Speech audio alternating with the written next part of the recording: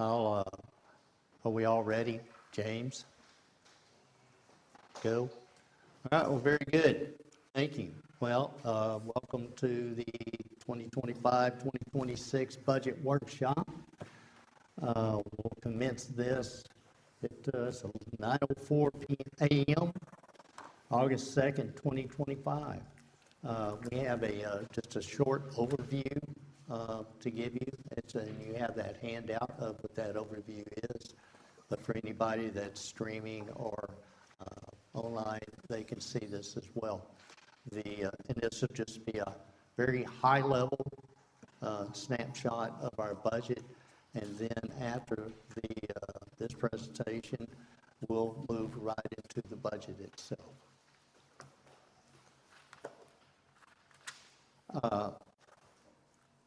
We have here, this is just for anyone looking at it, this is just a structural diagram of how the budget is structured. We have the 5 primary funds, general fund, water, sewer, debt, special revenue, and capital projects. Under each of those are other subcategories. And that is, in essence, is how this is structured.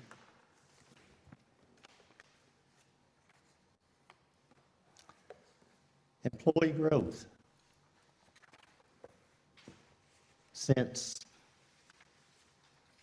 2021 to present, to our proposed, we've had a 207% growth in employees. It's been rather significant. But we're all very appreciative. We've got an excellent crew, and we're adding to them daily. Well, I say daily. It takes quite an effort to interview these folks, but we're grateful for these people. This is by department. You can see the growth. Public Works and the Fire Department have had the most significant. When I say Public Works, I'm including Parks as well. Parks and Public Works are under one head, under Mr. James Tugger.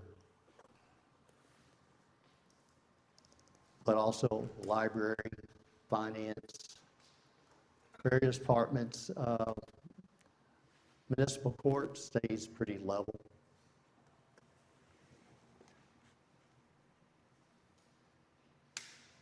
General fund, you can see our revenue increase over time, as well as our expenditure increase. Yes, our revenue increase since 2021 has been 141%, but our expenditures have grown by 210%.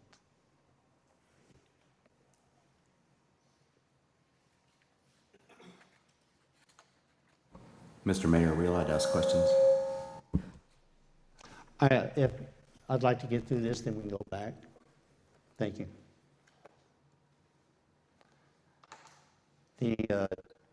These are the fiscal year actuals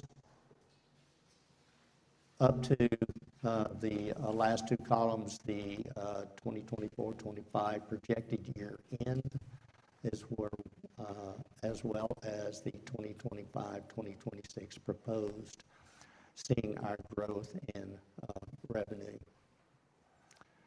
As you can see, as expected, the primary growth fueling the city coffers is the property tax. But we have been able to maintain that in a very respectable level.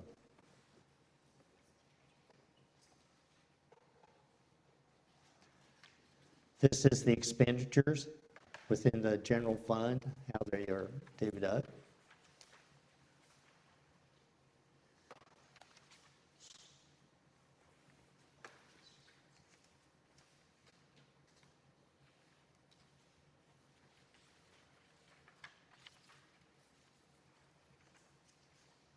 And let's go to Water and Wastewater Fund. Water and Wastewater Fund is enterprise fund in that it is to be self-sustaining, that it funds itself. You see in 22, 23, 24, there was a crossover, and that's where it lies that the general fund was subsidizing, had to subsidize the water and sewer. And then we made a correction in our water and sewer rates, and then that started being corrected. We have a little work to consider on that, and it'll be addressed later on when we get into the water and sewer fund.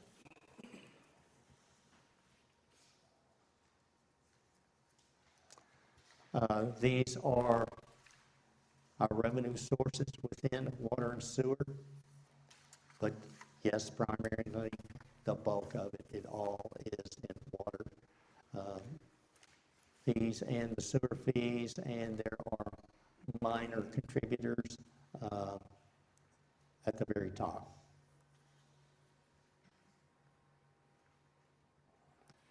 These are our primary expenditures. Again, water and wastewater.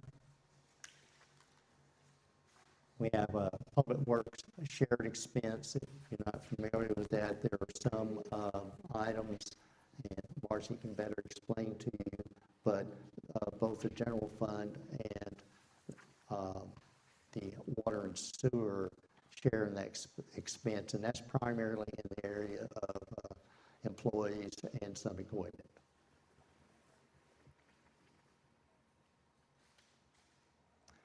That is the overview, Mr. Carruthers. Yes. Just had a quick question. Can you go a little deeper into why is it that our income has grown and grown and grown, and then the last 2 years has pretty much been flat or actually decreased a little bit, even with all the new houses that we've had, all the tax base increase possibly that we've had? I'm just not on the general revenue expenditure slide. Last year it was 10,792,000, and this year it's only 10,741,000.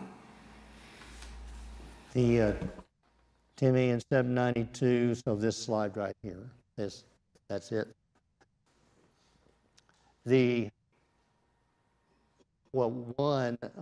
This is based on no new revenue, this budget.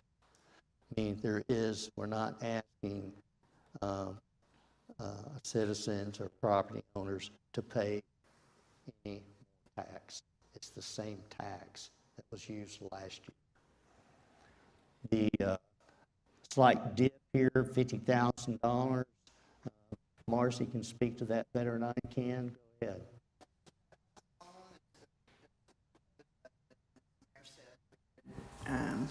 We have been increasing property tax for several years.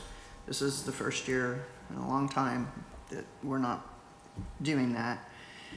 We also have a more conservative number in there for sales tax. We only increased it 3% just because we have some of the construction slowing down on the residential side and some less construction materials to have sales tax on. We're getting, we're going to get to where it is level because we're going to get built out. So we're trying to be conservative in our approach and predicting those revenues. We have approximately, starting in 2016 or so, when all the new subdivisions started being approved, that added approximately 2,005 homes, single-family homes.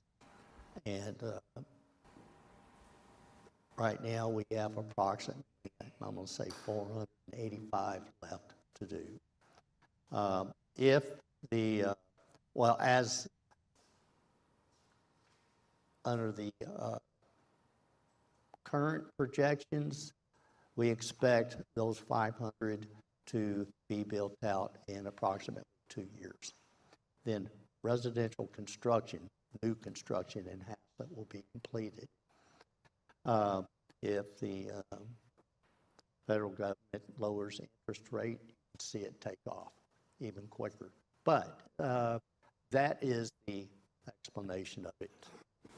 So there hasn't,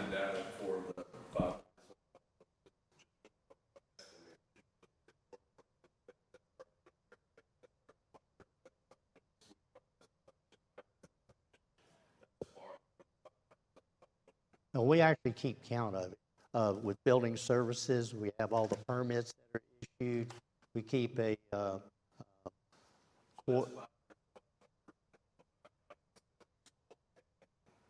no, that is, we have approximately 500 homes to be built.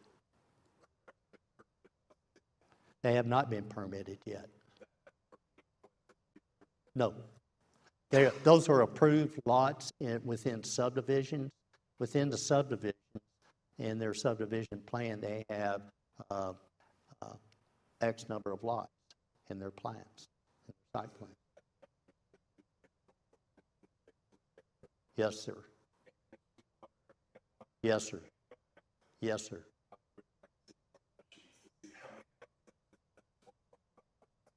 All right, very good. can I have a follow-up question too? Yeah. So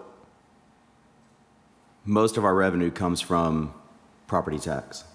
Yes. So what you're telling me is, since our projected revenue is down $50,000 from last year to this coming year, we've had virtually no increase in sales tax, business tax, development coming in, any of those things that would help to continue to increase that revenue stream. Well, you can see here on this graph right here, doesn't have any explicit numbers in your budget, your book. It has the explicit numbers from year to year to year, but the sales tax is rather constant.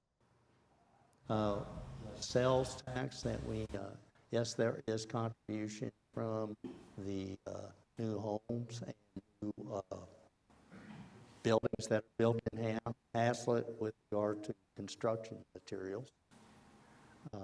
The primary source is online sales. I'm sorry, Mr. Mayor, but it just seems if our sales tax is staying steady, then we've got a problem in our town, because we don't have enough development coming in.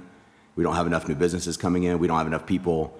Of all the traffic that goes through our town, we don't seem to be capturing any of those cars for places for them to stop and spend their dollars that would then benefit our town. So if our sales tax is staying flat, I think we've got a serious problem. Before you move on, I had someone message me that they can't hear. They're trying to watch online or listen online or something online. So sorry about, yeah. Okay, thank you. That has always been a problem that Hassett has had for decades. I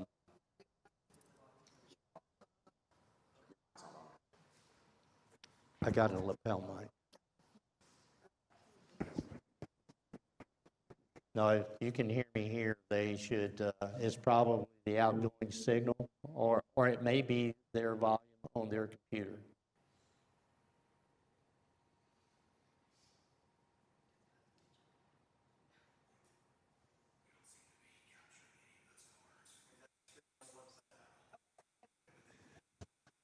Good.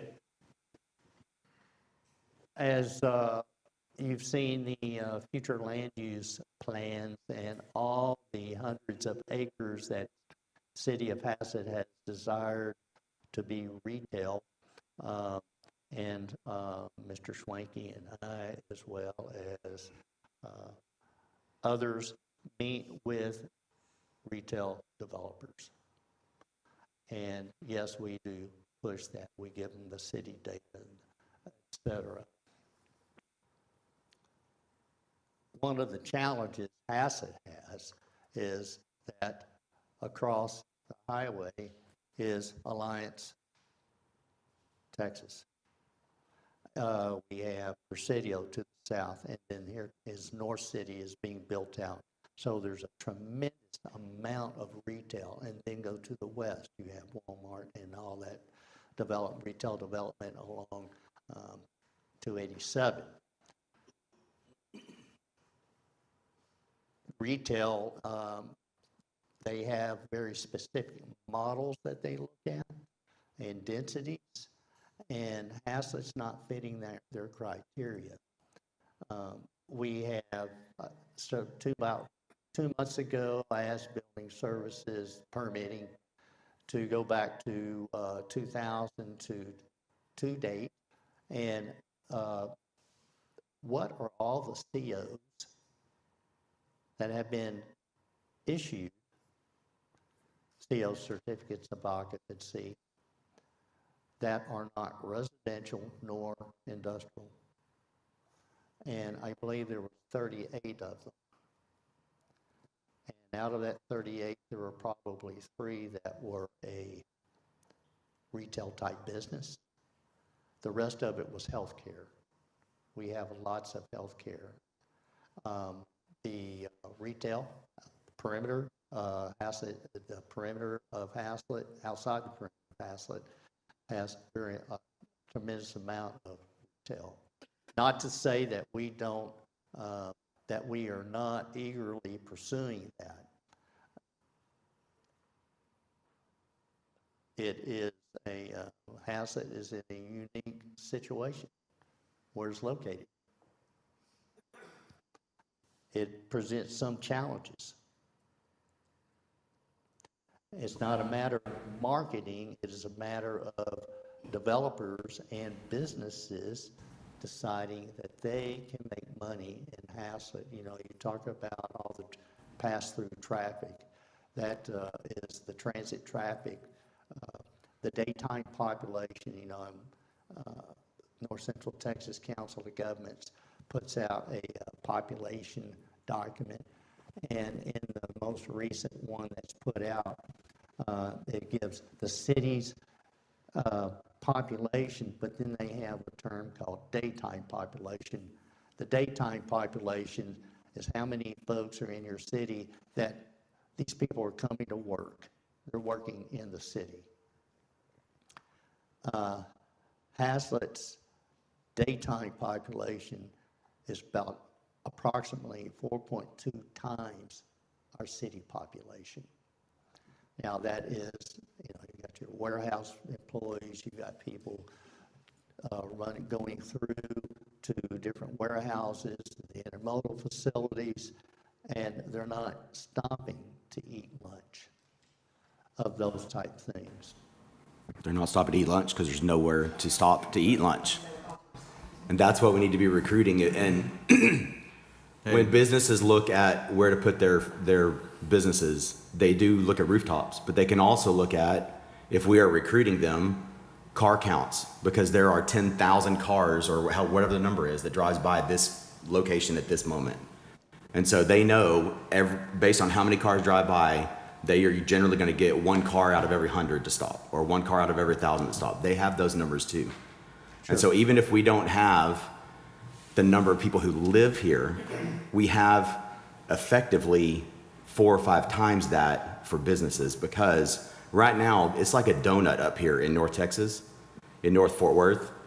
All of the, as you say, all of the development is in a circle around us, and we are the hole in the middle with nothing going on. And it's reflected right there in our sales tax that's not going up. And so it behooves us as leadership to make that change, because if we can't increase our sales tax, or even I realize we have 1 hotel in the whole town, which is out there on the freeway. If we can't increase our sales tax, then we have to keep going up on our property taxes, which means our small town citizens have to continue to fund all the things. So I'm just shocked that it's been that flat for that long. How's that, 5 years straight, roughly, that it's been about the same? And it's prior to that as well. We're just showing these 5 years. So for me, that's a bigger picture issue. You say that we have a problem getting businesses here. Part of that is because our infrastructure is incredibly behind. All of our roads are 2 lanes. They're built for traffic from 20 or 30 years ago. We have trains that stop for 45 minutes on the railroad tracks and can't seem to do anything about it. We have how many thousand houses that have been built around us or in our town that increase the traffic. And businesses don't want to come here because people literally can't get in and out of Hazlet. So if our sales tax is flat, we've really got to do something about that, or it's going to hamstring us in the future. Well, I agree. It would be a great thing that retail would come to Haslett, Texas.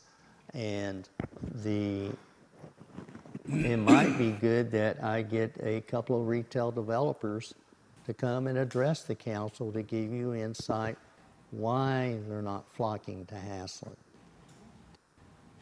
So you can have their insight.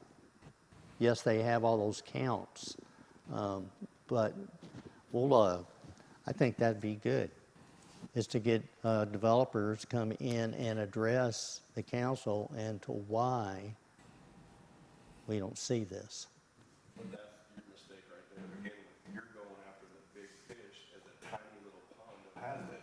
We need to go after smaller fishes that are equivalent to the size of our pond, i.e. fast food, smaller mom and pop retail, make it more friendly. Well, no, these are people who deal in retail development, whether it is the one fast food shop or a 10-acre development, anything of that. They can address both ends of it. Well, and this is, just to address Chris's concern, one thing that will help us, I think, moving forward is with us getting back into this Metroport Chamber to help get our name out, get us back on the map. We've been void with that type of promotion for the last, 4 years. So this is a big step. 2 years. And I think it's at least 3. I think it's longer than 2. Well, But very that good. will, that's a, I hope that. I wasn't finished, Gary, please. Let's be courteous today, if we can do that. So we've been to a couple engagements with them. They've got great attendance at their events. And this is something, collectively, as a leadership group, we continue to go to their events, promote our town.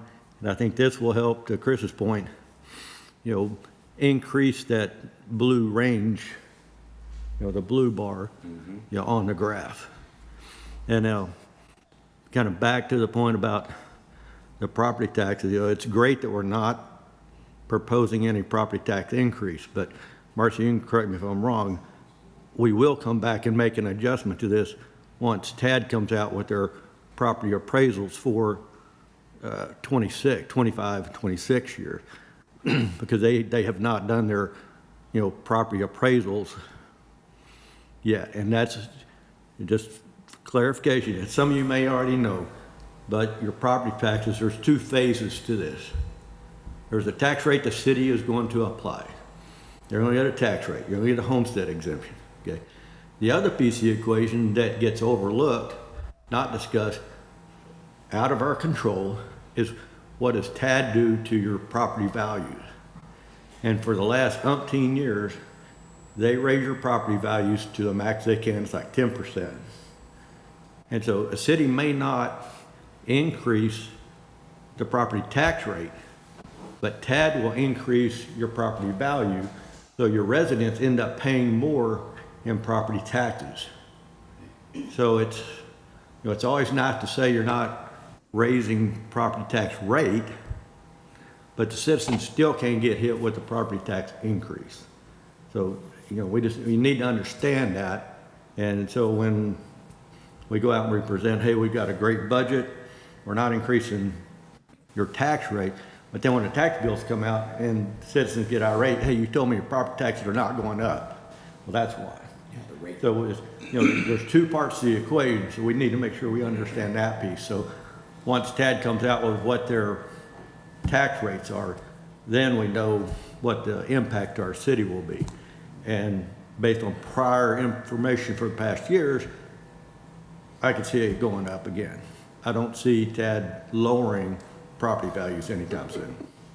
Marcia, would you like to address that? Yeah, it went up this year, just, I think I sent you all a sheet that showed all the rates calculated. We got the rates early and the values, yes, they did go up. We did have less new construction this time than we did the last couple of years. But we still had pretty substantial new construction. And so as long as we have new construction, our value's gonna go up. But like you said, even if we get to where we're flat and we're built out, yes, those property values will continue to go up. And when the values go up, it has a reverse or inverse relationship to the rate calculations. The higher the values are, the lower our no new revenue rate will be. And that's part of what you're seeing this year. Okay. Good. So when we say no new revenue rate, going back to here, last year our revenue was 10,702,000, and we're working with that same number. So this budget is based on, we're not asking for more tax. There's tax and tax rate.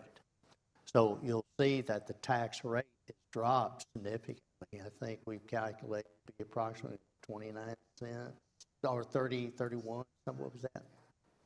There's two parts to that. We have the ad valorem tax, and then we add the interest in sinking fund debt piece to that. So you'll see the rate itself drops several points, approximately 4 points. So there is this budget does not ask anybody. Yes, the county can come back and say, your property, your home now is worth twice as much as it was last year. For the city, if we operate at the no new revenue, the tax rate drops significantly, so we're not asking for more tax. And that's what's happened. We're able to fund our budget and keep up with the growth and not ask for more tax. And That's a responsible thing to do. Yes, Mr. Mayor, I feel like you keep going back to property taxes. And I realize that's the majority of our taxes, but those are a set amount based on tax rate and based on property values. Where the growth is going to come is not going to be, because we're about to be built out.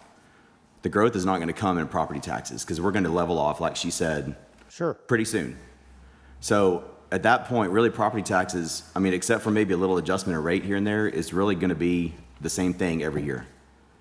So our growth is going to come in sales tax. Our growth is going to come in bringing businesses and development to Hazlet that's beyond property, because otherwise your property taxes can only fund you so far. I agree. Yeah, and there was actually a realtor that put something out on Facebook or Instagram. I don't know. I saw the video just last week, and he was talking about Hazlet and why you would want to move to Hazlet. And he said, nice houses, good sized lots, but there's nothing to do here. And I thought that was a really kind of a gut check moment for me as a leader in this town, because I mean, maybe that's what everybody wants, but our property taxes are going to continue to have to go up in order to fund just the basic services. If we want to be a town where people can not have to go spend their tax dollars at Alliance, because that ought to be what our goal is. Our citizens go and spend their tax dollars other places. Can we get them to spend their tax dollars here? Because if they can spend their retail dollars here, we get that benefit as a town, rather than giving it to Fort Worth at Alliance or up by Walmart or up by, wherever else it is. Agreed. And we've got a couple of spots in town that would be great for retail and great for development, and they've been sitting there for I don't know how long. So I want to keep pushing on this sales tax thing and get away from the property tax. I realize the property tax is the majority of what we get right now, but it is not our future. It's going to be a steady base, and it's important. And our rates are going to stay the same roughly, and our valuations are going to go up over time, as he was talking about. But where we're going to find the growth is going to be in the sales tax and the development that we still have opportunities for if we really, put our best foot forward. Agreed. Absolutely. Don't disagree with that at all. All right then. No, all very good points. I will, unless there's any more questions about this, just this brief overview, then I'm going to close this out and we can get into the budget.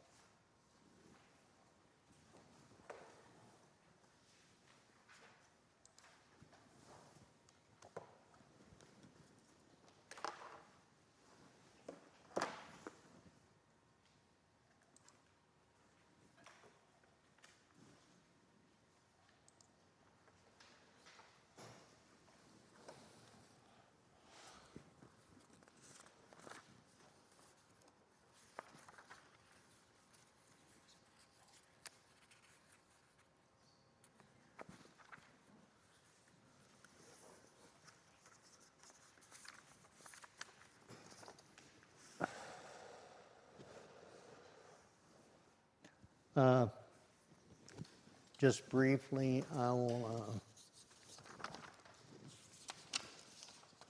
here, would you take that and pass one to Chris, would you?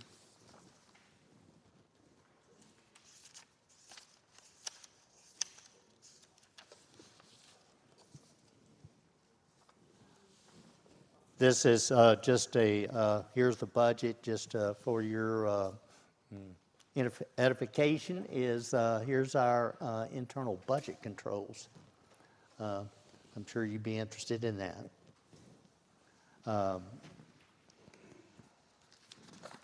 But we'll go straight to the general fund. I'm on page 1. And did you give us an update, Marcy, on the general fund? Yes, it is.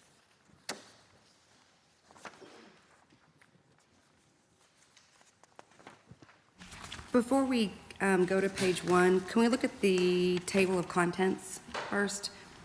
I just had a quick question. So I think it's, the Watercrest Vine Sewer Impact Fee Fund is closed. It closed last year, correct? Okay. And then the Library Grant Fund just changed numbers, 22 to 17. The library grant fund was not actually being used as grants. Okay. It was more like contributions, like from the Friends of the Okay. Library or things like that. Donations and things. So we closed that fund into the library board. Gotcha, kind of, okay, put those together. And then, I didn't see, okay. So Fund 25, capital projects, that CO, that fund closed, just kidding. Fund 30, the Alliance project. Closed also. And then Veterans Memorial Fund 55 also got absorbed. That got moved into the Parks Board, that's what I thought. Okay, thank you. Now we can go to page 1. Thank y'all.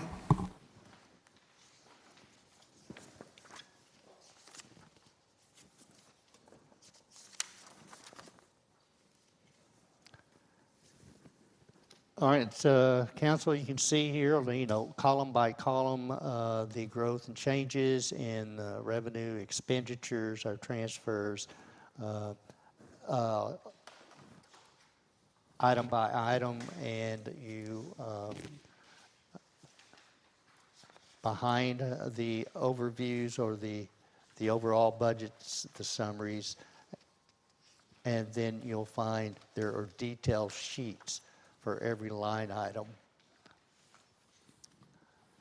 Marcy, do you want to give just an overview of this general fund and what they have before them?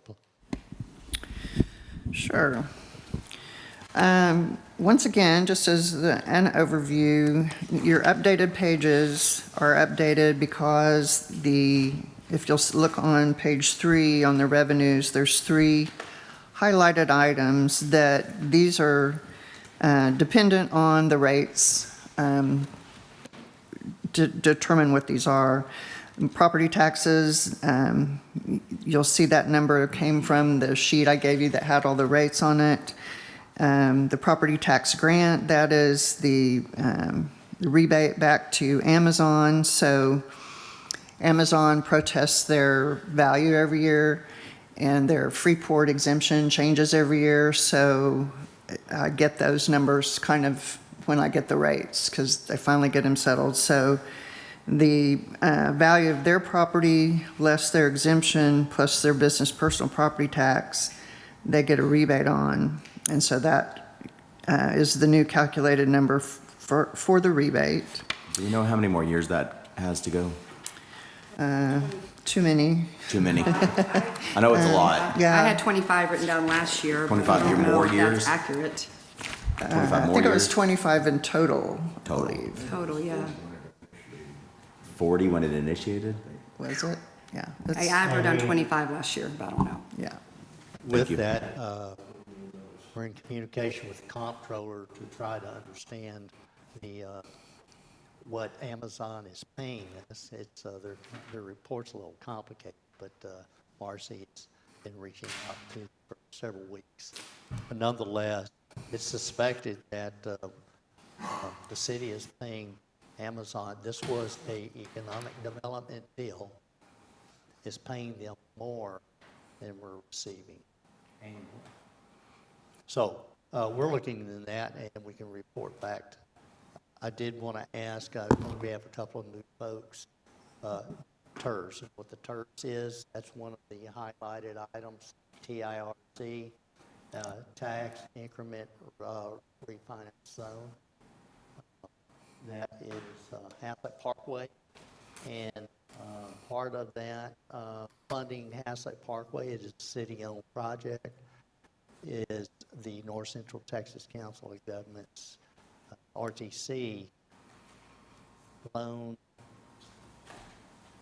Haslett approximately $6 million, $6 million plus, and over a 20-year period, and with interest, that's $9 million. $9 million is the change.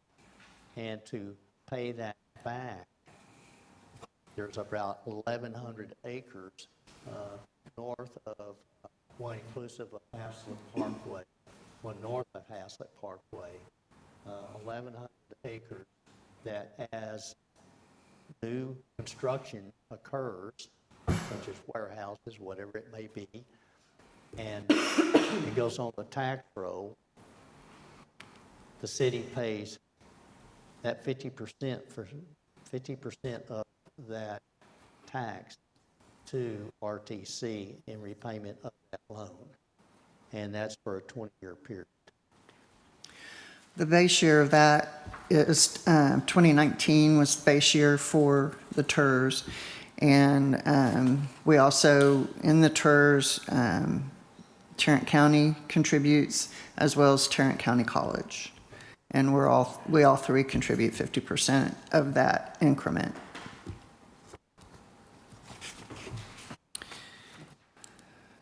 So there's not a lot of, big variations in the budget this year. As I mentioned before, the sales tax, we did a conservative estimate at 3%. I think our permits and licenses, we're still expecting a little bit of, growth there. Obviously not like we have in the past. Fines and forfeitures, we just don't seem to be having a lot of activity in the court. So those are pretty flat. The transfers there from type A and B, those are transfers in to fund the portion of Morris Schwenke's time spent with them. That Fund 19 capital on the transfers in, if you'll remember, the auditors are recommending that we close some funds. So when we get back and talk about capital projects, that capital projects Fund 19, we're going to close. The original funds for that came from the general fund, so we're going to transfer those funds back to the general fund. And we will be showing capital items. If you will see further down on this page, we have capital outlay expenditures, 6,345,000 in the proposed column, and so we will be showing capital in the appropriate fund and department So is that in the why future. the operating transfers out is blank on Fund 19? Yes, there's not going to be a transfer out to Fund 19. It'll be Since paid it's- directly from the general fund. Okay, thank you. Does that make sense? In the departments, a lot of the departments, there is built into the departments is a 4% increase for personnel. After we did the 4%, the mayor asked to up it to 6%. At that time, it was kind of late in the game to get it dropped into all the departments. So there's another piece in administration for the extra 2% for salaries in the general fund. And then you'll see in water, in their administration, there's another amount to fund another 2% for the water. And those amounts that are in those admin budgets do include the benefits for those. In the final budget, they'll get spread out where they would go. In the city secretary line item, we've upped the budget for the salary of that, hoping that we can possibly draw some qualified candidates that know really what a city secretary is. And I'll let some of the other departments speak about their individual line items. The police contract, we did up, I think it was it 3%? 3%? Yes. And then, That's the typical increase each year. right. And if you've had a chance to look at the budget, you'll see that there are some additional personnel that have been added. We've added HR generalist in case we can't find a city secretary. We're seeing that we're lacking in HR because that's me and I lack in HR. And then we've added an employee in the street department. We've added in the janitorial staff, and we've added an assistant finance director for finance. And there's some additional personnel in water, I believe.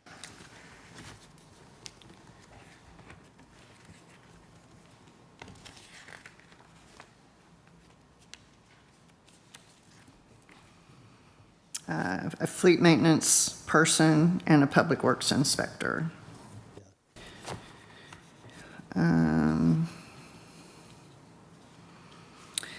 The transfers to the park board and the library board, those matchings, those are remaining the same.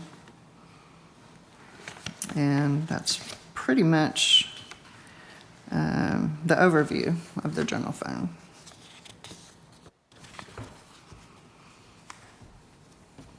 Can I ask just a quick question? Sure. Just for me being new. So the projected budget has a surplus of 2.26 million in the middle of the page there. That's the difference between the revenues and expenditures. Yes. Yeah. And then the last two lines on that same page, fund balance target for operating expenses is 4.36 million. Correct. That's sitting somewhere? Yes, it just sits in, we just don't budget it. It's Okay. just reserved in there. And that's our target? That's the target to have reserved, yes. So the 5.4 million is extra money above that that's sitting somewhere? Yes, and it's Okay. available to appropriate. Okay. So if we put together the surplus of 2.2 and the extra 5.4, we're looking at almost $8 million there? Yeah, your total fund balance is 10.6, Okay. yes. Okay. Thank you. The fund balance target 50% of our operating expenses. Do you understand what that's for? Yes, sir. It's a Okay. rainy day fund. And you Well, mentioned, it's not so much a rainy day fund. It is if something were to happen with the economy. Right. That's what I mean. And this represents 6 months of funds that we continue business in the city of Haslett, pay our employees, buy fuel, and pay utilities, et cetera, to keep the city running. Yes, we're in a pretty healthy place. It's good. so that you said that the 10.649, that is the reserve surplus plus the. That's the fund balance. That's the fund balance. Yeah, the projected fund balance, yes. Okay.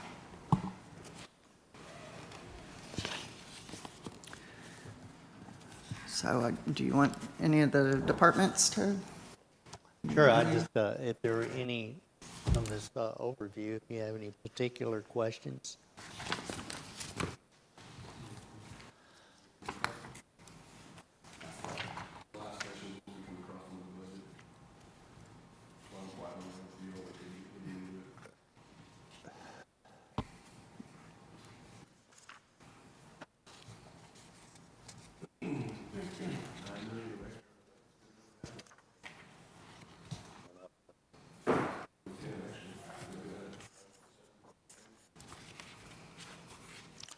Well, why don't we go to the fire department?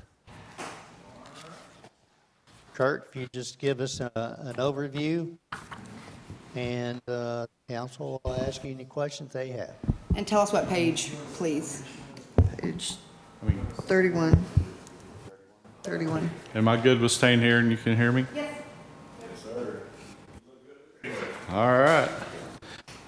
So typically what I do, so let me know if I need to do something different, Mayor. What I'm going to go over and bring to you is if a line item has changed. And typically what I cover are the non-personnel salary benefits. Marcy really Mayor managed that component. So I won't be specifically addressing that. And so what I'll just quickly go down my line of the changes would be we increased the money in health and wellness, $5,150. That has to do with the fire department physicals. There's a new law that came out that says we now have to do certain things, and so we have a contract with the company for the full-time employees to go get that. So that just came with a cost increase. $300 in a cell phone allowance, just price adjusting from a couple of phones we had. The firefighter appreciation line item, we tried to help split some costs with that with our support group, but as they're getting older and there's less activities that are happening, we need to come back and help cover that cost. So it's essentially $15 a person times 100 people show up is what we go with. And one of the other things that we do is we do a rookie family dinner. When we get all of our new volunteers, they come in. After about a month, we have them come in and we cook them a dinner at the station and educate their family on what's going on and who's who. So that's a new little cost so those two together, it was an increase in $1,200. Fuel and lube went up $1,000. As we're running more calls, we're using more fuel. Truck repairs, it's essentially, that went up $13,800. And that we had to go to the mayor this year and ask for a little bit more money to cover our current costs. So we're busier, brakes, tires, just maintenance things. Hazmat, we've asked for another $1,190 as we're just running more MBAs, and I'd be honest, a lot of that's in Fort Worth, but just the absorbent that we're putting down, so we're using more absorbent. Office supplies, $400, just increase in office supplies. Fire hall supplies, that's our toiletries, that janitorial, $1,880, but the big majority of that is the anticipation of the new fire administration building. The police will be in there, and that'll be kind of a new user of some supplies. So that was an anticipated cost. We're happy to say that we've canceled our septic system cost because we're now on sewer. Yay, go team. And so we moved that money just up into another line item. This has to do with air conditioner repairs, so that netted a zero change. Uniforms, an increase, $11,700. Just the price of uniforms keep going up. Currently, what we didn't have factored in is if we have an employee leave or get a new employee, there's a whole new startup cost for that. So we've kind of included that into our price to cover those unexpected costs. Operation maintenance contracts just went up $850 just through increase. Dispatch, $674. We added, we'll be getting a new Tahoe, and it'll have a mobile data computer, and that comes with a reoccurring cost. We added $30 to the membership. I've added Chief Harvey to the Tarrant County Fire Chiefs Association as a monthly meeting. I will say he is the first vice president, so good job for getting engaged. Education, $1,200. We added another company to provide us CEs for our medical CEs. We added $5,000 in electricity, just anticipating the new building add-on and what that might cost us. A big one was in the emergency management line item. We added $10,000, and that would be to discontinue the AM radio station and upgrade our communications to the citizens via a company called Everbridge. It's what the majority of the cities around us use, and it's going to allow us to, the citizens can sign up. How do you want it? Phone, text, email, blah, blah, blah. And then what are the different activities? So we can push out information from National Night Out, Easter Egg Hunt, and if you as the citizen doesn't want to get those, go ahead. It's an app? Well, I don't know that it's an app. It's just when you sign up, you're going to choose how do you want to receive your information, and then what information. If you don't care about National Night Out and you only want weather alerts, it would do that. But where do you sign up? Where do you sign up? Where did it sign up? Well, we don't have it yet, but don't have all those details. Emergency management coordinator is the expert. But one of the things, talking with Public Works, where we think there's a better benefit, because AM radio could only do emergency notification, but when they're going to have maybe a road closure in Sweetgrass, right, they can call out, and geofence just that area so the whole city doesn't have to be notified of a localized issue. So it gives them a lot more flexibility in how we broadcast information, both emergency and non-emergency. So I think it's a really good plan, and support that. Yes, sir. It is an app and you'll sign up to it, and you select what you want to be notified on. We're purchasing this through the fire department, but all departments will have access to post. Yeah, thank you, Mayor. So anyway, so that was a big change there. And then $600 in emergency management membership for just our, we contribute to a CASA radar that helps the meteorologists better predict stuff. So, and then the last one is the City of Fort Worth ambulance contract. That conversion happened July 1st when MedStar dissolved and became City of Fort Worth Fire Department EMS. And that new projected cost, and I just want to quickly say the way that's calculated is from the time an ambulance gets dispatched to a call in our city until they clear the hospital, that's their utilization unit hours. And then they just figured up what that cost is per hour, and ever how much we use it, that's what our projected cost is.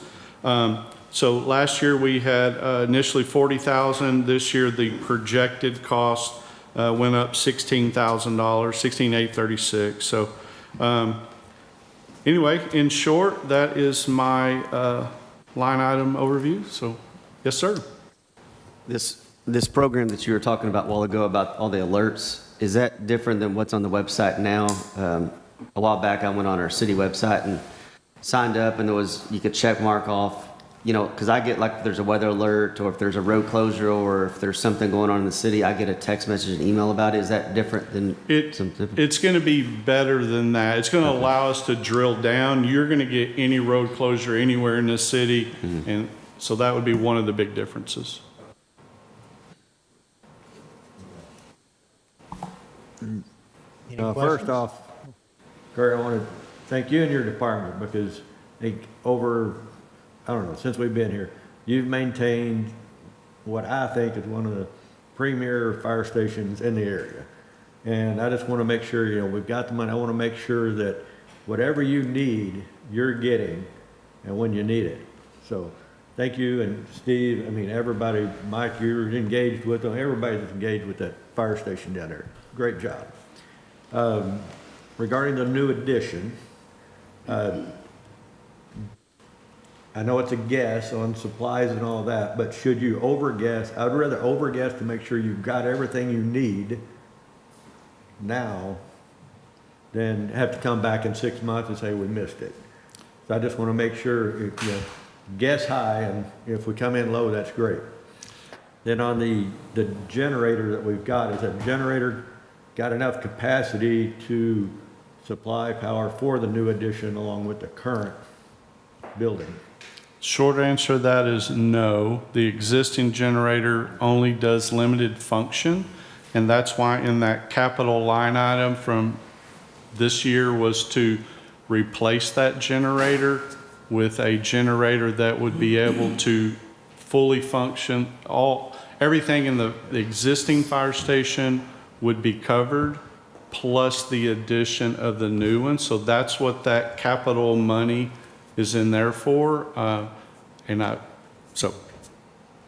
Okay, so is that capital money, is that in the 24-25 budget or in this proposed 25-26 budget? It's in this, Carryover. it's a carryover. It was in It the will carry over. 25, Okay. but the money's been allocated to buy that new, bigger generator. Well, we need to go get it bought before prices continue to increase. Tariffs are not going away. I can tell you what I'm seeing in our industry, things aren't going away, and anything associated with that, prices are going to continue to rise. So I would say, Kurt, you need to kick that ball now. Yes, sir. And get it going.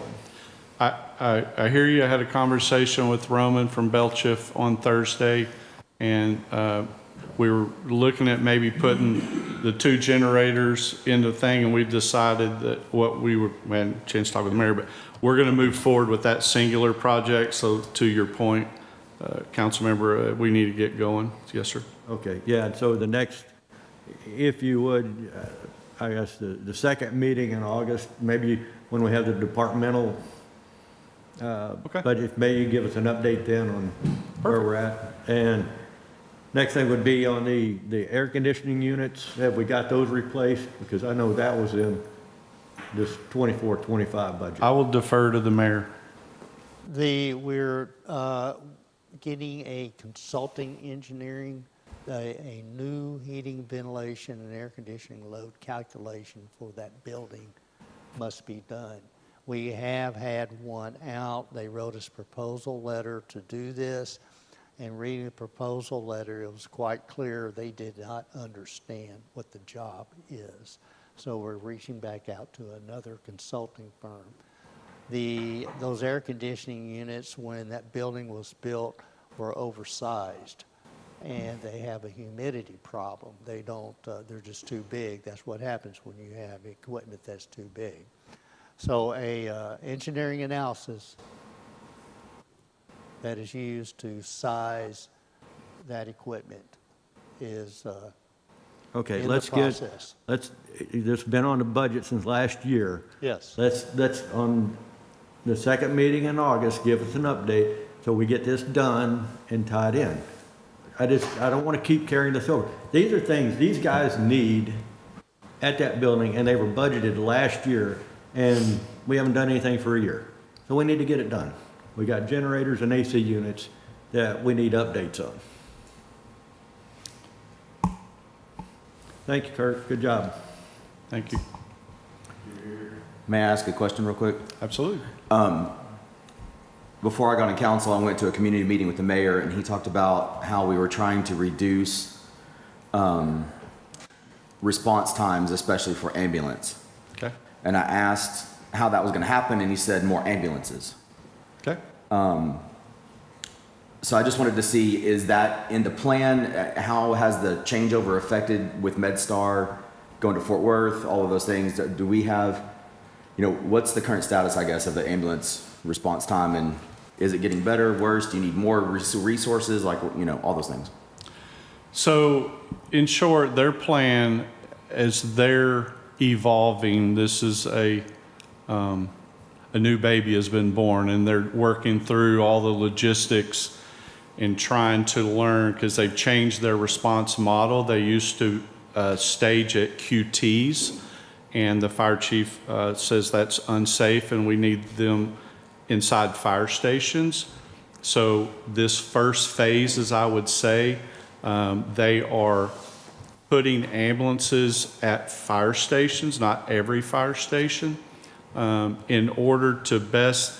So for a priority one, which let's just go as a non-breather, a true life-threatening emergency, their goal, in the agreement, is they would have a paramedic ambulance on scene within 8 minutes, so 8-minute travel time. And so that's how they strategically post them. As we have had in our city, I don't know how often we would say, but 40%, an ambulance is backed in at our fire station.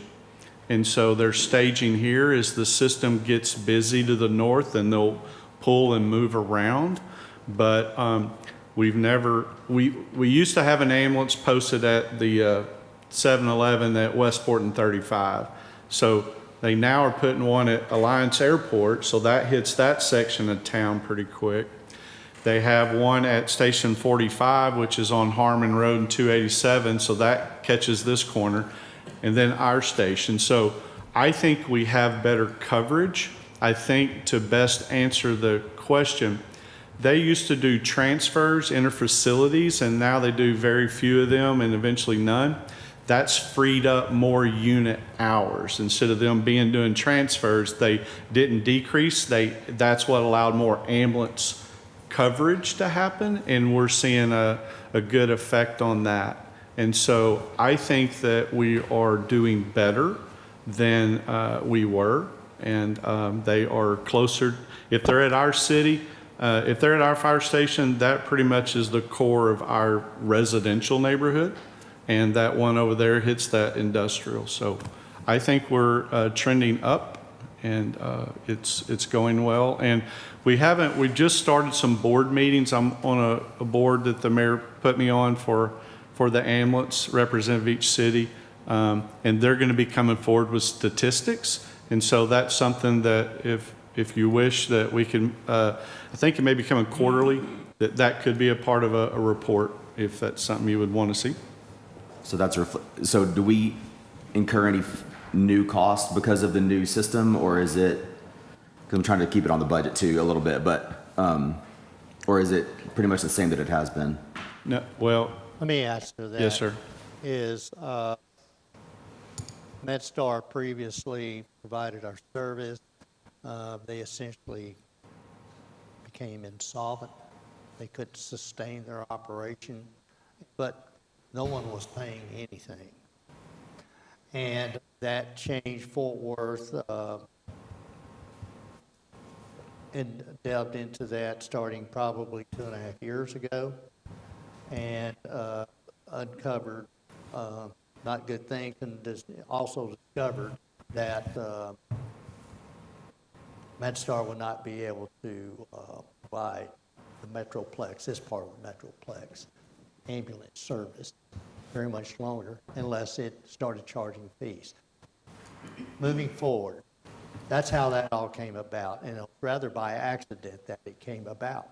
It was not an intentional audit of anything, but questions were asked nonetheless. So here we are. 2 years ago, we didn't pay anything, and for the previous probably 15, 18 years, we never paid anything for ambulance service. Now, I believe it's in our budget, what, approximately $54,000? All right, well, that is a huge bargain. So Fort Worth, where MedStar served 14 cities, Fort Worth and then 13 other member cities is what it was referred to as. But Fort Worth, the city of Fort Worth, consumed 90% of the cost. So they are the big user. It made sense that they take that over. They had to create their own ambulance service just to service their city, but they also looked out to the member cities and offered it to the member cities. That is still a huge bargain. It would cost us probably about a couple of $1 million just to start our own ambulance service, and then probably $1 million a year in cost of operation of it. So it's a huge, huge bargain at $54,000 a year. I believe that's the number. Now, where they save their time, there's several different elements of it. You've probably heard on the news and saw it maybe 2 weeks ago. They had for a week, they were showing the new opening of the Fort Worth Dispatch Center where they received these calls. Formerly, there were multiple layers, and when someone would call 911, I need an ambulance. And it had to get transferred to this organization, then to this organization. Eventually, MedStar gets it. One of the time-saving aspects has been consolidating all of that. So there's time savings involved in that. MedStar's response time to Hassett, Texas was, in their documents, it was like 13.5 to 13.4 minutes. The goal of Fort Worth is to drive that down to 8. So there's multiple factors that lead into that response time. It's not just more ambulances, but that is part of it. And one of the, even when MedStar was running the show, I, talking with, what was Ken's last name? Savatsky or No, Ken Simpson? CEO. Ken Simpson. Simpson, is that, and going back several years, trying to talk him into station the ambulance here at our fire department, not up by Slotsky's or the 7-Eleven, because majority of the calls would bring them this way anyway. Nonetheless, the Fort Worth thing, you know, we, Jim, what's his last name? Chief Davis. Davis, Chief Jim Davis, Chief of the Fort Worth Fire Department, has come to that conclusion. It's a good thing, very good thing. So there's multiple aspects to cut down the response time, and we're paying for that service now, but it is pennies on the dollar. Yeah. I bet we could reduce those response times if we had better roads too. But I also have just one more quick question. Sure. And we want to make sure you have everything that you need. Do you have a sense of, is it difficult to recruit new people to your department when you need to? And by that I mean, are we kind of in the realm of all the other fire stations as far as pay and benefits and all the things So I want to that make sure firefighters I'm on look the for? right thing. So we have volunteers and we have full-time. Okay. Sounds like We're talking about you're the paid positions. asking the paid Are we position. roughly in this range of all the other fire stations Can I around do- you that you compete with for employees? I would prefer to defer to the mayor. Okay. I have given him all reports that he has asked for this budget, so. So the answer across the board in all our departments, yes, Haslett is on the lower end of pay scales. That's across the board. And over the last 4 years, we've made a concerted effort to move folks up, but at the same time providing for other necessities too. Each department has performed reach out to other cities, what is comparable. But yes, to answer your question, Haslett is on the low end, not just fire department, public works and other occupations as well. Well, why don't we fix that? I've always said that I think that they're underpaid, and I think Chief Hayes and his crew definitely deserve a raise. So right now is the time when we have the power, and there's obviously a surplus in our budget to be able to do it, so why don't we give them a raise? And we just had a driver leave, is that right? Say it again, sir? One of your drivers just recently left, a longtime employee. Yes. And what's the starting pay, 52,000 a year? 54,598. So restaurant managers make more than y'all make, and that's, and you guys save lives and they cause food poisoning half time. So, I mean, I think we should give you guys a raise. I think it's far overdue. I think that's embarrassing. Well, let me ask this, just, some guidance here, is that, should we look across all departments and bring them up to a mid-level of pay in the Metroplex? Absolutely. Or we set the standard and let people come up to our level of what we think our people are worth, and make Haslett Fire the preemptive fire station that most people want to become a member of, because they know they're going to be taken care of by a city that gives a shit about them. Did you give the So I 6%? say we set the standard. Average is basic, we're not basic. If we want to make the city great, we become great. You start by taking the first step toward greatness, which is paying people what they're worth, in my opinion. Did you get the 6% raise as well? Say it again. Was a 6% raise included for you as well, for your department? That, Yes. 4%, Okay, 4 but plus yeah, the it's 2. only numbers I had. He informed us late, so I don't know what those I know, but numbers everything I are. looked at But was 4% too. I took, but it's in there No, a it's different way. 6%. Well, it was 4% in the budget, but then the 2%'s added in another spot. Yes. Right, okay, so that was the 6%. Okay, I was just making sure.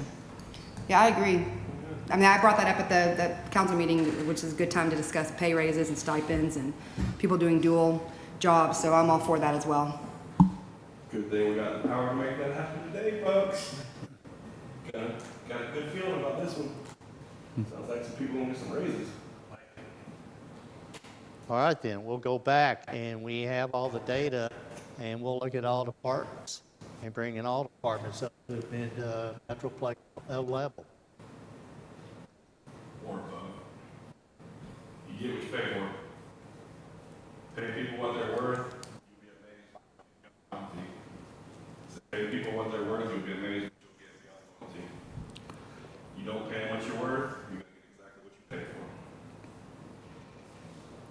I know this is out of line, but I just want to tell you, we had a church fire in our city Thursday night. Was it Thursday night? I don't know. Anyway, everything worked like it should. Our engine responded along with all the Fort Worth fire trucks, 3 ladder trucks, 5 engines, 2 chiefs. And then the volunteer program that we had 9 people show up, including 2 chiefs. And so I just want you to know that I was really proud of the organization and how it all worked, from the automatic aid response that the mayor helped get that pushed through. It was a great representation of what our system is built. So I just want to congratulate our people and thank you all because we saved property damage. Had it not, that's what I told Fort Worth in the powwow, had we not have had this response, that church would have burned down, because we've been waiting for Saginaw and Blue Mountain to get there. So I just want you to know good things are happening with the money you're spending towards the fire department. Thank you for all y'all do. Appreciate Chief. That started with you, sir. Thank y'all for all you do. I was at a Dollar General with my kids, and heard the fire truck, heard the sirens. We saw like at least 6, and a lot of personnel vehicles going down there. And so we rode our bikes back to the house and got the pickup to go see what was going on, because there were so many responses. And we saw that Schoolhouse Road was closed, and we kind of got close enough to kind of see, but what happened there? We kind of saw that, you know, everybody's on the church, but is everything okay with that building and everything? I mean, the cause is under investigation by ATF because it's a church, but I mean, it does not appear to be intentional. It started on the outside and then it got up into the eaves and ran into the attic, so. I can give you a little more insight. The next morning, I went out and to the church early that morning, and restoration contractor happened to be out there, you know, assessing all the damage. And he walked me through, and what had happened is a maintenance worker was using a blowtorch outside to burn weeds. And he caught a wood fence on fire, and that fence was over a little patio area, which is was 10 feet away from the building itself. Well, he caught the fence on fire. The fence there were 3 propane tanks there.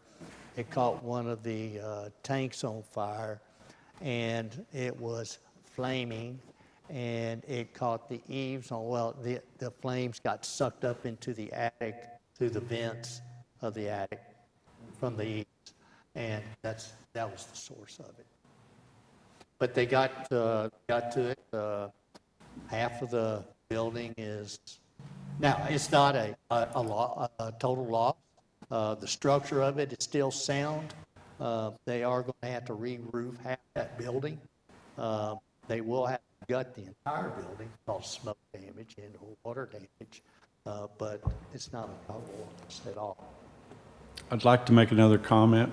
The best part of a small community is how they do help each other. And Pastor Crawford from Heritage Baptist Church is our fire department chaplain, but he reached out to me to let me know that he's talked with that pastor and he's offered space in their church to find a way for them to do it. So good job, Heritage Baptist. Very good. Any other questions on the fire department? All right, well, let's move on to streets. Mr. Tucker. All right. James Tucker is the Public Works Director. Under that, it's streets, water, sewer, parks. He has it all. 51. Hey, Mayor, do you just want to go over the streets, or do you want to do the streets, parks, and public works shared? You know what? You can start out however you like. Oh, perfect. So street is the shortest and smallest budget that we have, so it's least amount of line items, but the bigger increases is a right-of-way contract mowing. That's for the Haslett Parkway. There's a new section coming online. We had that budgeted for this current year, but we have not gone out for bid for that, so we're making sure that contract covers all the extent of that, and this is gonna basically take care of right-of-way areas within the city that are just more than our manpower can take care of. Where is that, I'm sorry, in the That's in on the city? Haslett Parkway in the median section and on the right-of-way. Okay. So from basically 35 all the way to Station 69. Thank you. And we're hoping that 175 is way more than you need.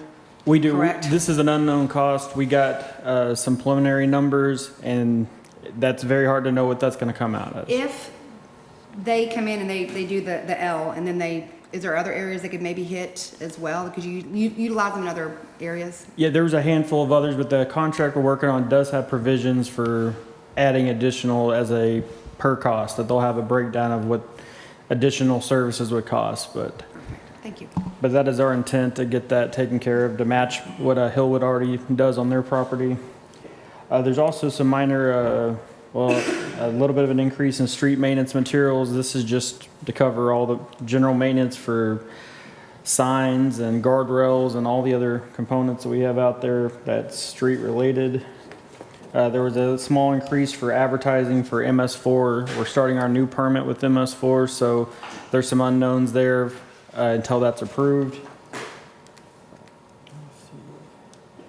The street lighting, there was increases there as well. We have new lights coming on board that we're responsible for from a neighborhood, so we have to after so long, we take over for each phase of those, as well as they also do repair and maintenance, and they had to intended to replace some part of that circuit.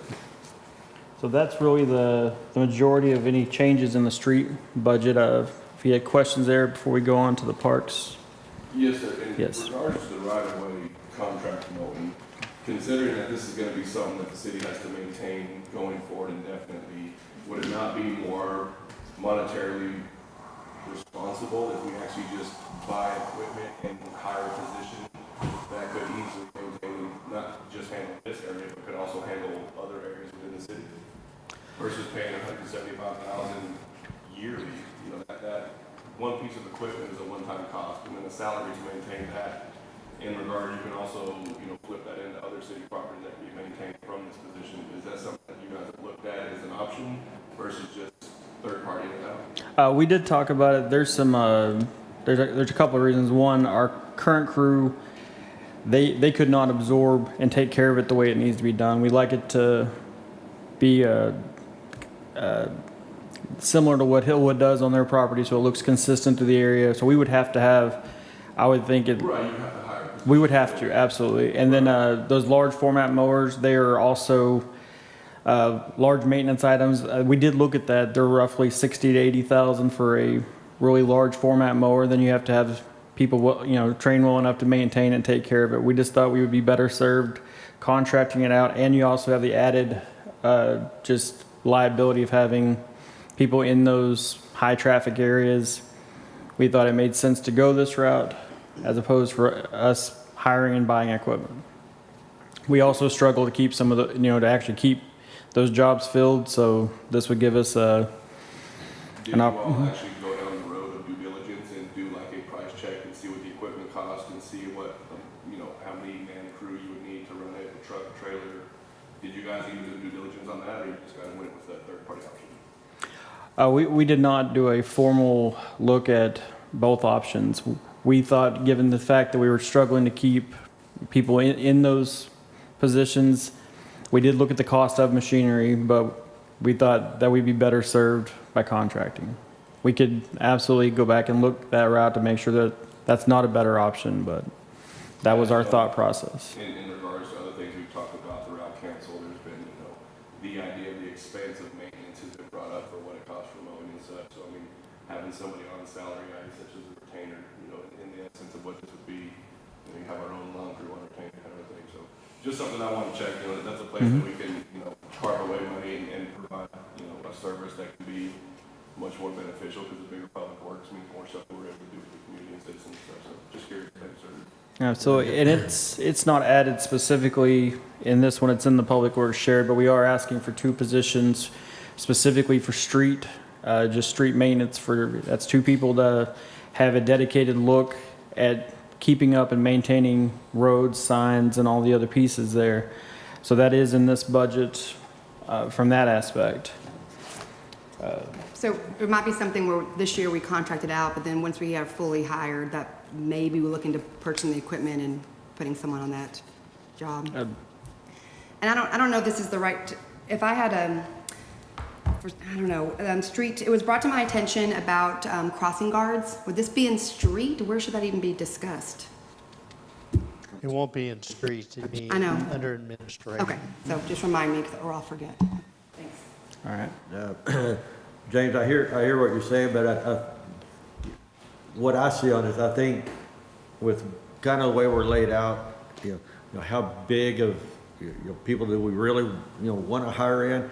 I think there's some benefits to it, contracting out just some of the major roadways like the Hazlet Parkway, where they get in and just get that stuff knocked out. When you look at the acreage that we have and just parks, fire station parks, Nance and Community Gemmel and all that, we can focus resources there to really maintain those where the city or the people utilizing them see the better benefit. If we can keep those in pristine shape, and contract out, the right-of-way mowing to where those guys, just have somebody come in. I know we all drive down, the Westports and around the area, if we can get them maintained through a contractor the way Hillwood maintains them, I think that takes a little burden off of the city to do that. I don't think you know, I don't think I don't know if it's 175 is the number or not. I don't think that's too far out of line just to get a contract to do those. But I would like to see, you know, what roadways, when it does get contracted, you know, does that come like on Westport? You know, I know we could talk about Hazlet Parkway and the L. You know, does that include like Westport, you know, all the way down to the stoplight? So there's a, So, I mean, that's, I did, you know, this is the thing, since we've lived here, you know, kind of on extended Gary, we've been here a long time. But my wife, you know, we still, when you come down to this intersection here at Westport, and you look across, it still just has that redneck vibe to it. That grass has grown up along the medians, you know, and it just, I'd like to get to the point where it's just clean looking. I know it's a lot of work. We're No, gonna get I'm there, gonna take my but hat off to James, but over the last 2 years, I know it's hard to notice at times, but they have been much better. They have started taking care of the intersections now. They're challenged with the number of persons. Exactly. Not That's- lots of folks going to work outside. all I'm not knocking James on it. I know you can see the improvements going on, especially, you know, right here on Schoolhouse where the old, I think it was an old apartment or something that was there. You know, that's in the works of being cleaned up. Things don't happen overnight, but I'm just saying, I think the balance, I understand what James is saying, you know, when you do projects like that, you need to do a thorough, you know, cost analysis to see what's the best bang for your buck on it. My view would be there are some roadways that would best be served, you know, with a contracting crew, you know, just get them knocked out. Let city employees focus on what our citizens really enjoy the most, which, you know, parks and, you know, interior to the Hazlet. So that's just my 2 cents. James, could you describe what was in that contract? What areas? Was it Hazlet Parkway specific? so it was all of Haslett Parkway, and then it was also the portion of Westport Parkway that was not covered by the Properties Owners Association. Hillwood, for their owners association, covers basically up to intermodal at the intersection, but past that on westbound on Westport, those little thin medians are ours, and there's also a lot of undeveloped right away there, and so that was the intention, is mainly in the commercial area. Yeah, I'd just like to see it, you know, whatever's thrown out there for proposals is, you know, brought all the way down to, you know, the intersection of Schoolhouse and Westport. You know, it's usually when you get around these overpasses and the guardrails that just get grown up, you know. I know in Westport, you know, there's a couple bridges right there, there's, you know, some creeks and stuff, and those just, you know, they just get grown up, you know, quite a bit. It's hard for city people, I know, to get down there. It's not the easiest terrain. You know, you can't just drive your mower down and you're done. So that's something I'd like to look at, and include that in the contract to get taken care of. Absolutely. I agree with Doug, and I also, if you're driving around and you see a lot like the one that's right here on the north side that is grown up and has the realtor on it, give them a call like I did and tell them that they need to clean that up. So we need to make sure if we see other areas, we alert those people to making it look nice too. So I agree with Doug.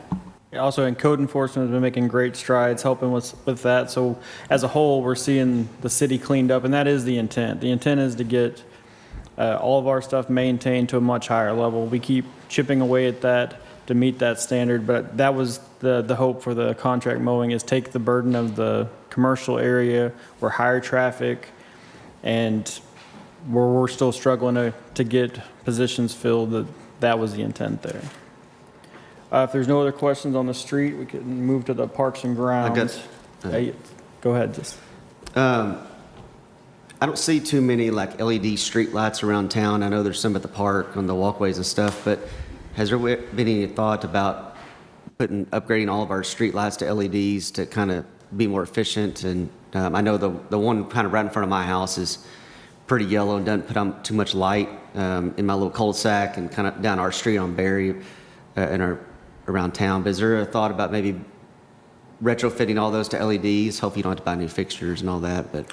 So the street lighting in the commercial area, that's a little bit of it's a unique contract.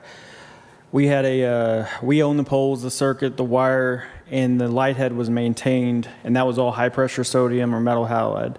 They had as we switched to LEDs, we take over complete ownership of that. We've asked engineering to do a cost analysis for what it would take to go with completely, I think it's a Type C that's completely ran by Encore Tri-County, where they do 100% of the maintenance, and it would be LED.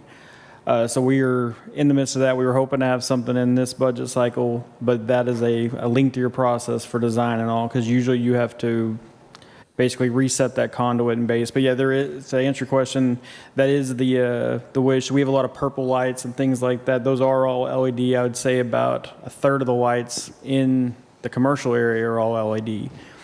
Now, the ones that were in subdivisions, those are typically LED as well. Some of them are yellow and they're dimmer. Now, the Old Town area, these are metal halide, and Encore they 100% maintain these. They are on a schedule in replacing those. So like moving forward, they've got rid of high pressure sodium and metal halide, and so all new ones that are owned and maintained will be converted to LED. It's just a process. As they come to them, they replace them. So we are making that, and we're hoping in the next year that we'll have a solution for getting out of the streetlight maintenance business and the commercial side of things. Can I just ask one quick question? Yes. I don't know if this is the appropriate place or not, but instead of just mowing the medians, could we maybe, like on Westport and maybe even Hazlet Parkway, I know Hazlet Parkway is eventually going to have some more construction, but maybe put some trees? I think it'd look really nice. And I realize there's an airport, but the trees, if they were kept from going above like the light poles, for example, then we know that's an approved height already. But I just think that would improve, the entrance into Hazlet from Westport, the entrance into Hazlet from Hazlet Parkway. Eventually maybe if we can expand Blue Mound, have a median there to put trees in it and make it look nice as well. But I don't know if that's a possibility. I mean, that's something we can look into. It's not been something considered. Put like some color or something out there, what you're saying, like, some crepe or something like that. Make our city look nice. Well, and Hazlet, Parkway, you were speaking of. Hazlet Parkway, Westport Parkway, anywhere that there's a median that is just grass, we could put trees, make it look really nice. Or even, I've always wondered right there where Hazlet Parkway, 35, 170, all that introduction is, right? When you come into Hazlet Parkway, why don't we have some kind of like monument sign saying the city of Hazlet, something really? We have it on Westport. There's one on Westport, and it has Vitex, but nothing on the other side. You're right. Yeah, Yeah. And there's one on 156 South, There's three of those And north. monuments in the city. but we don't have one on Blue Mountain either side or Hazlet Parkway. I mean, these are, cosmetic things, but if we're talking about making it, I know what the houses that are being built here cost and what they start at, so we should match to that. Let's say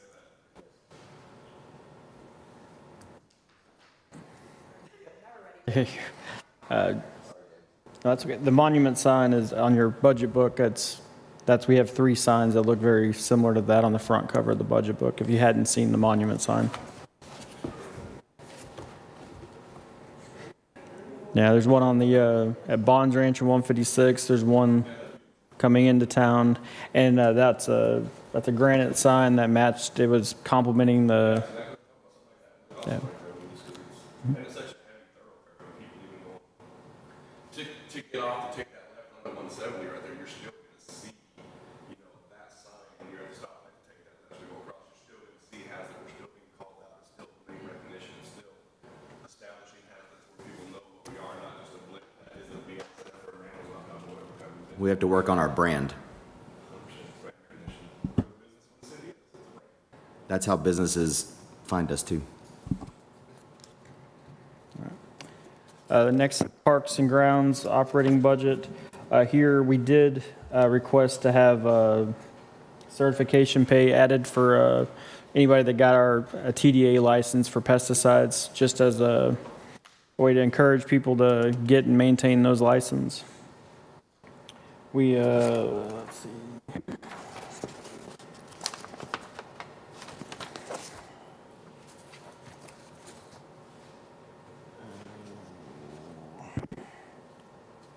We had minor just increases in all the park budgets to do preventative care or maintenance on the air conditioners that were put in this year.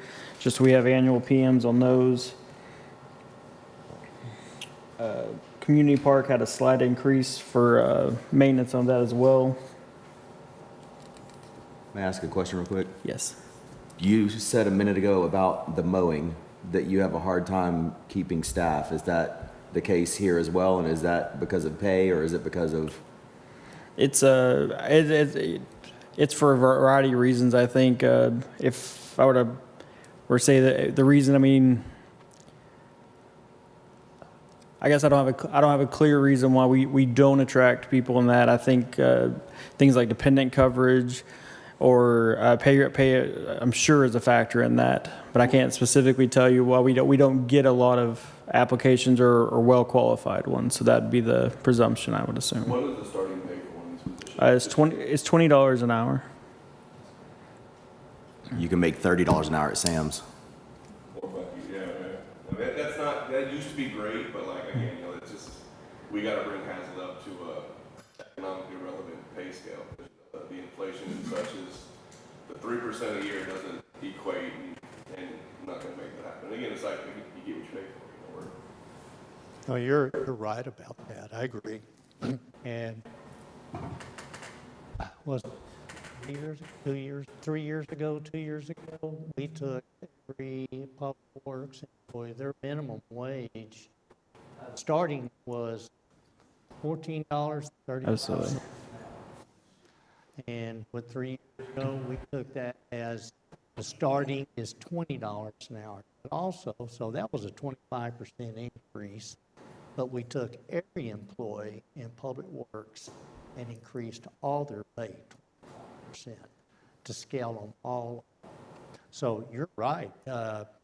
We oddly is that we actually are starting pay. Now this is a maintenance worker 1, right? Correct. Is higher than what Fort Worth is. So it's, That's good to know. yeah, we did that. It wasn't deliberate to beat Fort Worth, but we do keep tabs. But we are, you know, I'm glad the council here is all in favor of bringing everybody up to a higher level of pay. But it has been addressed over times, particularly the last 4 years. That it's been a needed thing, but has been a step at a time, but we can do it in one fell swoop this year. Can you tell me what positions are currently vacant right now? We used to have the Haslett is hiring on our agendas. We used to have the Haslett is hiring on our agendas, and that was very helpful of knowing what positions were open. But we haven't, I was hoping we could get those back. So what positions do you have available? We're currently open. We have a custodian position, a building maintenance position, a parks crew lead, and a parks, just a maintenance worker 1 for parks, and then also a water worker 1. And those are all positions that were, They're they're not new positions. That's a combination of new positions. So which ones, are new to this budget cycle is the custodian position, and I believe that is it. so you said a building maintenance, parks crew lead, a maintenance worker, and what was the other one? Custodian Water, something about water? and a water position as well. Water. So, but the only one, though, that is new is the custodian. Those other 4 have been vacant for a while? No, we've had a couple changes in that recently. Okay. Okay, thank you. But also keep in mind, we've increased by 30 positions, we've added 30 people over the last 4 years. Oh, right, I was just wondering what last year's. So if we could have that Haslett is hiring, or some report, something added into our reports of what positions are available for staff, that would be really helpful. Are those positions listed on the website? They are. They are, that they're available? They're listed on the website and on Indeed. Okay. And so if our starting worker is more than Fort Worth, then maybe the pay raise isn't the issue for at least that specific position, but maybe a sign-on bonus or retention bonus or, you know, something that, you know, instead of it having to be on and on and on, because if we're already paying more, You know, that's a Then good point, because it- like, government jobs, city jobs used to be such a coveted position. The benefits package that came along with it, the pay was okay, but the benefits were usually better healthcare, better 401k, better incentives, better sign-on bonuses, better bonuses, whatever the structure may be, we gotta get back there again. We can follow the road, or we can, y'all know me, I don't follow the road, I set my own damn standard and everything, so I'm all in favor of setting our own standard that we follow us, because that's the trick of leadership is, no one knows where the hell you're going. If you're leading the way. It's Yeah. always unknown territory for you if you're the leader. I'm just trying to, like, I'd be okay to raise salaries generally to make it where we're competitive, but if we're already there, there's got to be another way that we can recruit people to those positions if they're staying open for long periods of time. One thing at the last chamber luncheon, they were talking about job sustainability, and I just now realized I was going to bring it up, is that they connected and communicated with the local daycares. I know we have 2. Do we have 3? I know we have 2. To see if they would give a discount to city employees as an incentive to have them come work here. So I don't know if that's something that you could reach out to the Haslett, was it Little Country and Elite? Haslett Elite. And see if that's something that's a possibility, because that would be, I know, I've heard, not personally, but I've heard childcare is an issue with a lot of, so Yes. maybe they So- gave a discount. I remember that was a really good idea. Just to give you small numbers, last year we had our son at the after-school care at Hazlitt Elementary, and they were Alpha Best. They were originally staffed for 25 kids, and they ended up having 150. Wow. Because there's nowhere to put kids after school's out if parents are working right now. And I know that Hazlitt Elite wanted to build another building and were denied on their permit. And so they had that lot next to their facility that's for sale right now. So they were ready to expand and weren't able to. And then I know we've got the preschool facility going in from ISD down there at, you know, Bonds Ranch and Blue Mountain, 156. So that's going to cause, you know, be a place that kids can be, but I don't know if they're going to do after school care or not. So there are at least those options. But yeah, Hazlitt Elementary Alpha Best was completely overrun last year because there's just not a lot of options in this area. James, what do you see as far as attracting and, you know, any turnover? I don't see a lot of turnover in your department or any other department, but attracting employees to Public Works. You know, I look at the obvious. I need you to work outside all day long, every day. That's essentially that kind of job. But from your perspective, From my perspective, in interviews, usually well-qualified candidates, it's either the starting pay that they really can't provide for a family, and so pay scale is definitely in the issue why we can't attract certain people. Also dependent coverage. So several people that dependent coverage is not an option. Here it's just too expensive for them to take, so they would have taken this job, but that's too much of a deterrent because they have to provide health care for the family. Also, which we are addressing in this budget, is certification pay. So a lot of cities pay a monthly allowance or a monthly stipend for maintaining a professional license. So we've added that into this budget. So we think that will help. And really, that's the comments we get is that are upward mobility, but smaller towns don't have large amounts of positions that they can move into and grow. It's a little slower at the smaller towns. So that's the 3 components I usually see is lack of upward mobility, just the pay scale isn't enough to provide, and dependent coverage. excuse me, I wanted because you mentioned 3, and one of them, Marcy and I looked at the dependent coverage.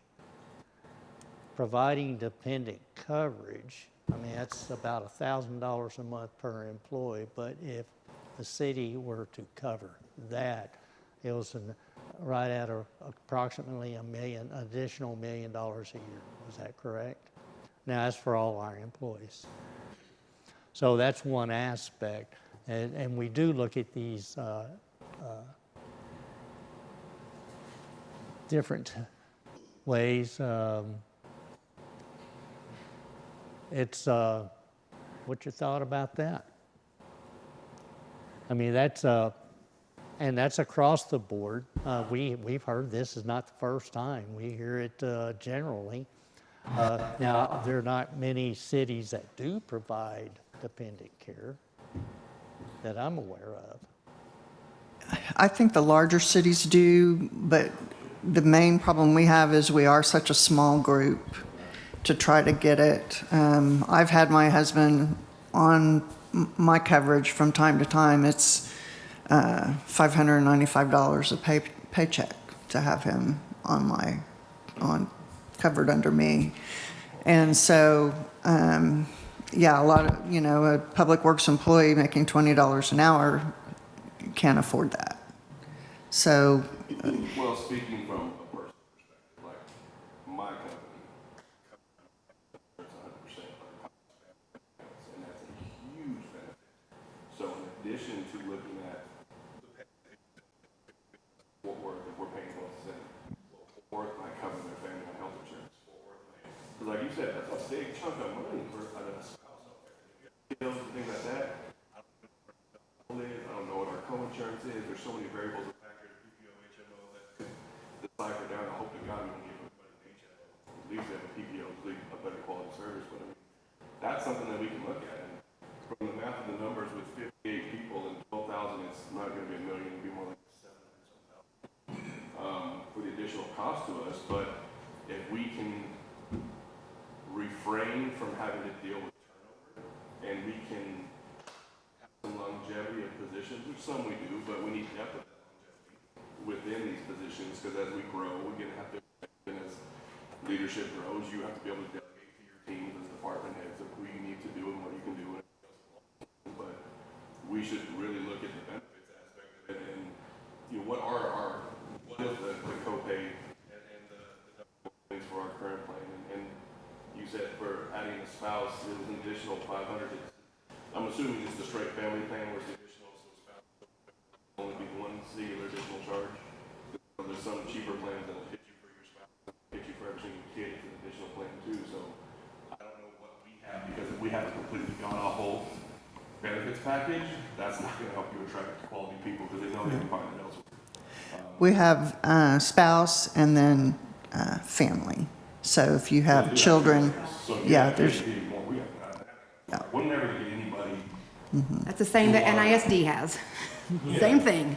Yeah, but I agree, and it's not, it's not good. What you're looking for. We gotta fix that. We gotta fix that. You guys, that's bullshit. I'm sorry. Not y'all, I'm just saying, I mean, it's the general Yeah. sense. I mean, you've been only able to do what you're able to do, but I think this council's and pretty much seems like agrees that we need to start taking care of you guys a lot better when it comes to everything. You guys do a great job. You work short-handed. You've done a lot of things. You have to deal with.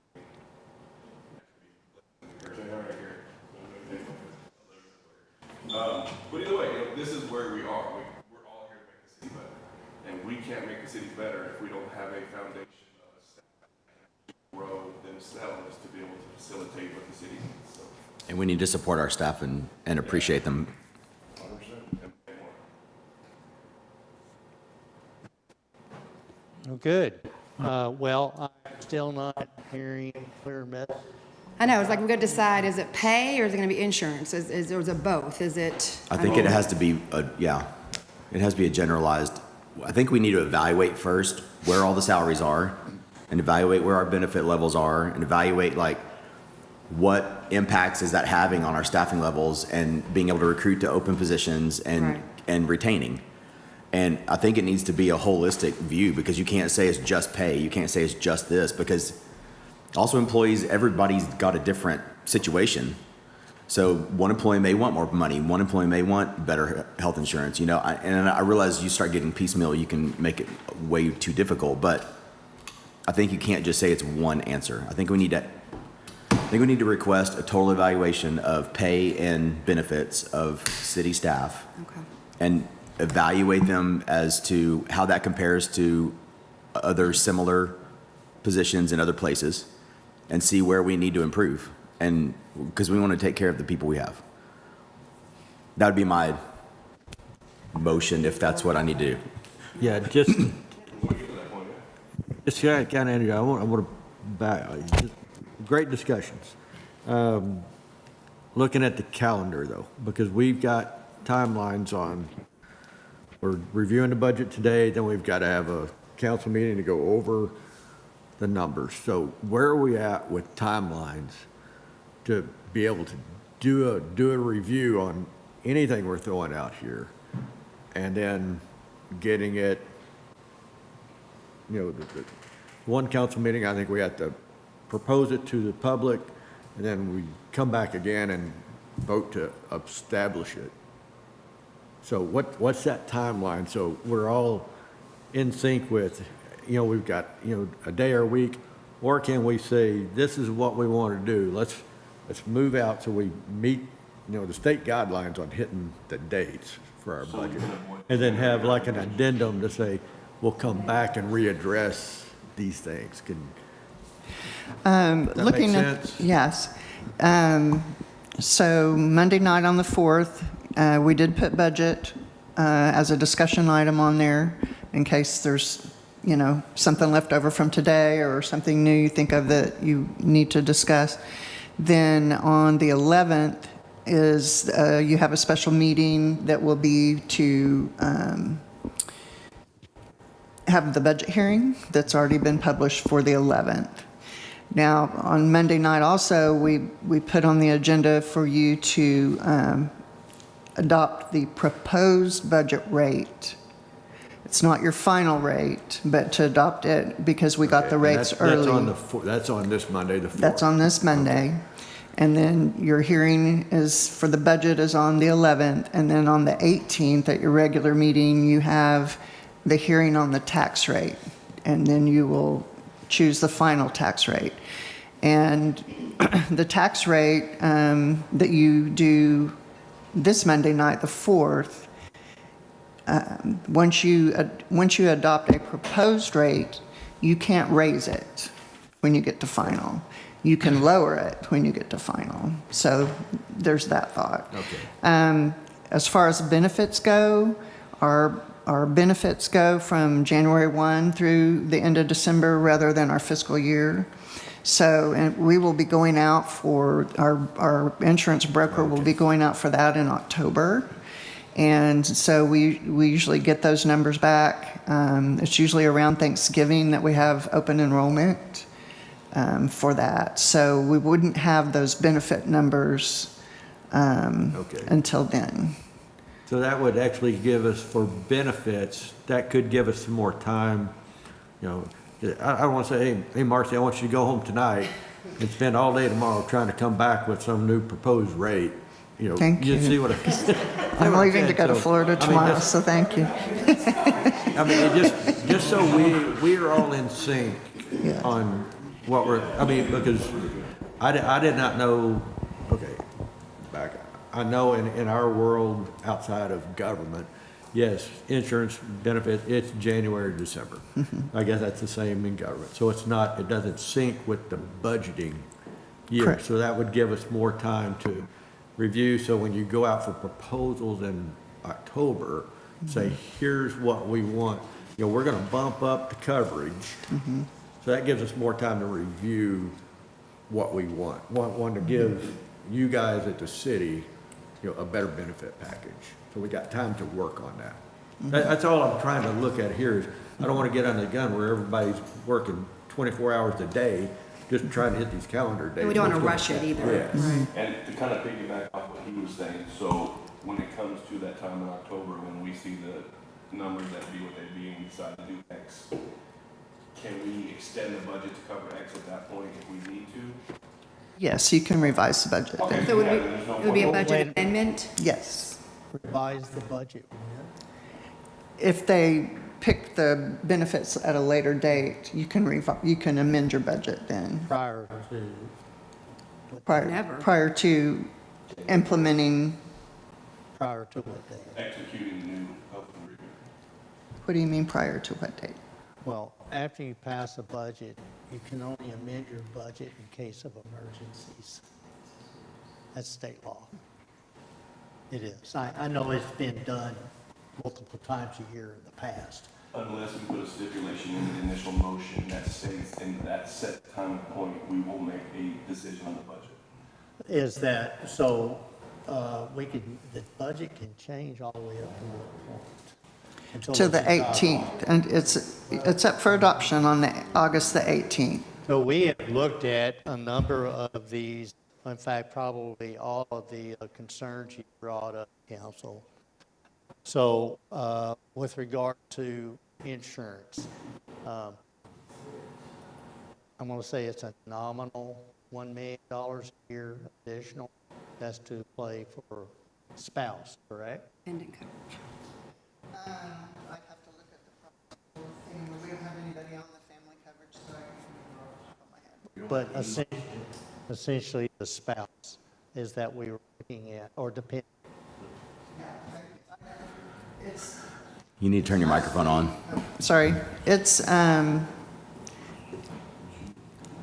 think currently there's only one person covering the spouse, which it's not me, because my husband's employed and has his own insurance now. But I think we have one person covering their spouse. We don't have anybody covering their family. We have some covering family on like the dental and vision, but nobody on the health insurance. That's crazy that nobody's using it. It's That too makes me think it's too expensive. Yes. It is. That's probably do it because it's too expensive. It is. We need to So- fix Be a that. teacher. If we were to make it a feature, your budget would have to cover potentially all employees taking advantage of it. So But y'all said you looked at it was $1 million if dependent coverage was offered to every employee? approximately Approximately. $1,000 And we have how many employee, employees? right? 58 employees, so 12,000 a year times 58. So you're looking at 700 and some change. 12,000 a year times 58? 660,000. Yeah, 696. Well, and I know I'm getting ahead, but just I'm looking at Monday night. So our current tax rate, for the city of Haslett, is 0.35? Okay, Correct. and we're recommending that we're lowering it to 0.31? Correct. If we kept it at 0.35 and didn't raise it, how much would that generate? I know you do the little math. I mean, it could be covered right there. Let me, with what we have now, raising it, the 7.9. what- Oh, I'm not talking about raising it, I'm Oh. talking about keeping it the same rate, Well- not raising to the 7.99, or, If you keep it the same, that is raising taxes. So the 7.9 increase, If you raised it up to what they call the approval rate, which is a 3.5 increase over the one that's being proposed, it would generate $192,000. okay, so that's not worth at all. the seven, and Okay. round numbers is that If you went, look at 7.9. 7.99 would generate 440. The 7.9 that we've used in the past in round numbers, it's typically $500,000 a year. So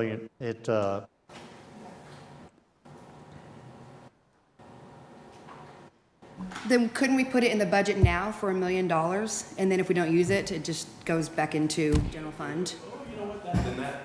And then it's there if we decide after looking at the, Come October, when you get your new rates. or December? No, October's when they start doing their new rates. Oh, that's right, okay, and it's December to December, okay.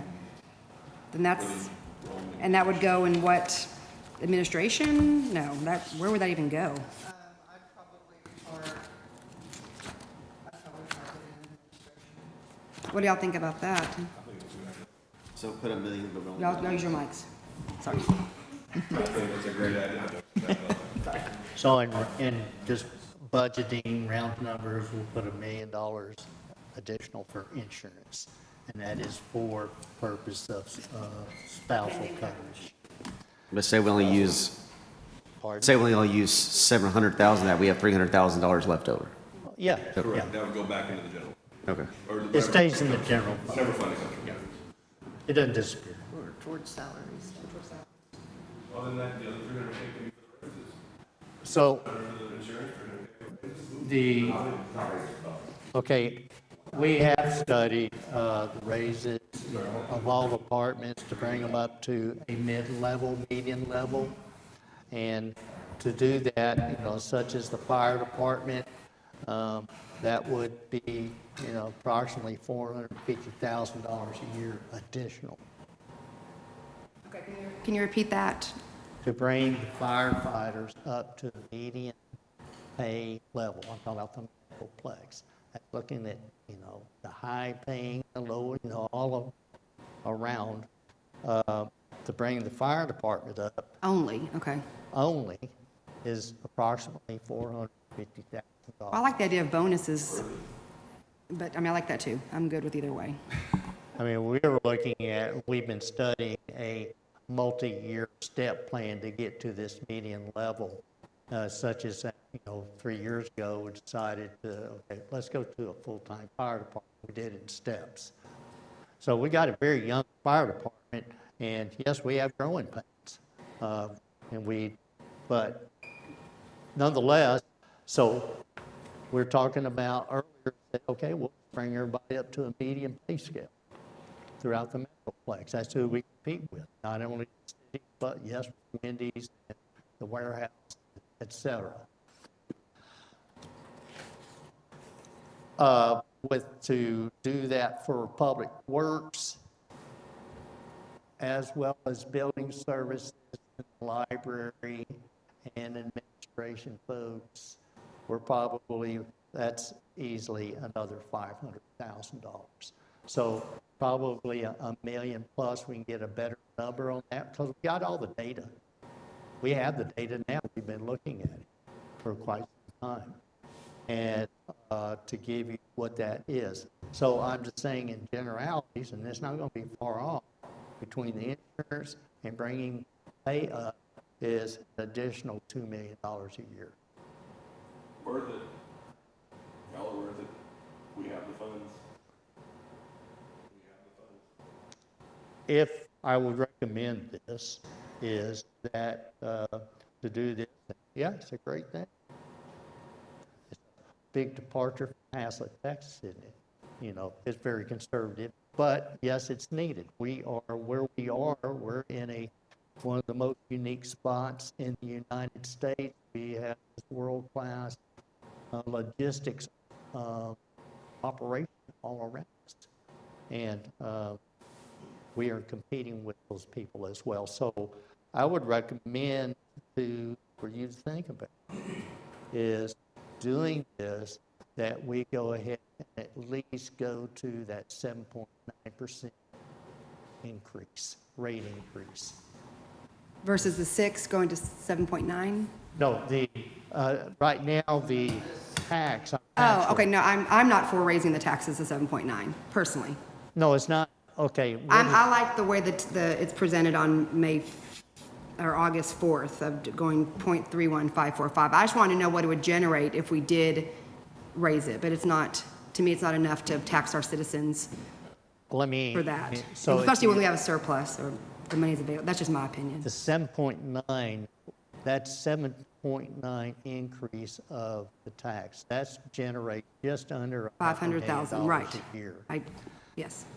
If you just consider this, if we add an additional $2 million a year in expenditure, these aren't capital projects, not a one-time deal. Or these have to be sustainable, Is correct? that extra, the reserve that you're down here, in 3 years gone, just to pay for this. Then what do you do? So, Marcy, share a thought with that, because that's a reality in that We're not talking about dipping into the reserve. We're talking about, we have a $2.5 million budget surplus for this year. That has nothing to do with the 5.4 million extra surplus in the reserve fund, nor the 4.5 million reserve. It has to do with the roughly 2.25 million budget surplus of this year. So it's not like in 3 years we're going Right. to Marcia spend will everything walk you away. through it. Correct. But- We're not gonna add any more to the surplus, but it's not gonna pull from the surplus. It's not gonna pull from the We have enough surplus. Tax revenue to cover it as it sits, I think the insurance is, based on this ledger before us. I think paying for the insurance would have a greater positive impact on the staff initially. Is that true, people sitting up there? Is that something that's really beneficial? Half are young and single and don't have dependents, and half are old that don't need dependents. So you're stuck in the middle. Really Can't doesn't give you a affect number. you as much, okay? No. I mean, we utilize my wife's insurance with the school district, so I'm just saying the feedback we get in an interview, that's often a deterrent, that if they're needing to provide insurance, they can't take, for dependents, they can't take the job. Okay, same I will say thing. our personal health care is fantastic, in my opinion. For what's provided to the employee has always been, I think, better than some. It's just the dependent coverage for people who need it. Like I said, that's not necessarily me, but for our workers, that's a deterrent. So we wouldn't need the whole million because it sounds like not everybody's going to use it anyway. Same Let me thing ask in you a your question. department? Is what would be if we're looking at one or the other? You want a more significant pay increase that you get every month, you get annually, or would the insurance side of the thing make the bigger difference? I mean, I think that's 50/50 depending on the employee. Some people, if they had the option, they would do away with insurance for themselves if it meant more money, and other people, the dependent coverage would be is something they just can't do without. So I think that's so individualized. If you think about it, too, now that you're really saying that 12,000 additional a year per employee is only if they utilize the dependent coverage. You said we're half and half, so that 700,000, 800,000, cut it down to 300,000 right there alone.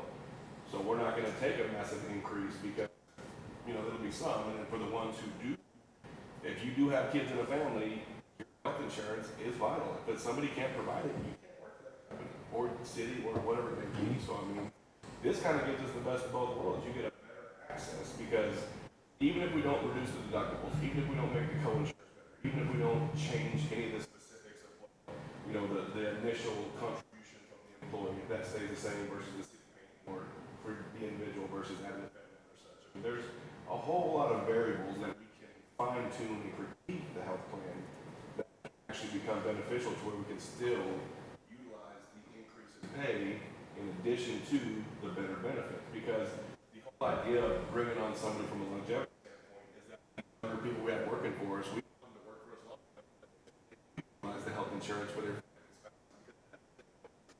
20 years, and they've had children and they've raised their children and they're still working for us. That's where we get the consistency. That's where the foundation of our city that we're all currently trying to build and set forth with all this new stuff we have going.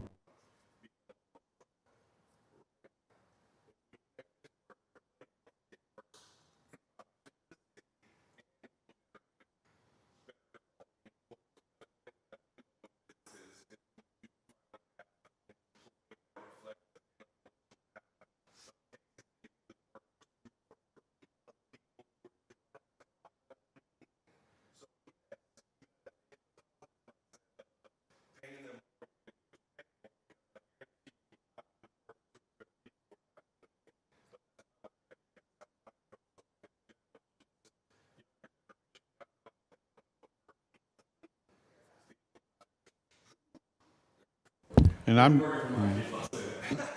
I'm just going to say, from the fire standpoint, raising the salary over the benefits is my biggest battle right now.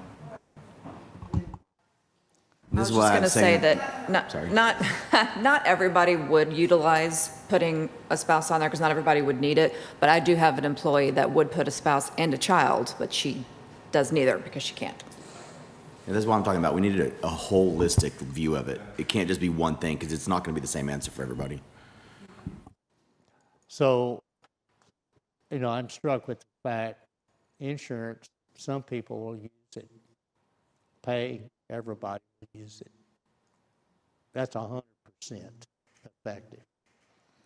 So maybe a priority is, what if, I'm just throwing some things out from all I listen, okay, is approximately $1 million a year to get Haslett off the low end of the pay scale and get them in the medium, and that is looking at the entire Metroplex. And then possibly, since it's a crystal ball as to who's going to take insurance or not, instead of allocating $1 million in the budget, it's allocating $500,000 in the budget towards that insurance and see how it goes. Now, let's say if we had a rash of, oh my gosh, this coming budget year, everybody wants this. Well, we have contingency funds. We can help take care of that. I don't think that that'll happen. It's not unusual in the workforce. Many companies do not offer dependent coverage. They'll pay 100% of yours, most likely, but it's going to cost. That's not unusual. But it is a world out there. Mr. Mayor, I've also seen where some companies will say, we'll offer you insurance, but if your spouse has insurance with their company, they're required to take that instead of ours. For an example, I've seen that as well. So that can help to keep the numbers down a little bit, but still make sure that we're providing when it's needed. Marcy, I would like, if you would, talk about, okay, so we would essentially be taking on an additional annual expense of $1.5 million. And as the year goes, we learn more, and that gets fine-tuned. But with regard to keeping our tax at the level it is, what happens?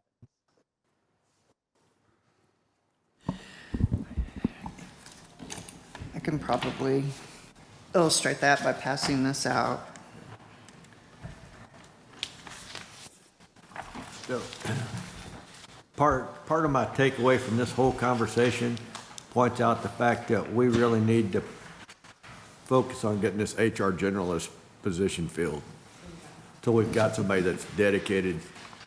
Marcy's finance, she deals with the numbers. We need the HR person that really understands and should be so. We recognize that sweet fact somehow. Well, that's, we need to make sure that's up front and center. Yes.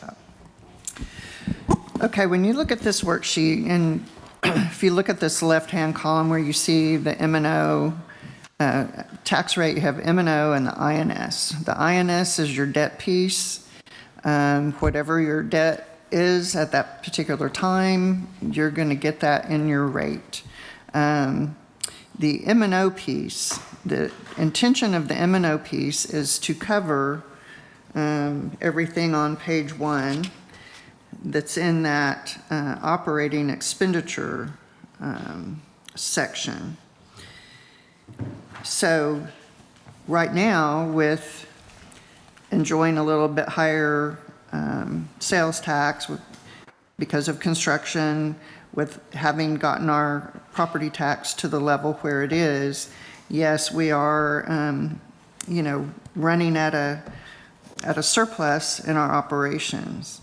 Once you add in these additional salaries and/or benefits, your 8.7 projected number on your operating expenses could grow to 9.7, which gets you very close to your revenue number that you have now. And over time, as the mayor said, you're going to get to where your tax rate, if you don't increase it at some point, whether it's right now or future years, you will be faced with needing to increase it again. We've been in a period where the valuation has been going up. We all know we're going to build out at some point, and it's going to, it's going to be up to then the state deciding how they're going to value either the legislature passing laws to curb the property tax growth, or whether, the economy brings the values back down. So at some point, what you really want to look at in your tax rate on your M&O piece is you want to make sure you have an M&O piece that's sufficient to cover your operations. So as you can see on page 1, we have been covering that line that says fund balance effect. This is basically what you've been generating over your expenditures. That was done purposely because we knew we had several things to address, not just operating expenditures, but the capital. And one thing that's a little bit, when you look down, just to kind of keep this in mind, if you go down the page under the operating transfers out and you see Fund 19 Capital Projects Fund, this is the type of capital that you've been funding out of the general fund. We're presenting this year in the line up above that to spend $6 million. Once again, part of this fund balance effect, it doesn't just, it covers our operations, but it's also what you use for capital. So that's just kind of a look at how this tax rate affects your operations. If the sales tax goes back to historical levels, as far as once COVID hit, we did see a big bump in our sales tax, which happened to coincide with our new construction as well. And the online, because we don't have the local retail, I expect that to somewhat continue, but the construction materials will drop off. So we're at this kind of critical phase in the next 3 to 5 years of seeing that level out. So where does that 6 million come from for the capital expenditures? Where is that money coming from? That is basically coming from your reserve that you've built. This 5 million that's at the bottom? Mm-hmm. Because if you look at it, last year, we ended up with 10 million. And so we're spending down to get to the 5. So you have to cover your operations and capital, or if you can't cover your capital, then we go to debt. Part of the reason we have this surplus is because in '22, we did go to the debt market for about $17 million. And so instead of paying that out of this surplus, we're just paying debt service payments. So currently, the way the budget is, that 6.3 million in capital funds comes out of the 2.2 million positive cash flow of the year and out of the 5.4 million surplus in the general fund. Am I correct? Yes. So really, the way this budget is put together right now, we're planning to spend 6.3 of the 7.9 that's extra. I mean, I'm using round numbers, but because you're looking at 6.3 million on capital expenditures, Mm-hmm. and your surplus of the annual and your reserve is 5.4 plus 2.2, right?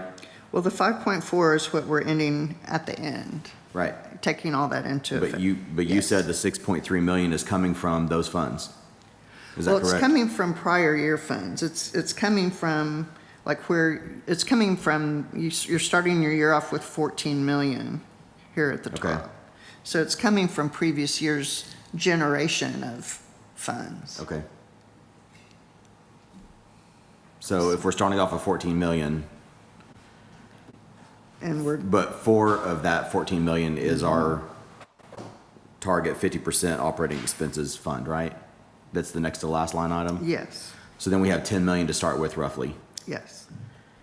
And so we think that we're gonna have a positive of 2.2.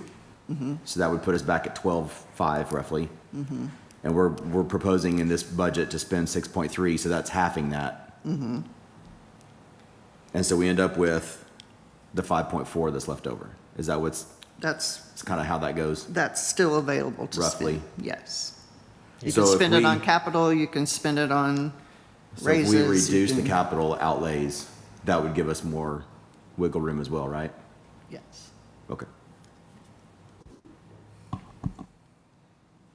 If we kept it at the 1 million, could it be benefits and then salary as well? Can that be used for either of those items if it's in administration?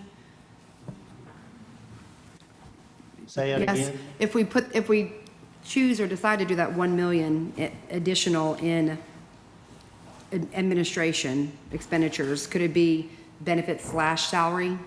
Or to get combined? Well, let me ask this. Because if we I mean, only yeah, we spend- can put it there. Okay. Is that the 1 million, as I have heard, is like, you want to get your departments up to a mid-level position that's competitive with the surrounding area. Well, I forgot to ask you, where did the calculation of the million something come from for the raises for the administration? Because of The million is for the is- benefits. The million No, he was, said an additional 1.5 million just for the city staff. and everything oh, else. to make it 2.5 total? Right. So that's what I'm saying, where'd that 1.5 million come from?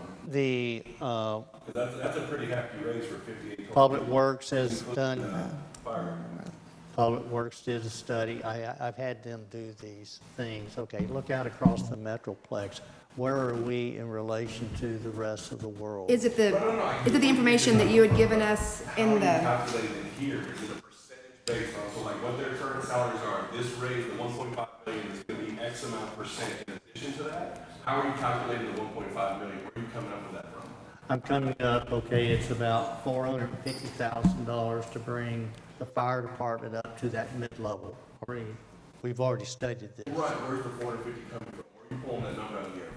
I'm not pulling it out of the air. Is it based on It's what? based on the study. Employees times X amount of number raise, like that, what's your calculation?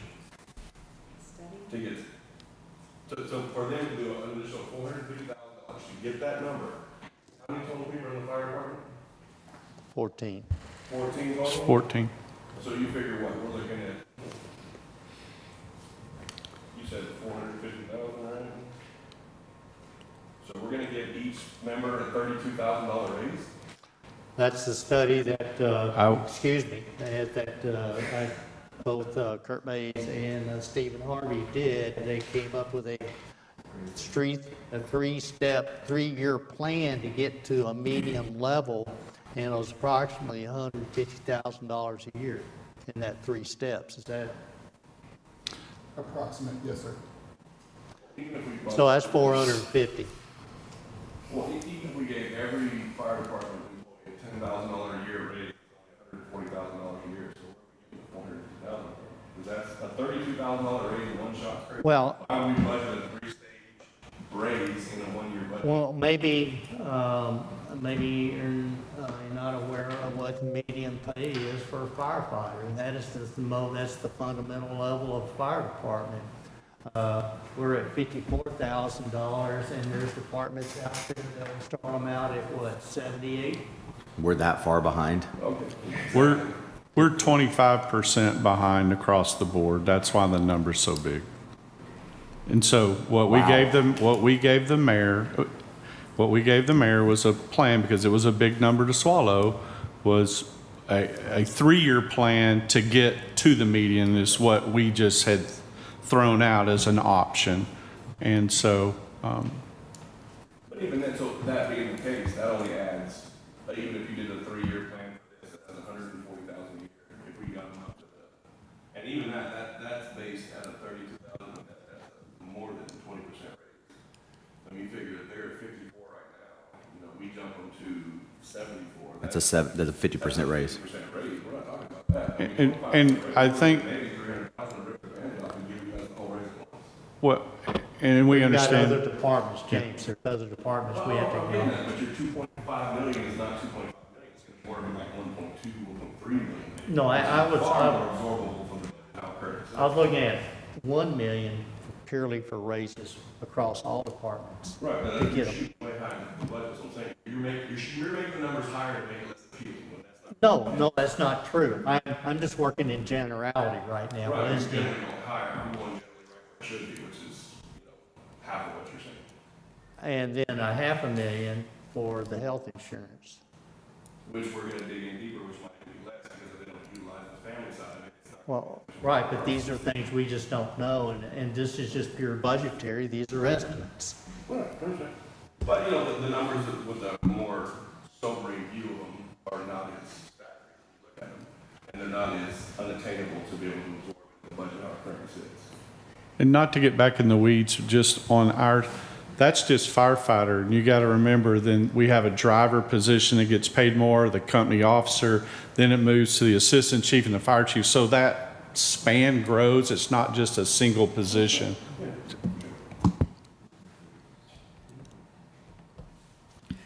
So we have these numbers and the studies that the various departments did and documented from, cities. This position, they pay this position, they pay that. And did here's the median. And so we have those studies done this year. And we do it every year. And so these, I'm generalizing when I say these numbers, not to make it unattractive, but we can get some more correct numbers and put them out there within this next week.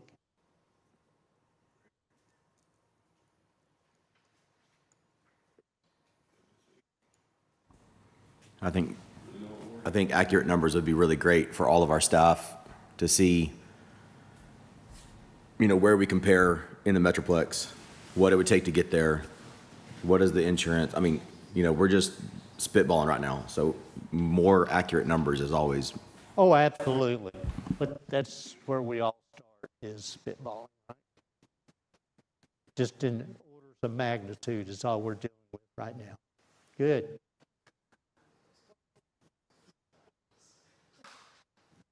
Okay. So, just for the numbers, Changes. where did we end up on that? well, we're going to, the studies that we have, we're going to give a finer number, more accurate number, but it's going to be somewhere between $750,000 and $1 million to bring all departments up. You're talking to do it at one time. So I asked for the To million. a median level. Right, so the million's not, does the million work for administration, or are we saying 1.5? That's what Marcy has to Million for know. the pay. Marcy has to know if we're doing a million or 1.5. Right, correct? The million, Just want to know what number to put in. Right, so is it a million or is it 1.5? I'm trying to answer. know what I understand what you're saying, but we have to make a decision if it's gonna be 1 million or 1.5 million, and then go from there with the benefits and the raises. So which one are we going with?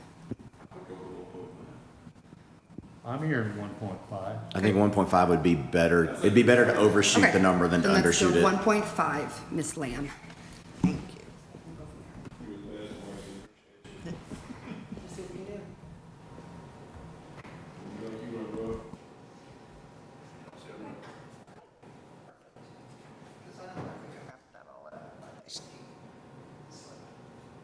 No, I'm going to do, you only need to focus on insurance.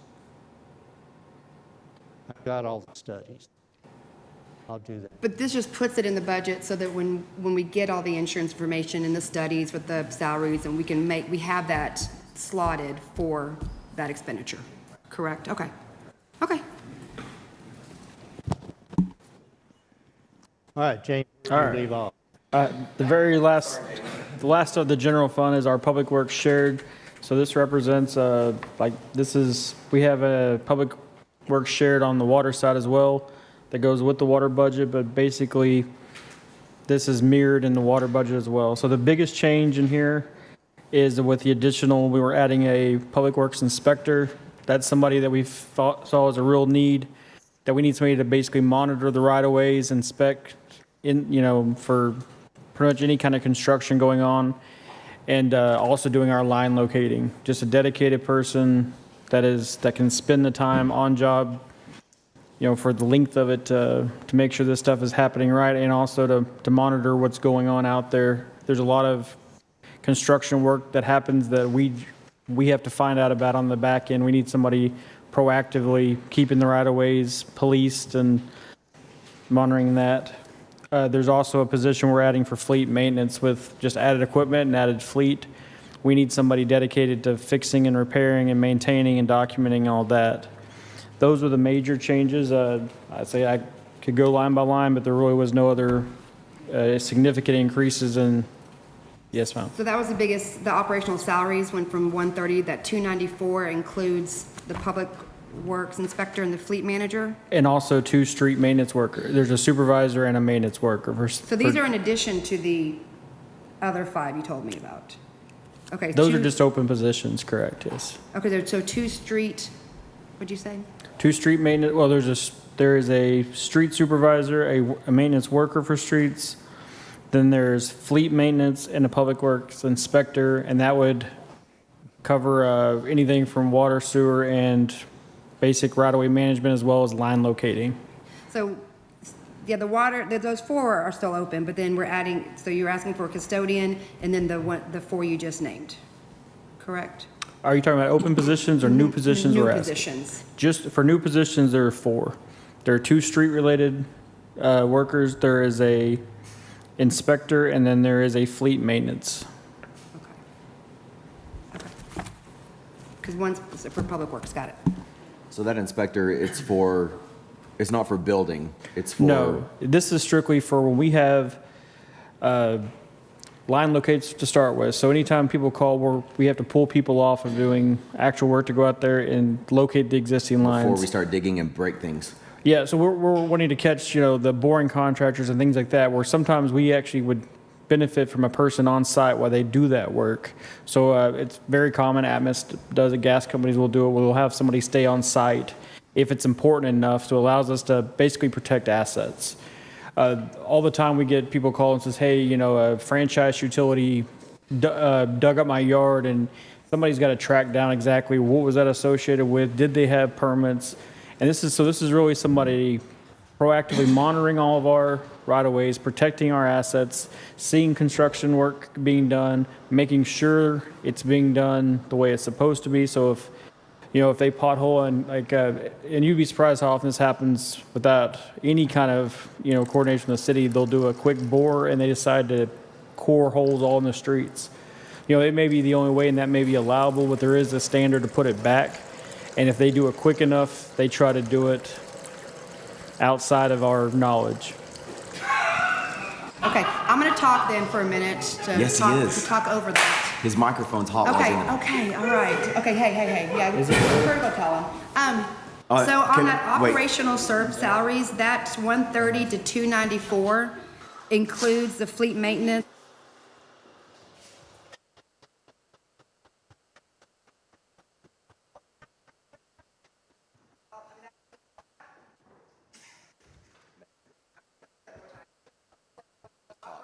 What's that?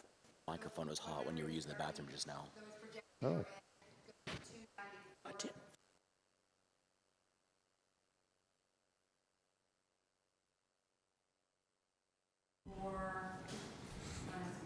That's only 152 was 4.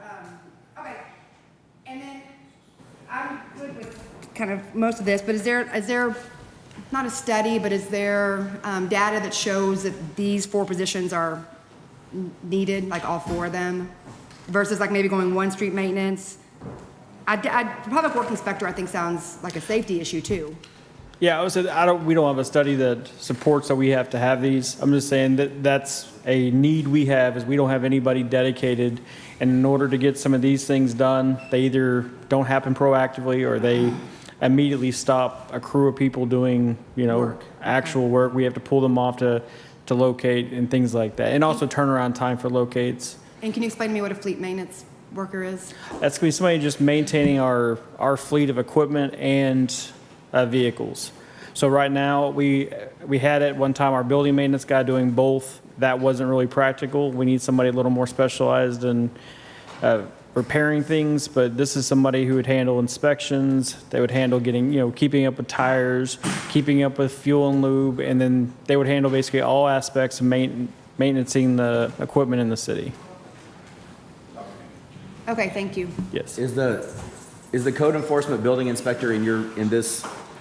That's going to be in Mike's budget down there for. Okay, I have a question for you when we get there. Okay. And was there any other questions for the Public Works side of this? Like I said, we do have this mirrored in water later on.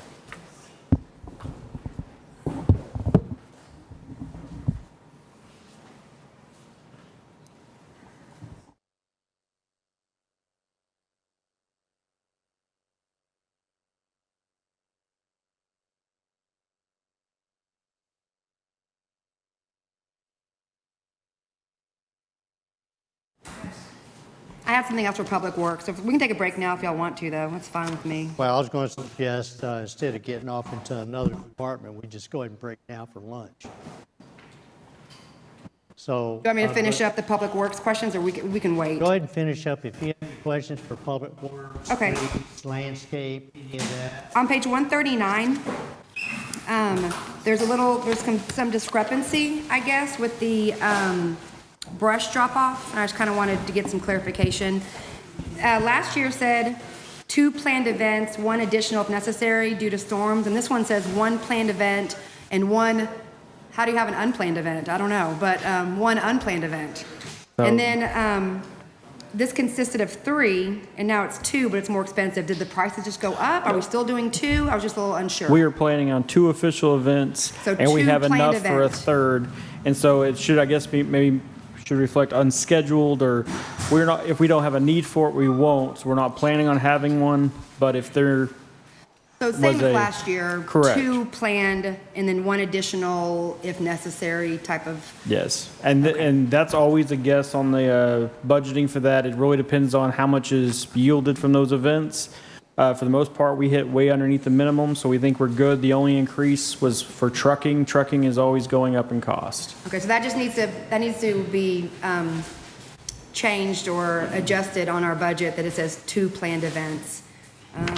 I think that might be it. Those Page- events are not covered in our new 131. trash contract. So they've never covered the brush and limb aspect. We collect more than you could haul off. Okay. They don't do anything for that component. Years ago, we did a trash collection event, and we just lumped all those together. So this brush management and all is something we do. Above and beyond. Yeah, just to ourselves, but in our contract, Republic does provide us with dumpsters for cleanup related things. We just don't do an actual collection event, and specifically with the increased bulk collection we do now, so. Okay, thank you, sir. Hey, James, have y'all had any more people ask for, like, say, 3 or 4, like every quarter, do a tree cleanup? I know sometimes we'll do a tree cleanup and also we'll have a bad storm, and I've got a couple of huge tree limbs that fell off, and then I've got to call my friend over in Fort Worth. Hey, can you take me over here to the one down the street to drop some limbs off, because our limb day just passed. Have you ever had any people ask, hey, can we do another one, once a quarter or like twice a year? The answer, so we used to do a quarterly event, and we found that at least half of those nobody would show up. There just wasn't enough need to justify having somebody out there. Now, anytime we have a storm that we see, usually Stephen and the fire department will do a kind of an assessment. And if we see that there's a need, and as well as we get calls, we would typically allow for another collection event. And also on a case-by-case basis, if there was something that was significant, that somebody had a reason, we've also made exceptions to that as well.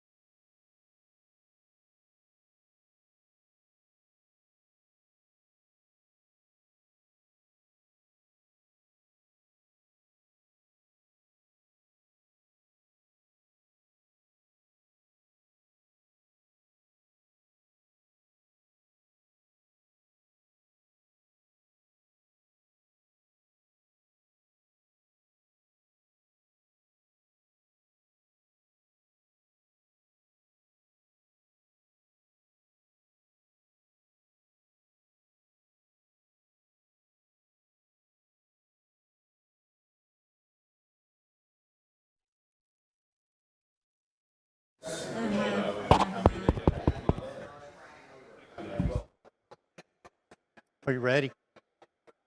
Go. Do it.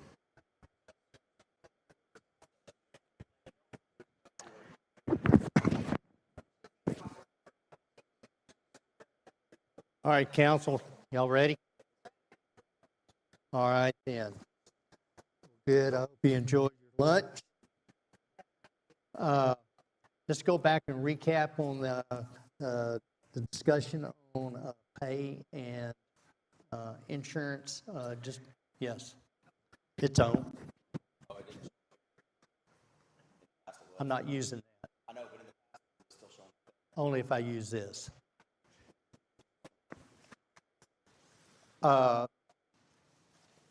So just budgetary round numbers, big numbers. We're going to go forward looking at $1 million additional to adjust all departments up to a mid-range. No, that was $1 million for the pay only. And then $500,000 on the insurance. And what I took a little bit of time to do some research and see what AI would tell me. But nonetheless, there are cities, I don't know that they surround us. Well, I think Keller does a contribution. Other cities around may do contributions. They don't pay for the entire dependent care cost. They'll do a cost share. So I was going to just, at $500,000, if we did a program to where, okay, the city will pay 50% of your dependent care. That would cover all the employees that we have now, generally. Or 100%. So that cost sharing, so the $500,000, I think you're good. That's my opinion, is that that would be a big program and something that not all cities around us, very few, actually even offer. Put us in a very competitive position, and wouldn't have anybody leaving for that. I don't think that they do. Actually, our turnover rate is very low. I mean, we do have, once someone is going to leave, regardless of what employer they're with. Grass is always greener on the other side, isn't it? Till you find out that grass is brown on both sides. Work is work.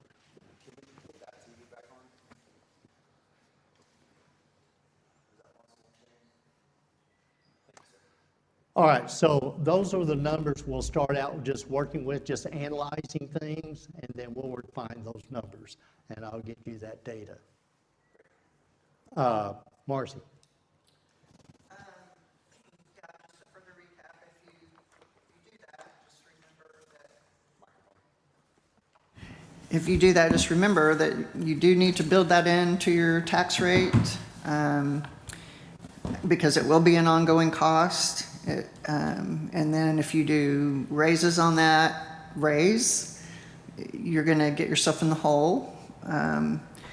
If you don't address that, plus just remember you're only looking at 1 year's worth of budget, and so you're not taking into account those expenditures that are out there that aren't in front of you right now for infrastructure, more trucks, more, whatever it is, a lot of it capital. And so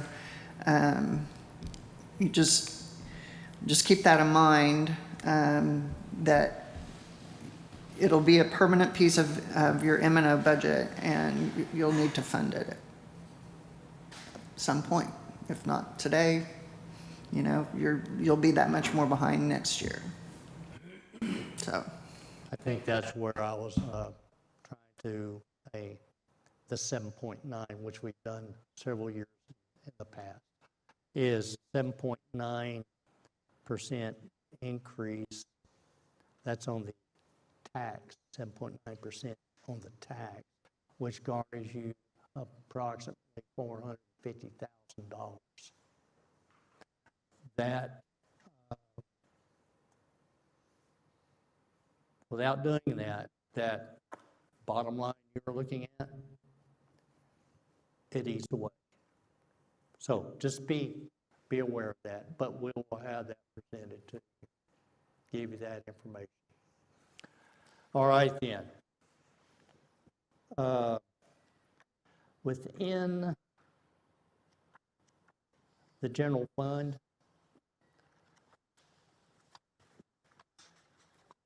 we still have a couple of departments to go here. Marcy, you want to cover municipal court?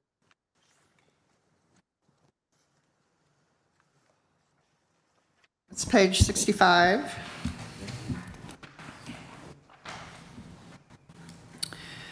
Municipal court, there's not a lot of changes. There is, in the salaries, we've already talked about. There's 6% or 4% built in this budget, and they would be eligible for the extra 2. Everything else is pretty much the same as it has been. There are 3 other municipal court items that are back in the special revenue funds. And when we get to those, I can go over those as well. And there are some changes in there. I don't know if you noticed, we had 2 funds, now we have 3. The legislature passed a bill that went into effect May the 29th that says that you can take your security funds and your technology funds and put them into one fund together. And the reason they did that was because of smaller cities, those fees, they're collected on fines through the municipal court. And those fees for smaller cities don't aggregate to be much, to be able to really have enough to spend on something specific. So they've combined them, but what they did is they didn't let you combine the 2 you had. They have you start a new one, and so starting May 30th, you deposit into that new fund, but you're going to continue to spend out of the other 2 till they're exhausted. So we were hoping to get rid of a fund to make the auditors happy, but we had to add one instead. But those are pretty small amounts, and they're back in your special revenue section. The municipal court technology, municipal court security, and now the combined municipal court security and technology. All right, any questions on municipal court? Have we spent any money on security in a while? What do we need to do anything for security? Is it in good shape? Because I know, security has been a big issue for a while now in the world. Right. And I want to make sure that, sometimes court stuff can get a little emotional. Right. So we did put in the metal detectors, and we've done things in this room to accommodate that. However, since COVID, we're still continuing to do court virtually. So security isn't a big concern right now, but technology is.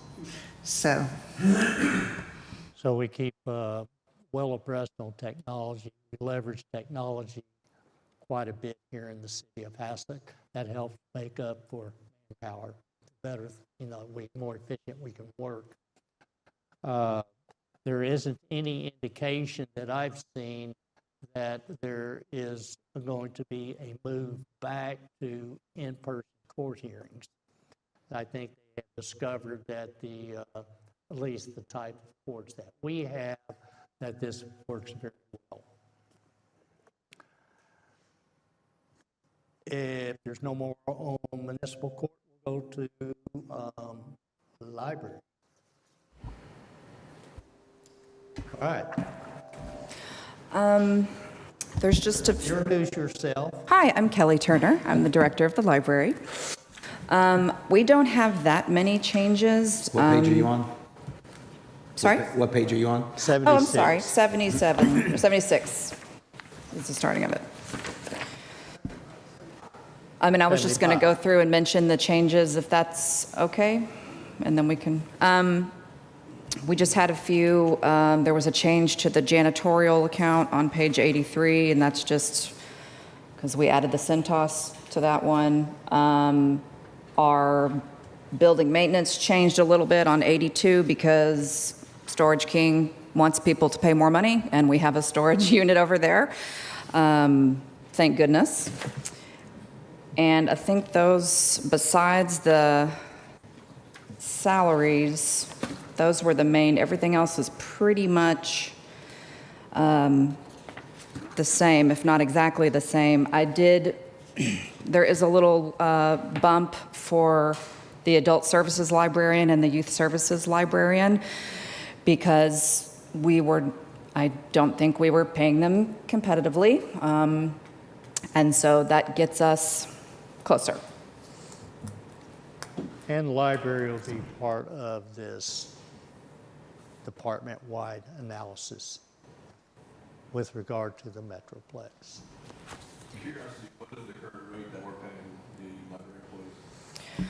So they're a little bit, because of the way they were hired, they're different, but I'd like them to be equal, closer together. So one's at 53 and one's at 56, and then I'm asking for them to both be at 61.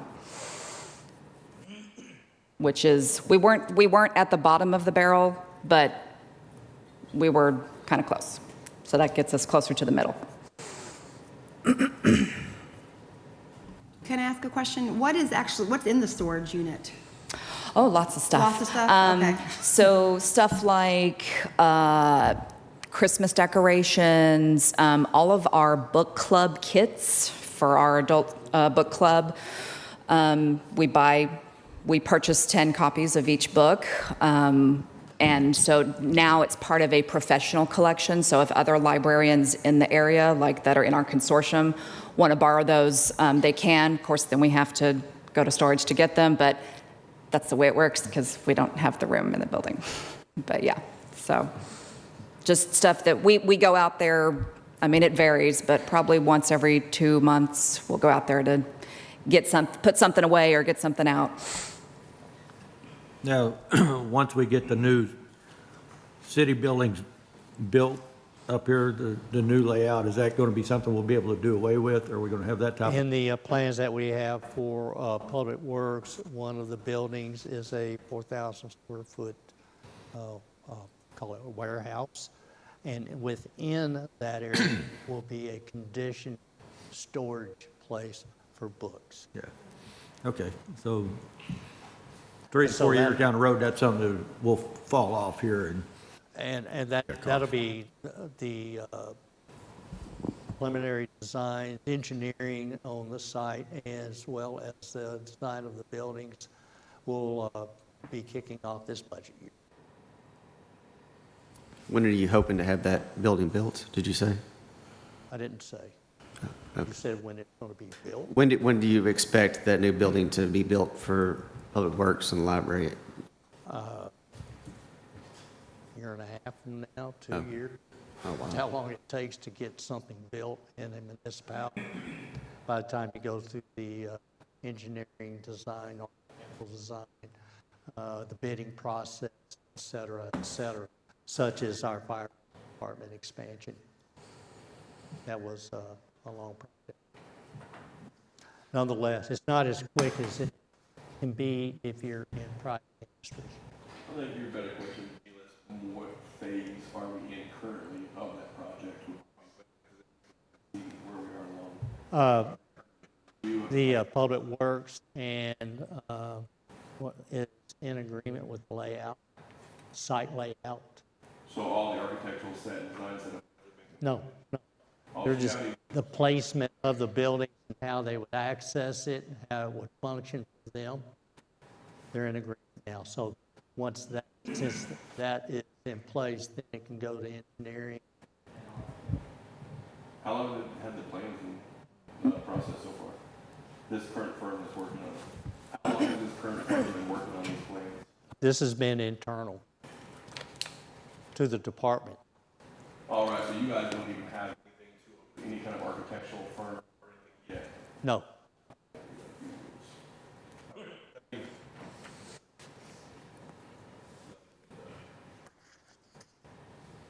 Say it, what is that? Nothing, Oh, I said nothing's been done on the project. It's still in conception. it's still in conception, and what's out of conception now. And where is that going to be located? Sorry. Right now, it's planned for the, where Public Works is, do you know where that is? In that area, Okay. on the north side of the property. Right. Well, we've asked everybody else, is there anything that you need from us other than what's presented? I mean, books. Love books. I'll take a new building. No, I mean, I feel like this covers it. Well, Yeah. they have run out of space. It's a very small building for what they do now. Do we have any plans for where we could put a new library and give them the facility they need? Because I know they have no classroom space, and technology as well. Yeah, well, again, Kelly and I and others have been looking at conceptually where would they go, what size of building would they have. We have a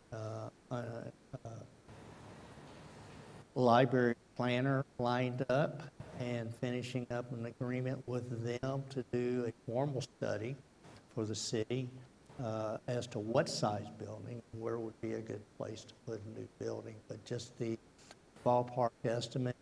They have, their current building is approximately 3,800 square feet, and they need probably in the neighborhood of 8,000 square feet.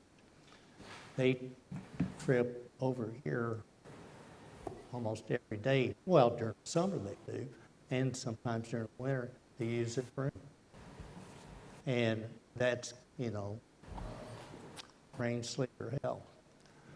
So trying to consolidate their program and get them storage space to put their materials and workrooms and reading areas, et cetera, et cetera.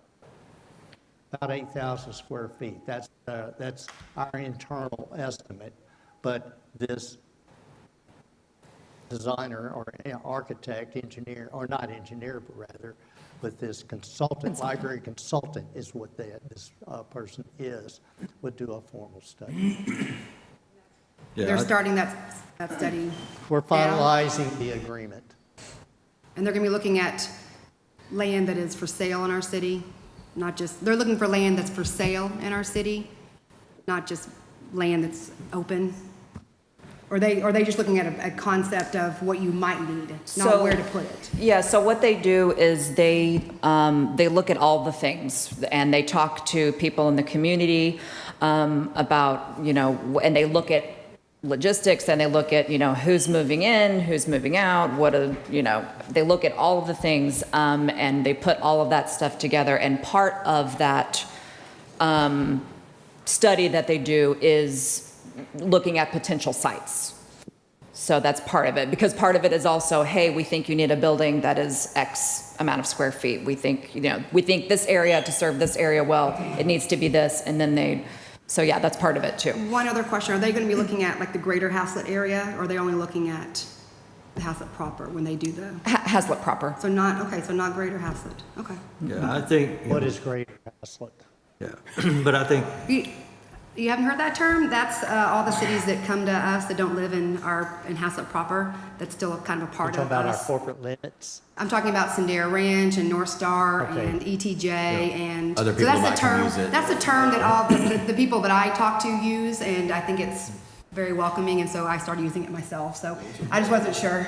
But I would consider like Haslett proper where we're at, and Greater Haslett being kind of out towards like maybe Hugh White, or kind of like, maybe like farther out of Haslett proper. Haslett proper's right here, and then like Greater Haslett being. Hazlet proper gets the water bill, Greater Hazlet Yes. is the Fort Worth code Yeah, of Hazlet, Texas. There's your differentiation. Like farther out of downtown Haslett, like that's what I call, what I would say. I think we have to remember also, I mean, we've got to keep it in front of us as we look at this. We discussed this last year, because before it was, I think in '23, it was actually in the budget. But we know City of Fort Worth is going to build a library over by Sendera Ranch. And this is what I think before we put the cart before the horse, we already know that 75 to 8% of the users of our library are not City of Hazlet residents. So if City of Fort Worth gets a library built and pulls 60 to 65% of our users over to theirs, then you gotta say, do we still need, double or triple the square footage of a building? So, we just need to keep that in mind. Going and building a building is great. And trust me, my mom would love a 10,000 square foot library. I guarantee it. I'm not against the library at all. But don't let her say that. But we need to keep that in mind because you're literally talking a mile and a half down the road. Can you speak to how that library might affect this library? So what I would say to that is, because I've spoken with other directors that have with similar situations, with the city of Fort Worth being nearby, and there will be some patrons that will exclusively go to that library and will stop coming to ours. But it's more than you think that will still come to ours or go. A lot of people like to use multiple libraries, especially, we have a lot of big families around here. There's a lot of homeschooling.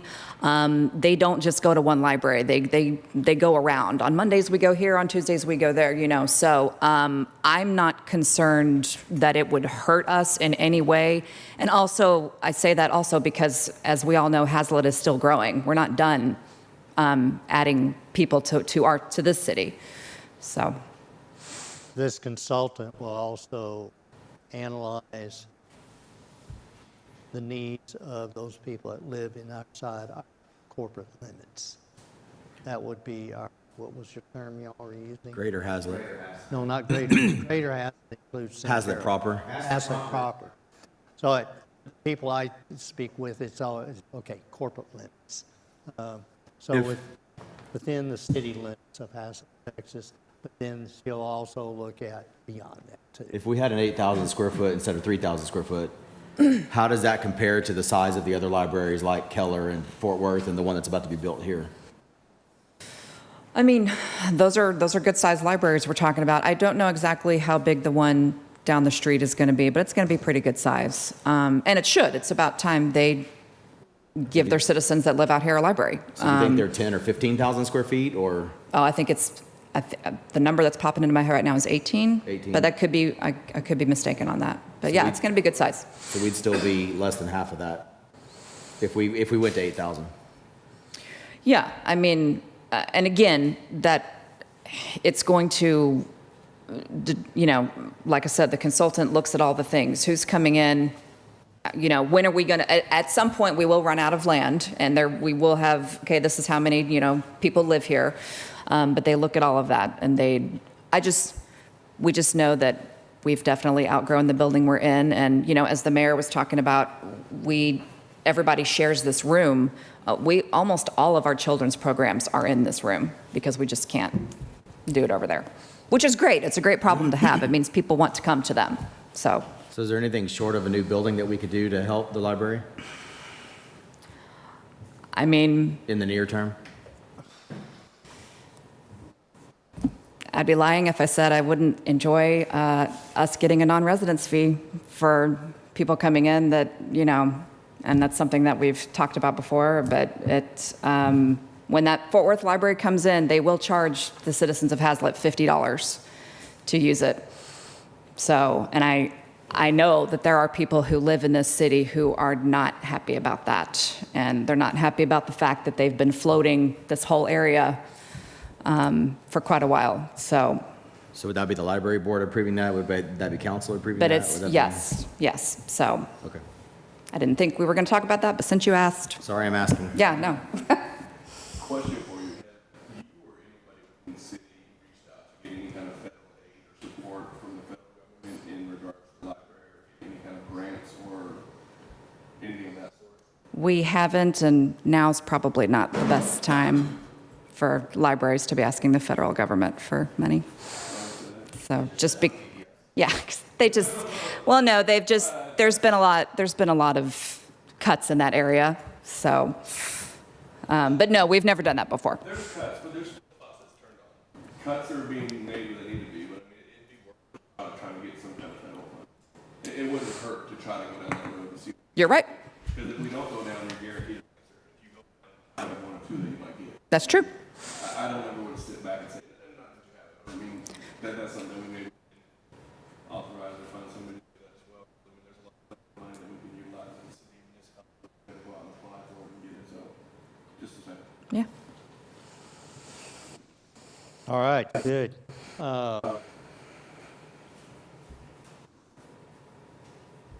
Any other questions on the library? All right, then.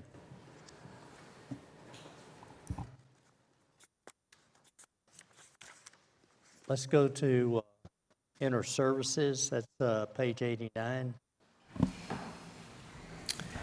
Inter Services is just kind of a department that handles all the things that kind of everyone participates in, also handles the expenses for City Hall and this building.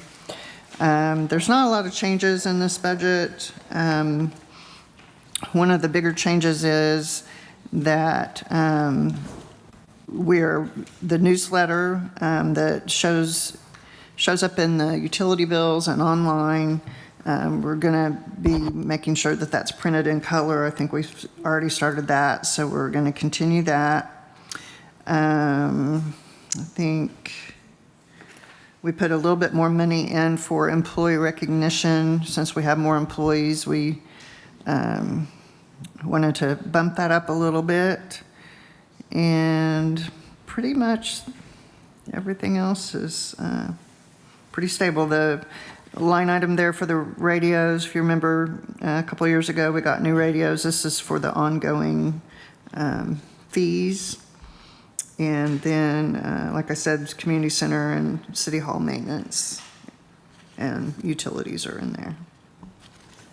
On the dues, subscriptions, charges, I see board and commission training, council training, mayor training, but I don't see any monies there. Is there monies somewhere else, or? Yes, those are in the admin. Okay, Budget. thank you. And I noticed the volunteer banquet, it was 4,500, but we didn't have one this year, correct? That's correct. Is there a reason we didn't have one this year? No reason? The interest in it has fallen off lately. Katrina Wyatt was saying that she can hardly get people to reply. I mean, I've been for years, and You have. And I other, don't and have. other, I think it's a good way to recognize the volunteers on our boards. So I think I would be a proponent for reinstating that. Well, it is budgeted for It's next year. budgeted, okay. Yeah. And I don't remember what month is a volunteer appreciation month. I feel like it's It's April. usually April. I mean, we don't have to do it in April, but I feel that was, I had a few people ask me about it. I said, oh, you're right, we didn't have that. And so they missed it. It's just a good way to give back to those that are serving.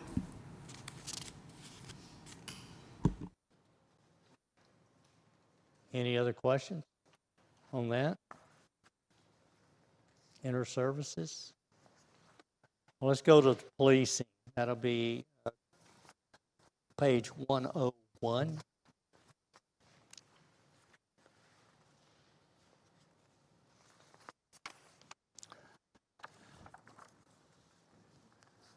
Policing,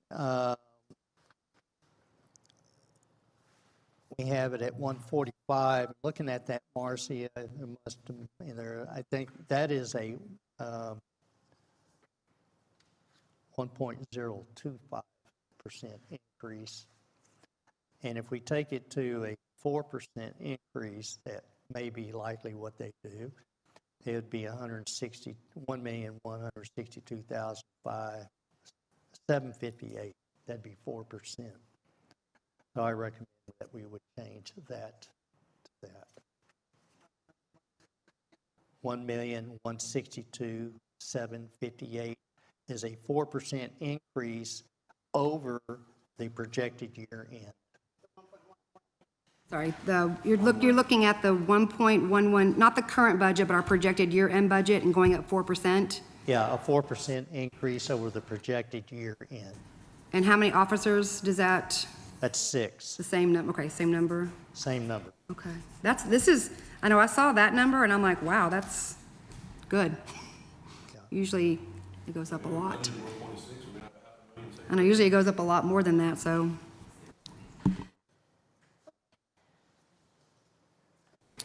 Mr. Mayor, Yes. didn't you mention a month or two ago about wanting to get more sheriffs, more police officers? Yes. Like maybe doubling our fleet?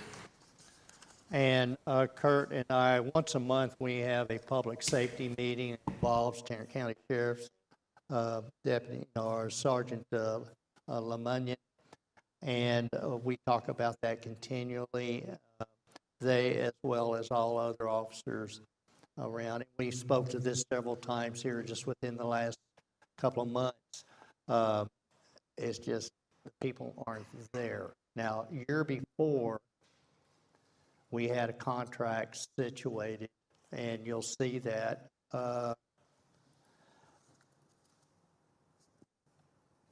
that if you we have a base of 6 that's 2 officers 24/7, 365, and if the officers become available, we want an additional 6. So the funding was there for that, but it was structured in a way, the contract was, if they become available and they get assigned to Haslett, then we get billed for it. Otherwise, we got this base bill that we pay for just the base service. None of them ever came. Now, with these officers, they bid on where they want to work. They had that option. And that comes along with seniority. With the advent of when our fire department expansion finishes up, one of the things that we did to make Haslett more attractive to all deputies is that let's build them a dedicated space inside this expansion. That's what we've done. And there are many deputies are excited about that because it's controlled entry, only they have access to it. It is there. They got an office area. We're setting them up there with technology. This has been in the work for 3.5 years, talking with Sheriff Wayborn and Deputy Chief Canis and others about this. So that in itself could lead to us getting more deputies wanting to work in Haslett, Texas, because there are a number of them that live in this area. That will eliminate them having to drive to Lake Worth at the beginning of their shift, pick their unit up, driving back to Haslett, start their patrol, and likewise at the end of shift going back to Lake Worth, getting their vehicle, coming back. We're building an area in, that's part of this project, a secure area for police vehicles only. And only they have access to it. And so all of that's been very attractive and resonating throughout Tarrant County Sheriff's Office. And I would just say that the one thing that Sergeant Lemunion keeps saying as the mayor asks for more resources, he's like, Mayor, we can't even get them to you. Time we get them employed, people are retiring, so trying to staff up is a challenge that they have within their system. But all forces across the country are having the same problem. And I do check, the reports every month, and we haven't had like a huge spike in our incidents. I mean, it's around, 200 to 250. I don't feel like there's like this huge crime spree happening. Hopefully that stays that way. I do keep an eye on that, so that's good. Any questions on policing? If not, then let's move to building services. Mike Thetford is your Director of the Building Services Department, Chief Building Inspector, etc. Mike. Thank you, Mayor and Council. First of all, so Mike Thetford, building official, covering the building services budget here. I want to say thank y'all for being here and allowing us to come up here and speak. We're going to be on page 105. This is my budget here. So just at a high level, we've only increased this budget by about 0.67%. added about $4,000.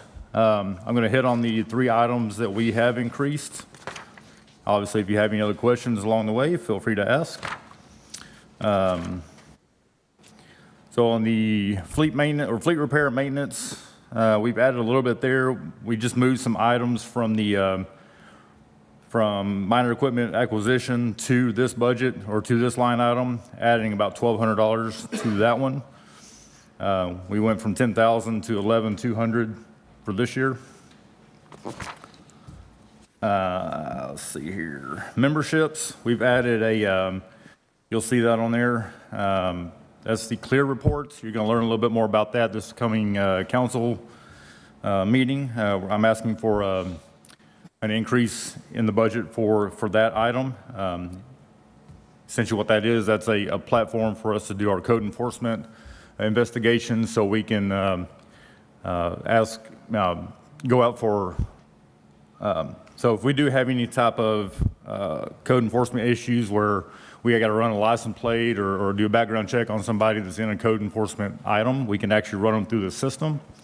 All police departments in the area, they kind of, they do prescribe to this, this reporting. That's adding about $4,644 to that budget line.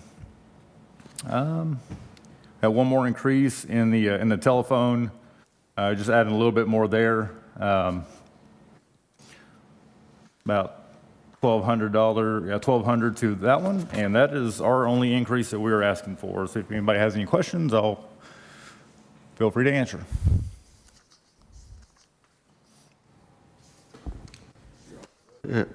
How come in 2023 there was $230, but since then there's been no training for code enforcement training, I guess,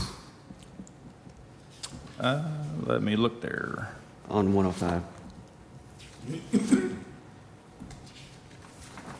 back to it.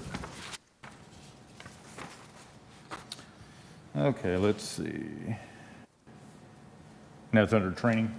Page 105, Mike. Yes, sir. It's under dues, subscriptions, training.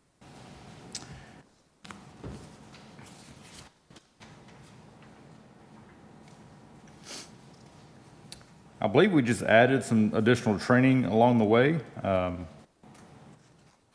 think we did have a deficit in our training areas right there, so we did add some. So what's your question? Why is it there, or why is We had in 2023 and we've not had in 3 years, so I just didn't know, do we not need training anymore for code enforcement? So I just. So, are you conducting training, Mike? Yes, sir. And how do you do that? And where do you get, where are the funds coming from? Let me go back and look at my detailed page here, 1 second. Hey, Mike, I'm not sure when it changed, but there was a portion of time that code enforcement training came out of a public works budget. Oh, I really? don't know. That was prior to Okay. the building service budget. Yeah, I think you're right on that one. Let's see. I mean, all of our training is coming out of our training line item here. I'm trying to follow why that one has a. I think I can jump in on that. Go ahead. I think that's back from when you were under, you used to be under planning, Right. and when our planner left, then you became back to your own department. So I think that historical number was from when you were in planning, and now your training's in this new account. Sure. Yeah, that makes sense. Okay, so next year's budget cycle, that line's just gonna drop off. Can I ask a dumb question? Sure. I don't know if it's in your purview or not, but there are tanks that are right in front of Caraway that Yes, are sir. rusting and falling apart. Yes, sir. Is that in your area? Is that, I know that's ETJ, right? Right. But Yeah, we've. is there we've some already- way to deal with all that? Yeah, we've already started, myself and James, we've been getting with our gas well inspector, trying to find out what we can do, how much influence we have in that area to do something with those tanks. I've done an investigation out there, and it looks like everything out there has been abandoned. It doesn't look Right. like it's not being in use right now. So we're working in conjunction with our gas well inspector to find out what we can do with that area to get those cleaned up. Because wouldn't that make it hard to develop that area? Absolutely. Yeah. Is that just right on the the east side of Caraway, right on the other side of the road? Yes. Is that what you're talking- I mean, they're literally falling apart out there. They look really bad, and they've got to be an environmental danger, and if kids get in there, I mean, it could be all kinds of bad stuff. We don't have any direct jurisdictional authority over that. Right. But we will be contacting, is it BKV that owns those? Who the So owner is? the names that are on the gates out there and the tanks, they've been taped over, so I can't even see the name that's the operator name on those. And I'm meeting with Commissioner Kraus here in the very near future, as well as Commissioner Manez, and I'll be bringing that to their attention as one of the items. Anyway, Mike, James, I reached out to the county engineer, it was Thursday, he hasn't followed back up, but I asked him what the county's process, because it is our gas well inspector, he says we have no jurisdiction to make them. We've requested that he reach out and just see if they'll voluntarily do something. His suggestion is at the county level, if they don't have a provision, then the next is the railroad commission. He's researching contacts for who's the best method. So we will find at least the means of reporting that, whether we can make them forcibly do something about it or not. He said that is an active well site. It's very minimal on production. The tank is out of service, of course, so it looks more, it's aesthetically not pleasing. I don't think there's any immediate danger on the site, but it definitely gives that appearance. So, I mean, we get a handful of complaints, but that's what we've done so far is our gas and oil inspector has done the research. We have all the well numbers, and he's researched to look to see that it is an active site, and that the county engineer usually has a good context for how they're handling, wells and that, and chances are it'll land at the railroad commission, but there should be a means of complaining that way. So we'll keep following through that and give a report back when we have something. so it's something we've been in process trying to get remediated, but we have no jurisdiction to make it happen. I need to qualify a statement, that, yeah, it's active and maybe there's not a problem or something. We don't inspect the well either. We don't inspect anything over there because it's not in our jurisdiction. So there's active pursuit to get that solved, to answer the question there. All right? I had one question, Mike. Yes, ma'am. On the page 112, demolition cleanup. So is there no need for code enforcement signage anymore? Or did that get moved somewhere else? And then also, last year had code enforcement ticket writer, but it said one-time fee, so maybe that's not a thing anymore. So those two items were on last year's, and I didn't see them on this year. Yeah, so for the signage, we've already bought all the signage that we need, so that's not going to carry over to the next year. Awesome. The ticket riders, we will be purchasing those. And maybe there was somewhere else and I didn't see it. Yeah, I think we moved that.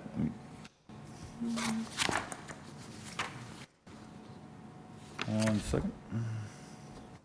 Yeah, we moved those to, that's going to be under the computer software is where we move ticket riders to. So won't you describe that Oh, I see it. Well, ticket rider is not a ticket rider as the deputy utilized. It's on an iPad. Yes, sir. And it's software-based. Go ahead and describe it just quickly. So it'll be an app on our the current iPads that we're currently using, and they'll interface into the iPad. So we'll just keep using those. Bought the software. We've already purchased that. So I don't see it though on the 2025, 2026 request. correct. Because it's in this year. Gotcha. That makes sense. Yeah. That is correct. And then on page 114, the clear reports, Yes. I think I was looking at the agenda item, or the agenda for Monday. So that's something we're gonna be talking about. Correct. On Monday, okay. Gonna be so on I- Monday. Now I know what that is. And then last thing is on page 115, the office rental. Do we have a time frame on how much longer we'll be utilizing that office rental? Yes. When we get this Public Works building, the new, part of the, equipment shed and warehouse I spoke of, it will be a approximately 3,800 square foot building that Public Works administration folks will go into. And also, all the building service people will go into that. And then we can lease the space. Okay, thank you. Where's the funding coming from for building those buildings? It's in Public Works. It's actually already in their budget? It's in the budget. Okay. Is there any way we can speed that process up?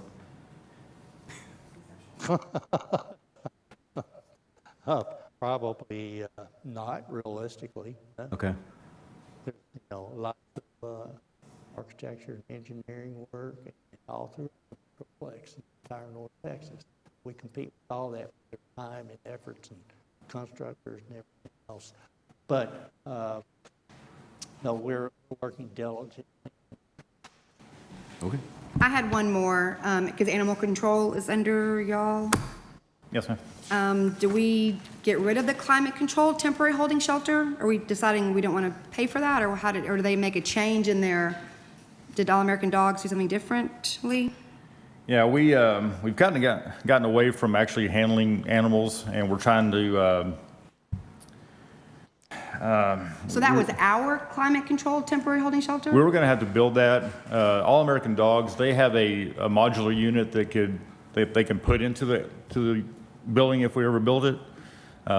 We've taken that out because we would actually have to go out and handle the dogs, and we're not certified to handle animals right Right, now. I thought, okay, I guess I misunderstood it last year because I thought we were paying All American Dogs for their climate controlled temporary holding shelter.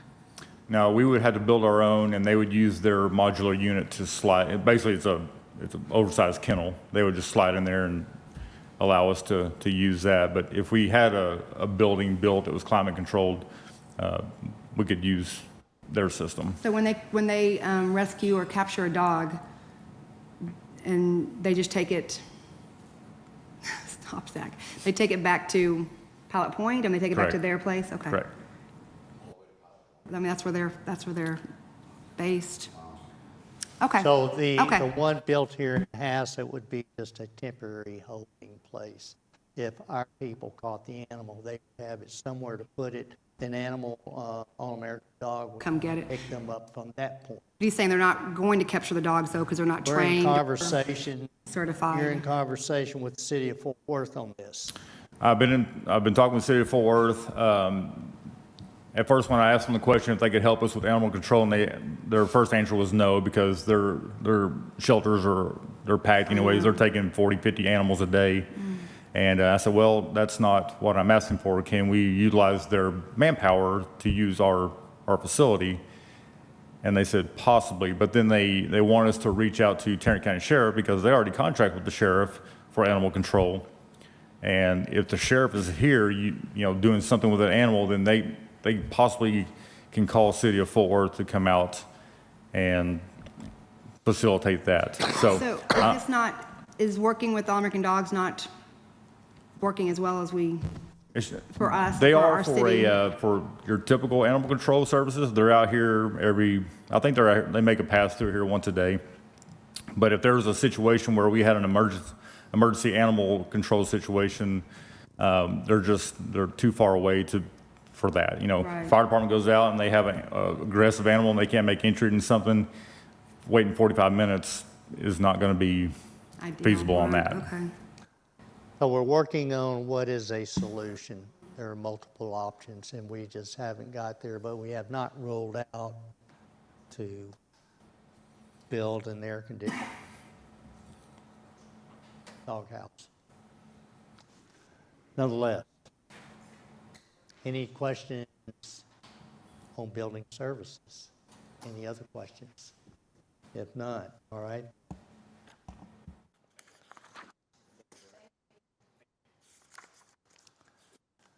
Planning and engineering, Marcy, you want to go with that, page 117? Planning and engineering, this department is basically the fees we pay to Belchef and Bureau Veritas for engineering through Belchef, and Morris Swanky's time through Bureau Veritas. And these are things, engineering and things that are not for one of your capital projects. So this is something that would come up that's actually either a city, a special project for the city, something that came up, because the engineering that goes with your capital projects is built into your capital projects item. So this basically just covers, you know, if they're working on a rezoning, if there's something that comes up that's a smaller project, something that we're looking at, that the city needs engineering on. It's just more of a special project, not related to a specific project. Marcy or Mayor Halsey, is there a reason we budgeted 50,000 last year, but we've almost doubled it at 89,443 for the special engineering projects? Yeah. I mean, but you're looking that that's going to occur again at 90,000? Yes, because a lot of the projects that we have in the works, excuse me, I can't talk all of a sudden.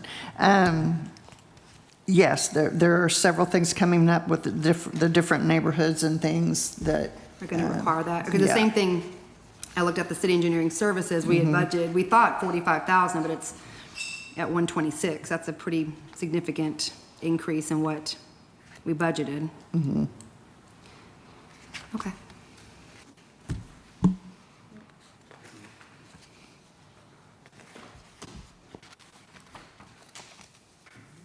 Did you, I mean, did you get an answer? I mean, you're asking why are we going to 150?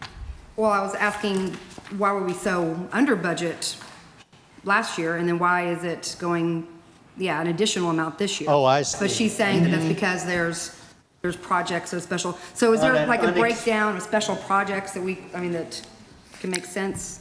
I'll give you an example that you'll be familiar with, is there are throughout the city, as we have grown in different areas, the construction and of land around causes different problems in different areas that show up that we are not fully aware of, such as on Schreiber near James, that whole flooding issue of those 4 yards, those 3 yards, okay? It is this line item that we, Belchef and Associates still go do this plan. So it wasn't like a development project that, they pay for all of this. These are to be able to respond to things we don't know about. Thank you.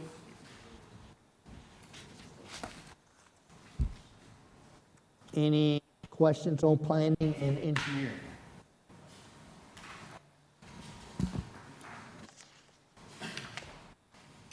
All right, Marcy, shall we go to finance? All right.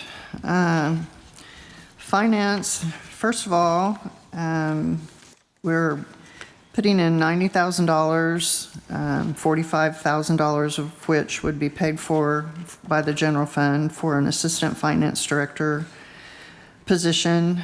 I know it looks like I just graduated from college, but I'm closer to retirement than that.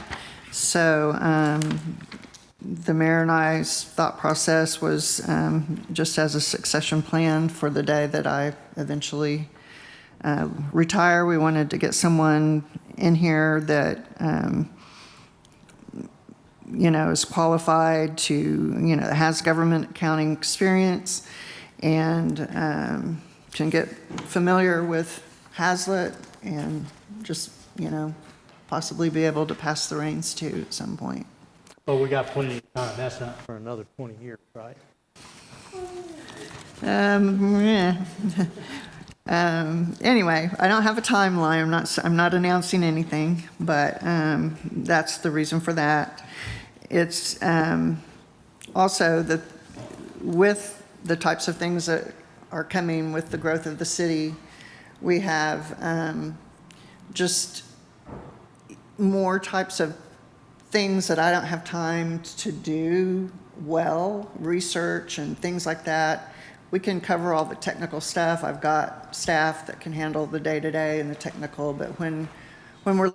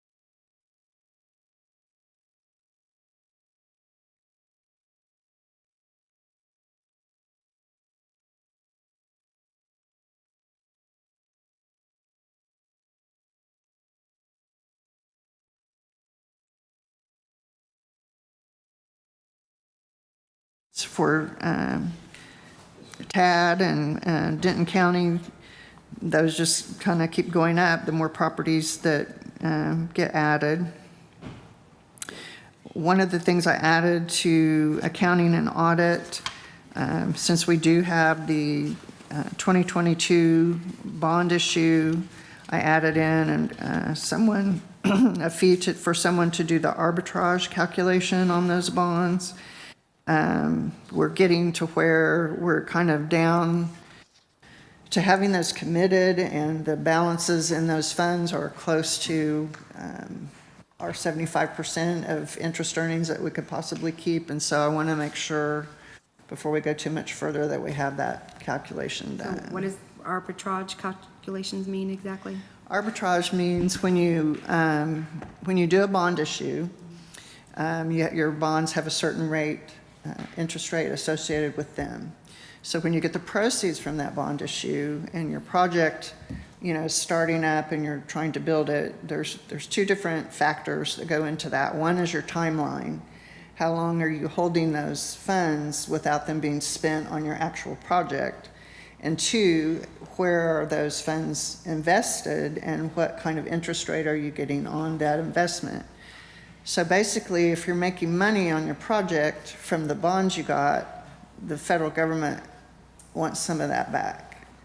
And so if you meet your timeline requirements and your spend down, sometimes you don't have an issue with that.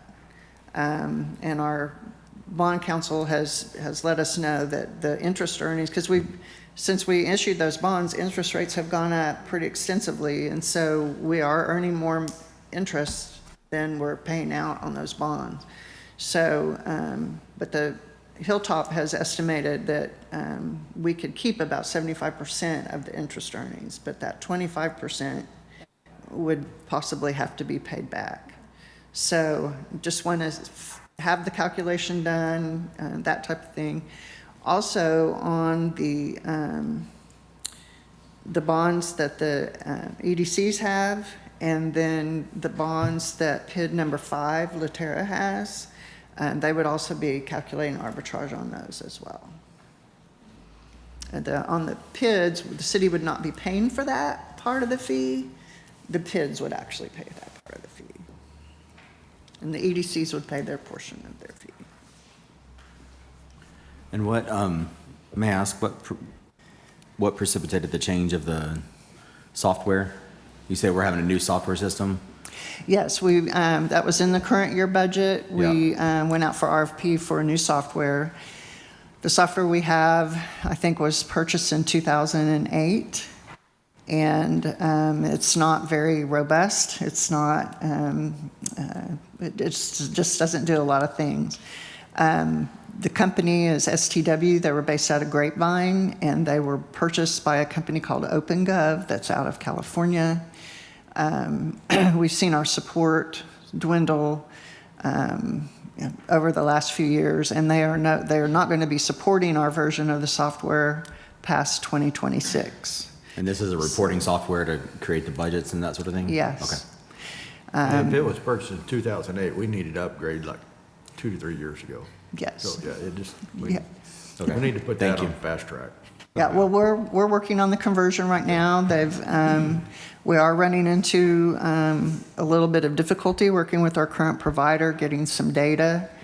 And so, since we own the data, we may have to get our attorney involved to convince them that they need to work a little better with us to get our data. But we've talked to some other cities that have STW. They've had kind of the same issue, and so we're working on the workaround. Okay, I'd just for say all don't, of that. yeah, I wouldn't hesitate pulling the attorneys in just to Yeah. fire them up and get them going, because Yeah. that's antiquated software in Right. today's world. And the way it is done, they can implement several models or modules without having to have everything ready to go all at once. So we can, like the software we currently have, the upgrade to it with OpenGov doesn't include payroll. So this one does. So if we get to where we need payroll because it's not going to be supported anymore, they can get us over on payroll. And really the only portions of it that we have the conversion issues in the utility billing, because we want to have our customer history. Some of the other modules we don't really need to convert history. I want to move us along. Okay. We got a lot of ground covered Okay. yet, and a few hours left. Right. We are working very diligently on that software change. It's an everyday affair, and yes, we will not hesitate to pull the trigger on the attorney to get these people, get our data. But anything? Any other finance, questions? Did you pretty well, any questions on finance? Yes, I have something on finance, and I brought it up at one of the council meetings. I think, and I don't mean to say this and embarrass Marcy, but it's more about we appreciate her time commitment, her dual roles. I think she should get a stipend until we get a city secretary. I don't know if we want to do monthly, something that compensates for her doing multiple, and HR, until we can get somebody filled in that position. How long have we not had a city secretary? Over a year, right? Yeah, it's been over a year. It's been over, That just doesn't seem right. say it again. So that doesn't seem right that it's gone that long. Well, Marcy can attest to this. I mean, we're out there on multiple advertising, multiple places. And it is just, how many city secretaries do you know? We do have an There aren't applicant. very many. And the applicants that we get most popularly,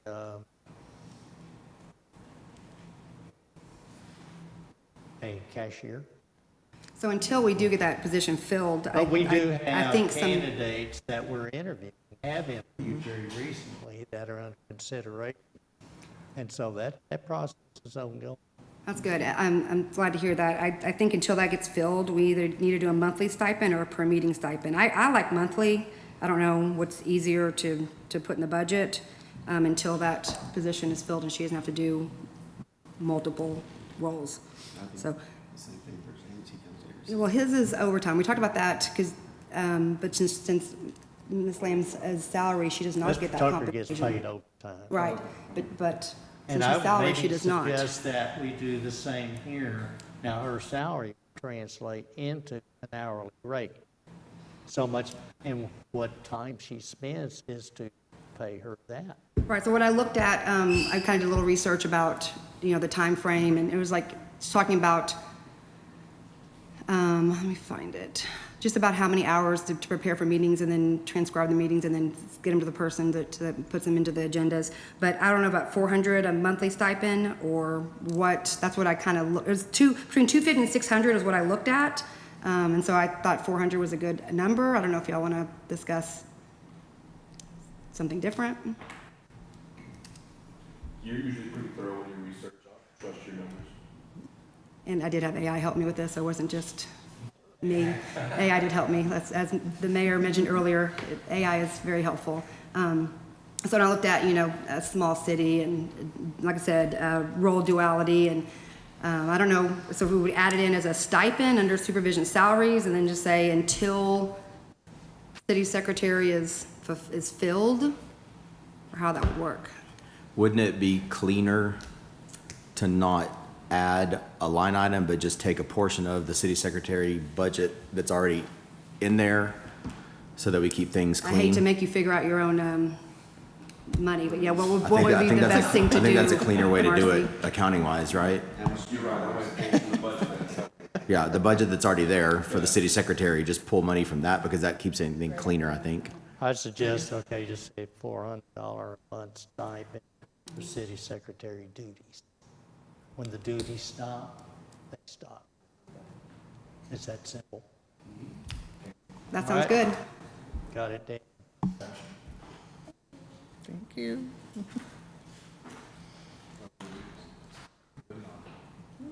All right. Anything else in finance? All right. James, did you cover public works? I did. The general fund portion I did. Okay, so that's covered. We have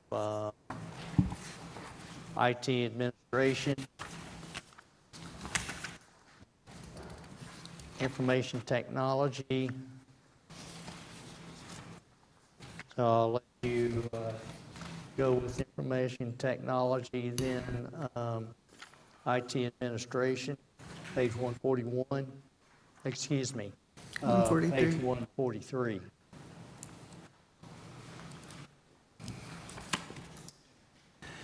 James, I'll start out and you can jump in if Okay. I say something wrong. Most of these items, as you can see, we have decided not to have an employee since we've arranged with Datamax to do the meetings and some of those things, and it just wasn't working out to have someone in this position the way we had envisioned it. And so the recommendations under information technology, most of these recommendations are based on the age of our servers and different subscriptions to software, warranties, laptops, replacement, things that are up for replacement. And Datamax goes through all of our equipment, keeps track of that replacement type schedule. And so we base these numbers on their recommendation. The website, our website needs some updates, and I think that's the reason for that. There's some accessibility issues with somebody using a mobile device and things that need to be upgraded, and I think the mayor and Katrina have a meeting with them next week to get that accomplished. And then the copier maintenance is just based on, we lease those, that's based on their lease schedule. And city phone service, just the increase in there. I'm not sure we have new phones. It's just the different fees. Very good. James, anything you want to add to IT? Not necessarily, just that all equipment is on the way they do it is they basically look at the manufacturer's warranty. So like with Dell, they have a life support. We keep the, like the Dell, I forgot what they call it. It's basically they will overnight you equipment if you have problems, but we keep that up, and when Dell no longer will renew or support it, we'll replace it. So they do a proactive approach to keeping new equipment that's under support.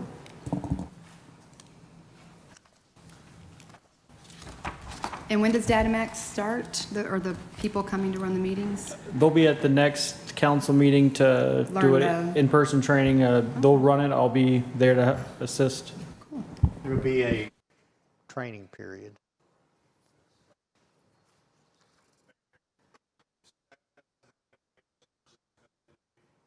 Yes.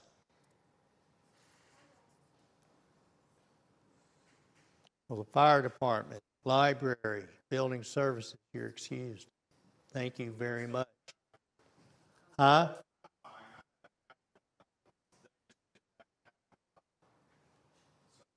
All right.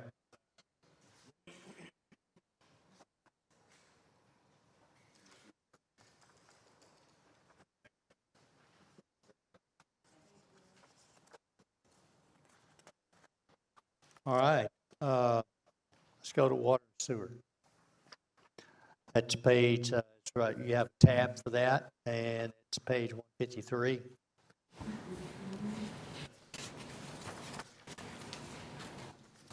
James and Marcy will participate in this, but James, you can go ahead and kick us off. All right.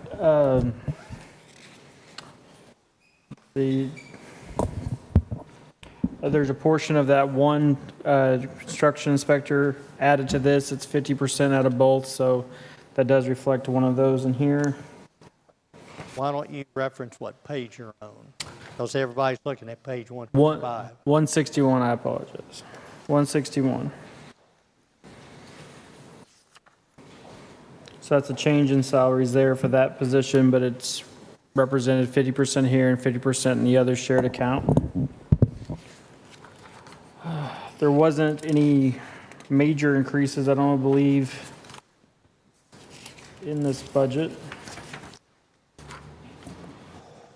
We went up in R&M sewer to facilitate an I&I program. So we had money this year for a study for inflow and basically treating leaks and stuff within the sewer system. So we are continuing that, plus putting some provisions there to do repairs. So we're hoping to include that. That's where there's a pretty good increase in the R&M sewer line item. We increased in R&M water. There's just more infrastructure there to maintain. For continuing on, I'm sorry. I'm going through, I'm on 167. I'm kind of skimming through these pretty quick. We can. So on page 167, that was R&M sewer and R&M water. Those were pretty much where all of our repair and maintenance for the water system and the sewer system is, and there was increases in those line items just to continue maintenance there. Beyond that, there wasn't really any noticeable increases in any of the other line items. We do water meters that you can read from electronically, right? You don't have to have somebody going down the street to check them, right? So we have three different systems in place. The cellular is the current system. Everything's being transitioned to. We have roughly, I believe, 400 or 500 meters that are drive-by still. Those should be replaced by the end of this next year, by the end of 26. And then we always will have manual meter reads that happen with new construction. So we don't put any of the electronics on. They've just proven to be destroyed in the build process. So we have manually read meters, and those, I'd have to look, but I think those are roughly 200 or 300 at the moment, maybe a little more. And then you go back and change them out? Yeah, as soon as the house finalizes out, or we get to the point we have grass established and there's not even active construction, we'll go ahead and make the switch over. Okay. I'll add, because I always write this down, and James, I wear him out and ask him a question, but right, as of July, we have 2,325 of the new meters. I don't know how many houses. The vast majority is on Yeah, it's a cellular. lot.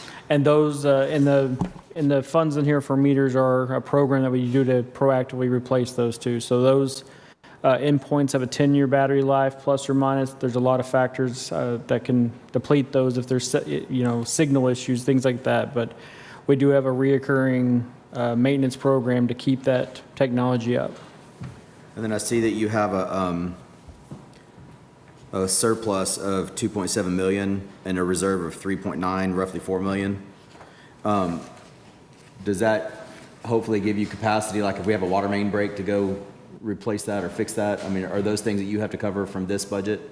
So we have, in our R&M water typically covers all of the maintenance needs for. Maintenance, okay. Yeah, so that would typically cover, there is money in there that could be drawn from if we had something significant that was beyond that. Okay, thank you. Again, let me mention, water and sewer is an enterprise fund, is self-supporting. Now, in the past years, and this year just very recent, we've been trying to get away from it. We're still having to send general fund money into this enterprise fund because it isn't sufficient. Now may be a good time to talk about this. It will be a good time. Okay, in the early spring, was it? It was the fall.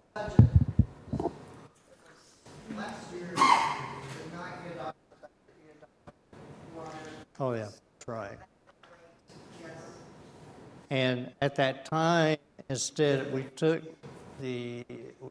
adopted 100% increase on the water rate and 50% of the increase on the sewer rate, with the intent to apply the 50% now to make this enterprise fund whole. And so what we're looking at is the bottom line number that you have it here is $8.14, right? Yes. It's to the base charge. Last year, you went up $8.14 on the base charge for sewer. And the motion at that time was to do this one this next year. And the attorney's like, well, no, you can't bind the council over for more than 1 year. So the budget that you have presented today does not have this rate increase in there.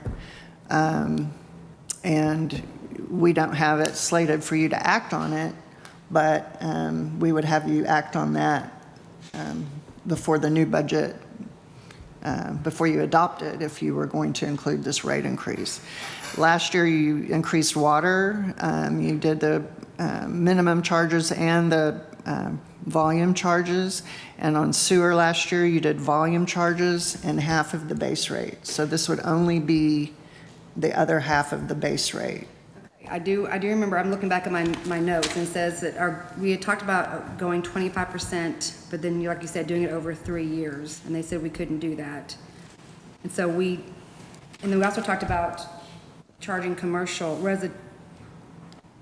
more than residential. I feel like I remember that. Last year, I thought we were gonna charge, 100% of the increase on the commercial side. And I believe we did. Okay, so we're still short? Yes. Because I have like a proposed 5% rate increase, but then sewer said 70%. Maybe that's what was proposed. I guess I can go back and look and see what we voted on. I don't remember. Because we did do only a portion, correct? So this paper you just handed us, you're asking for an increase? Yes. Yes, if you were, yes. This That would would, make the enterprise fund whole. this would be based on what what was presented last year, the whole entire rate increase that was recommended. This would get you to that point. So we'd add 814 and we'd add 1221? No, 1221 is just for Adams City, which we don't have. Yeah, we don't have any. So all residents would increase $8.14. $8 a month, but public works would completely self-sufficient and pay for itself, Which is what we want. which is what we want. So it'd be $8 a month more of every bill, which is not gonna break the bank or it's not gonna be. So which, Yeah, I'm back. Which page are we looking at? 155 at the, I see that, but I mean, where are we at on the budget? That would Let's be look at on the- page 155. Okay. This would put more money into your sewer revenue line item. Okay, so right now on the sewer line item, are we pulling money from the general fund to balance the sewer account? No, currently we are not. Okay, and that is without this proposed increase. Correct. So why do we need the increase? To keep up with the costs. I mean, you're basically, this fund is now subsidizing the service, where the general fund was subsidizing it before. Now you've got growth in this fund, but it's subsidizing some of the service. Subsidizing what service? The sewer. The sewer is subsidizing part of the water and sewer. Yeah, the water is subsidizing part of the sewer. So with the $18 or $8.14 a month increase, sewer is self-sufficient. That's what it, Okay, so the budget for the water then is being subsidized, is what you're saying? No, the water subsidizing the sewer. Well, the water, we did the Water's- increase last year. You Yes. caught the water up Well, last that's what year. I just asked is, Yes. you know, on the sewer, you know, is that being subsidized? I said by the general fund. Right. But you said no. Right. We haven't transferred money from the general fund to it. Okay. But if we looked at just the sewer expenditures itself, those expenditures are more than the actual revenues by sewer accounts only. That's what you're saying. Correct. And that's where now you're saying we're pulling money from the water account, water revenues, to subsidize the sewer expenditures. Okay. Sorry, I'm a little slow. I just like to make sure I got my ducks in a row. Yeah. So add the 814, I would say, rip the Band-Aid off and put us right. and then we're The system even. has to pay for itself. The 814 gets us flush. That gets us to where sewer's paying for sewer, water's paying for water, and they're both gonna start generating an additional surplus. And the reason why it was such an issue for me last year was the tax increase, the water Yeah, increase, you the know. sewer increase. And so with that, with no water increase, possible no tax increase, this is the right time. I agree. Two, Last year was the first year they'd raised rates, I think, since 2019. So that's why it was such a large jump. And so We've been losing. the idea is now to keep up with it going forward. We also did raise my our, pocketbook loses money every time my water bill comes in. let's say, and we also just raised the trash, $1 or something, just to remind y'all, just saying. I can't believe how expensive water is in this town. I got two questions. So, $8.14, where's the 14 cent? Can we just make it $8 even, or do we need the 14 cents for something else? the $8.14, there was probably, I don't know how long it took Belchiff and Associates to do that rate analysis, but it was probably almost a year. So he has it down to the penny. Okay. $18.14. Okay. Second question, I see on here trash collection. I know of a few city council meetings ago, we talked very lengthily on trash, and that just brought up, when did that take an effect of having two bulk pickups a month? Like, when does that take an effect? I think about that every Wednesday, with our new thing with Republic. Think about it. Well, I'm like, is it bulk pickup? You know, I didn't know when the, you know, because we do it the first of every month, first Wednesday of every month, and now we're doing two. When did that first and third kick in? Is it already in? We don't have the date on when that second pickup is, but Okay. I would imagine it's every other week, kind of a schedule like that. But which week that is, I don't. When does it start? That's the question. When it starts, we will find out this week, Okay. this coming week. Every Wednesday, I'm like, okay, is it the bulk pickup, you know, the second bulk pickup? Because I've had some stuff I needed to set out, but I didn't know if it was the second one yet or not. So I just wanted, I saw the trash collection, so it made me think of it. I would, I'm guessing, I mean, our bulk pickup is the first Wednesday of the month. I would imagine probably the third Wednesday of the month, if I were to guess. But we'll find out definitely this week. Or just when it starts, then. Yeah. And along those lines, we're going to put out the, was it 2 years ago, we had the brochures that went out as mailers to, or actually it was in the water bills, I believe, about our trash service that outlines all of this. And so that'll be coming out. It'll probably take about a month or so to get that together and out. And make sure they include that e-waste brochure in that brochure too, very helpful. All right, James, any other words on water and sewer? Yeah, I mean, I'm still stuck on this because we had to increase last year. And we met the reserves with 3.7 million. And we had a surplus of 2.2 million. Same rates, we're still meeting our reserve of reserve went up, now it's 3.9 million, so we got that covered. And we're increasing our reserve by $500,000. And yet we're saying we want to increase the sewer rate $8.14. So then are we way overcharging on the water rates? On the water? You got water and sewer. 2.7 million. Well, last year, we had the engineering study, and I don't recall the details of the engineering study that goes into, it takes quite a long time to do these studies and come out. Here is the rate you need to charge. And forgive me, I don't have the detail of that right now. And I'm just falling back, from last year, their recommendation was $39.64. What we did was $31.50. We need the other $8.14 to make our enterprise whole. Yeah, well, that's I get that. That's Yeah. fine, but I'm just, okay, but we're increasing our reserves by $500,000 with the current rates. Right, So but then what we're saying is, well, that's not enough reserves, we want more. Well, there will be things that we are not aware of.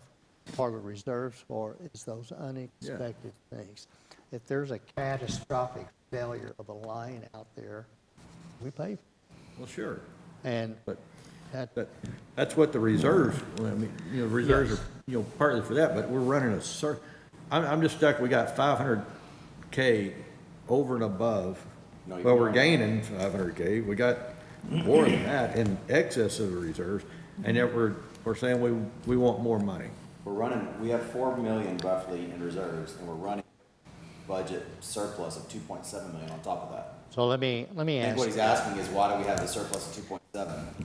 let me ask this then of you, is that agree to do the $8.14, which is an annual gain of $190,476. That would go up in this sewer line item that $2,600,000 would increase by that $190,000.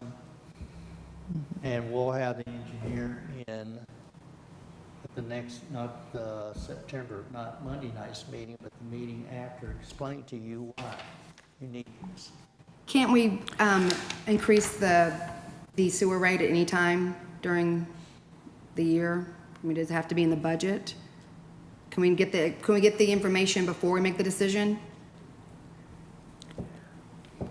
And, I'm just throwing out my opinion on it. You guys, shoot me down, I don't care, but I just. Now that you say that, That's does my kinda- thought process is, we've got excess, so it's like we're asking for more on top of the excess, but we're way over.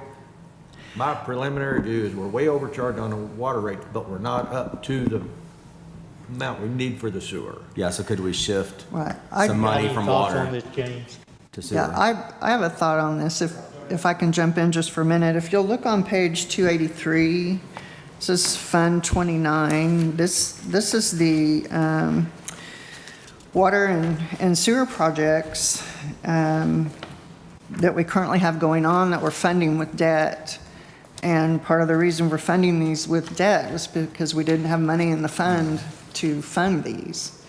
So that's your trade-off. I mean, water and sewer infrastructure projects are very expensive. If you see, we've got one slated next year that's $2.1 million on its own. And some of these things that, like this West Side Interceptor, I know is still coming up. So we do have projects out there that are not covered by this bond issue. And, you know, I just kind of caution you again, you're looking at 1 year of budget, and this is the type of fund that the customer charges are what pay for this.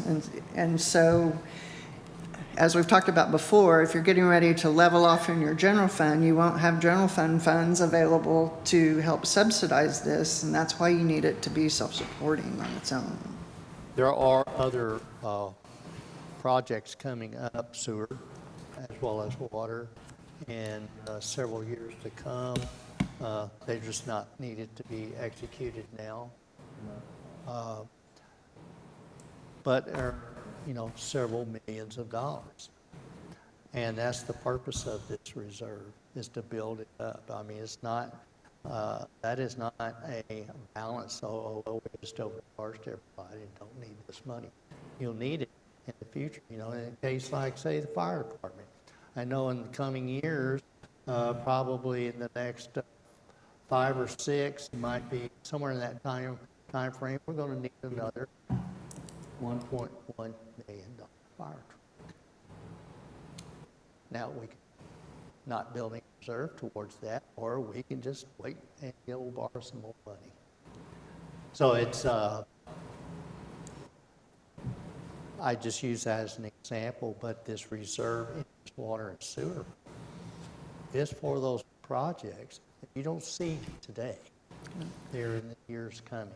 Right. You also have had all this development that has added quite extensively to your water and sewer systems that you will be maintaining in the future. So your maintenance, you need to plan on future maintenance as well for the new lines that you have.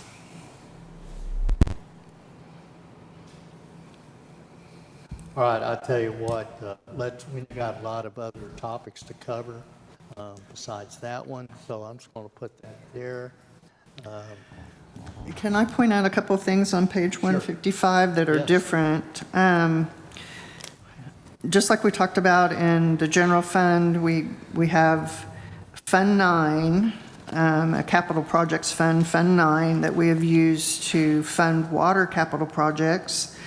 That money originally came from Fund 2, and so that's one of the funds we're going to close. And so on page 155, you'll see transfer in from Fund 9 capital, and that's what that's for, is to close Fund 9 and return this money. And then once again, we're showing capital outlay expenditures in Fund 2 rather than Fund 9, so you see $605,431 there listed as their capital items. And their capital items are included on the next page, 157. Did you want to go over those capital items now? Sure. All right. So page 157. So basically for the employees that we asked in this budget, unfortunately, they need a way to drive, basically. So we need a vehicle for each, or for several of those employees, and then 2 of these was a replacement. So the construction inspector, we asked for a very small truck. It's a Chevy Colorado for them to basically do their job from. They're going to need some way to get there. The same thing with the fleet maintenance vehicle. We asked for a truck with a service body. The other 3 items there are attachments for our skid steer and a jackhammer for our mini excavator. These are items we've needed and rented as we could, but we're finding that we need them pretty much all the time, and it makes sense to make those purchases. And we're also asking for a valve exerciser. That's something that just is a handheld, helps the operator turn valves. So when they're exercising, 15, 20 valves, it cuts out just injuries and operator fatigue.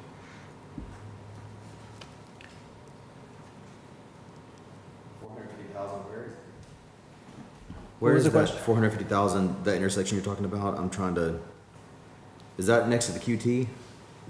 The Harmon Road water line lowering. Yeah, And Blue Mountain Harmon. where it turns? Yeah, so this is right, Okay, yeah, this is near the water tower on Harmon, so it is south of Caraway. There's a section of that line is gonna have to be lowered. It's incredibly shallow with, I guess some of the grading around there has caused a need for it. I mean, we're gonna have to lower that section. okay. I think there's a small portion of it that's as shallow as, I think, 24 inches. It's a needed project. And how far down is it supposed to be? Well, I mean, we shoot for 5 foot, Okay. but that varies. I mean, 24 inches is far too shallow. Okay. And it's a good enough size for future needs? Yes. We don't need to Yeah. make it bigger? No, engineering has tried their hardest to make sure we're keeping line sizes in that range. We don't want to go too much bigger because those are much more costly repairs. So in certain ways, his long-term plans has, maybe paralleling lines, but not going to these reinforced concrete when we don't have to, Okay. just for a maintenance standpoint. Okay, thank you.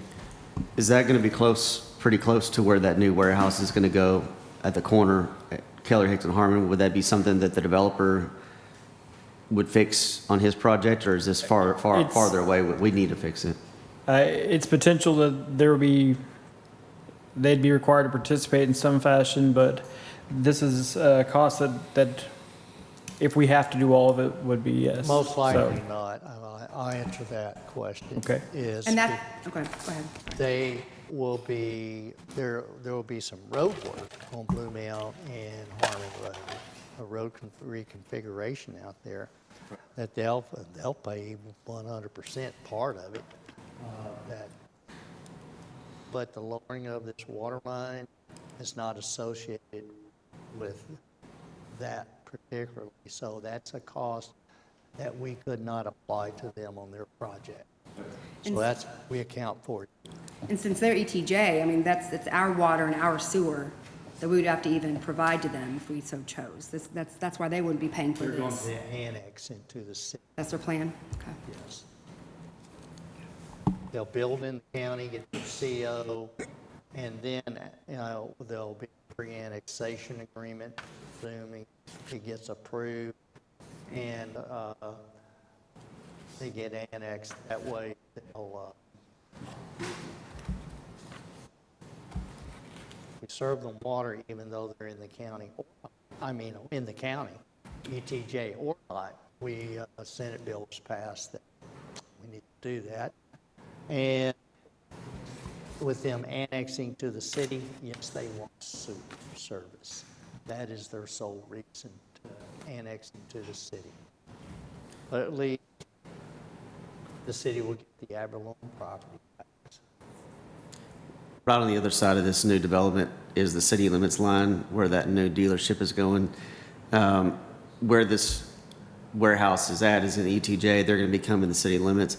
So do we have to reconfigure our city limits line, or does that, Oh, when they annex it, the city limit line is automatically reconfigured. Okay, that's cool.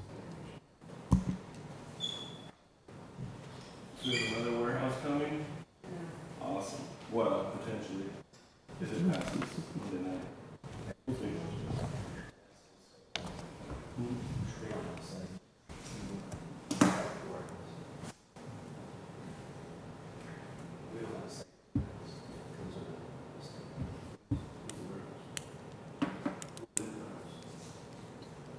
What warehouse you speaking? He said we'll vote on the warehouse on Monday, and I said this, by state law, since ETJ, we have no say in it. And I said I think Mr. Swanky said in the planning and zoning meeting that it's like a spec warehouse. They don't know what it is yet. And so, from the planning and zoning meeting when I watched it, he said that it's coming no matter what. Like, we can't decide if doesn't come, or if it does come. So, because they were in the meeting, they were like, well, what if we don't want this? And he said, well, you have no say. He's like, it's coming. So, Yeah, so. They would have to come on septic though. Good luck putting a warehouse on septic. Think about it. they, well, you're right, and some of them warehouses have done that. It doesn't, I mean, it can be anaerobic, it can be a big anaerobic system. But these folks want sewer. But it being in the county, even though it's in our ETJ, we have an agreement with Tarrant County, we review those plans ourselves as a city, and they meet a minimum standard of the subdivision ordinance. They build in the county. And that has nothing to do with this 16-inch line on No. Harmon? It Okay, has absolutely just making nothing sure. to do Okay, keep going, James. Keep going. So, any questions on these capital projects? Just to be clear on the vehicles, that is once they're staffed they'll be purchased when staff is hired to drive them. All right, so one of these items is a replacement of an existing truck, so that'd be just right away. When is that? We're gonna be replacing a 1-ton with a smaller truck. We don't have the need for it, and the 1-ton we have is it's a 2011, and it's got 103,000 miles, but we spent about 14,000 this year in repairs. It is just beyond its lifespan, and we truly need, honestly, for our meter reader, we don't have a need for that large of a truck anymore. We need a smaller truck we've kind of made some changes for how we utilize that, and the smaller truck would be a better benefit. Okay, so that'll be the Chevy Colorado, or one of the Chevy? Correct. Okay, all right. It'd be thank- very similar to what the building department is using.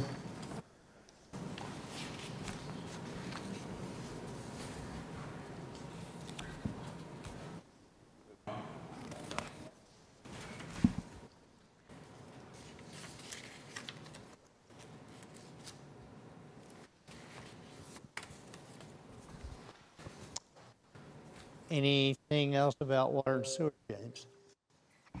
Not that I have any other questions. Marcy? Any other questions? So are we including that or not? The 814? Huh? So you're coming back to it already? Well, isn't that the point? We're trying to get the budget ready so we can have it on Monday night? Yeah. Like, we can't just say, oh, we'll talk about it later. Are we or aren't we? I don't know, you meant like later, like, I mean, I see both sides of it, and I understand the argument of we are carrying a surplus, so we don't necessarily are in a rush to do it, but in the theory of setting things all right and as they should be, yes, we should impose the 8, because then that truly does get water and sewer to where they're 100% self-sufficient and not relying off a transfer from the general fund or from water to cover sewer or anything else. Because where it currently sits, we still are running sewer on deficit. And I think Doug brought a good point to where, if water is carrying so much extra, are we overcharging on water? I understand there's, logistics of lines and sewer and things like that, so you want to build and reserve it, but I don't see how if we want to really, to set it truly right, and so that we won't have to come back and do this. I thought we did this last year. I thought we set it all, sewer, water, everything right to where. No. We didn't. It was going to be a huge But I remember now they said. amount of money. One other option, which I'm good either way also, I could be, convinced either way. Another option is to do the 407 now and 407 next year, but it's almost like it is kind of better to do the full amount at one time too. So I'm open to the consensus. I mean, what if we did something like if we keep running a $2.7 million surplus for X number of years, then we look at reducing the rate? So- Or we can let it run a year, it's obviously self-sufficient enough where we're not transferring money from the general fund to supplement these, departments to where these departments are almost self-sufficient, whereas public, water's helping them. So it could literally run a year, we could actually see what it does. Yep. So let's do that. Just not implement this budget. We got enough here. We're not subsidizing the general fund, which is the big thing, and see how this settles out. So you got plenty of time for another year. this Okay. time. Yeah, I mean, I'd go with, I go with whatever you, if Marcy blesses it, she's a finance person. I trust people that deal in finances, do it all the time.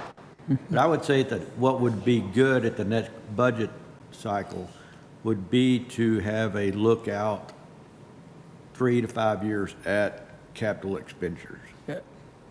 So we can see, just like we said here, you know, there's going to be, outside of catastrophes, if there's known major projects coming up in that window, that future councils have that visibility 3 to 4 to 5 years out to say, you need to keep your tax rate at this to fund this. So we don't, you know, Got it. I'd hear say we're we're looking at 1 year so we can be short-sighted. And the We rate need to study. be making sure we cover. The rate study that Belcheth and them, they provided, it was to cover capital expenditures for the future. I think it was a 5-year out plan, if I remember that presentation they gave. So that was the intent, was to make sewer whole so they were self-sufficient, and then the water rates was to help fund the capital projects that were already out there. I think a review of that would be. That was the basis of the study, and I don't remember the details. I don't expect you to remember, but that was the basis of how they came up with these fees, is to construct those projects. I was mentioning earlier, there are a number of things here out and that you don't see in front of you today. But to, I believe, if you did see that study again, you'd understand the $8.14. But let's just go ahead and move on. Or you don't think we should just do half now? Just as though we have some, you know, budget, in the budget for capital projects or things that pop up? It's not going to hurt us not to do any of it. But it could be a benefit if we're kind of leaning on maybe we should do all of it, then I don't know why we shouldn't just do half. $8 is nothing. Say, $8 is not much, so I think if we add $8, not many people are gonna see that. let's go around the table, consensus, I don't think eight. up or down, I would say yay. Charge the whole 814. up or down? Half. Oh, you don't count. Up or down, 8 or none? Or 4. $8 is I nothing. think that's a I'd say no. I'll keep my position with it. Okay, 3, 4, and 2 again. We'll do the $8.14. Y'all don't want to, y'all wouldn't, I'm fine, it's just gonna make more money. yeah. Yeah, we'll put it in the budget, and then on the 18th, when you are set to adopt the budget, we'll put this rate increase on there as a separate item. Does that work?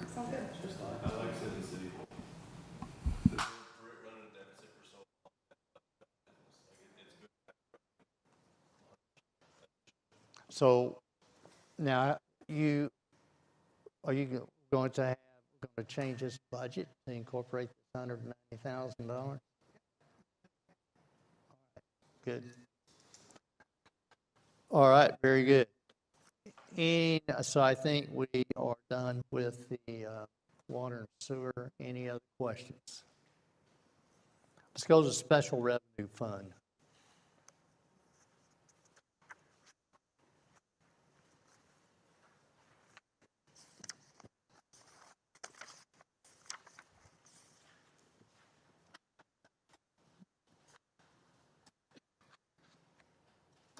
Park Board Fund, I'll start out, Marcy's busy. Oh, that is 207. Essentially unchanged. There's a few dollars difference, maybe about $8,000. And they made the decision to take the Haslett Hustle off. Yes. It's a 5K run. That was at one of their I just didn't see that at one of their meetings, so I wasn't. You know, I walk it, I don't, run it.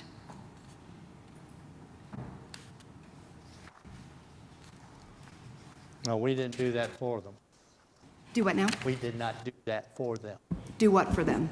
Take Haslett Hustle off. No, they didn't put it. Okay, that's what I was asking, if they didn't want to do the Haslett Hustle again. Mr. Mayor, what's the status on the Veterans Memorial that we talked about a good while back? The contract executed with the landscape architect, Mr. Chuck Fiedler, and he will be meeting up. Mr. Fiedler is the park board contact for the park board, interface with the architect. James Tucker will interface with that architect with all the subsurface type work. Chuck takes care of above ground. But you said it's the cost is supposed to come back to either the Parks Board or us, because there's a different cost than what we approved. Cost of, What are you talking about? I'm sorry. he was asking me what the status of the landscape architect. Okay, I'm talking about the landscape architect cost was supposed to come back to council because unless the prices stayed exactly the same as what they did previous, because we already approved it once at that cost, and I think, I don't know, someone asked, it might have been me, if we would, it might have been Mr. Horak, if we would get the new project or contract back to look at, and we're told yes. But you're saying it's already executed? Yes, you're talking about the design. The whole thing, the cost, whole the thing. design? Is going to design, and then based on the design that the park board approves, then there will be construction. Okay, so the cost documents, hasn't been, and okay. then it'll go out to bid. Okay, then- I'm sorry, I misunderstood. I thought when he asked, you said it was already contracted. I was just asking for the status on the project. Landscape architect Is under contract, but no money, no bid, no. no ma'am. Okay. So How much- we found one, okay. How much was the landscape architect fee on that? $4,800. Oh, okay. I was gonna say that. I thought you said, how about 4,800?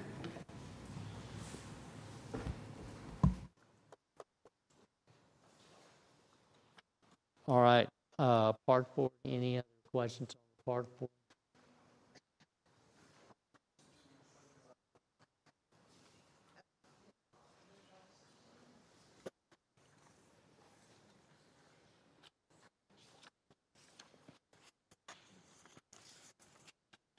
All right, impact fee funds. That's page 217.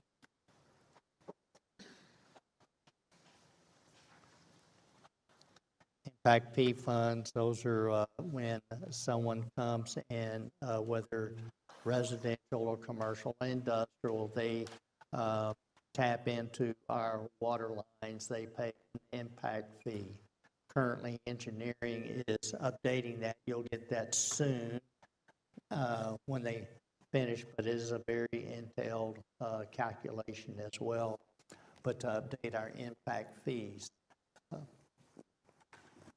And from the impact fees, we are able to apply that to our water and sewer system for construction costs, et cetera.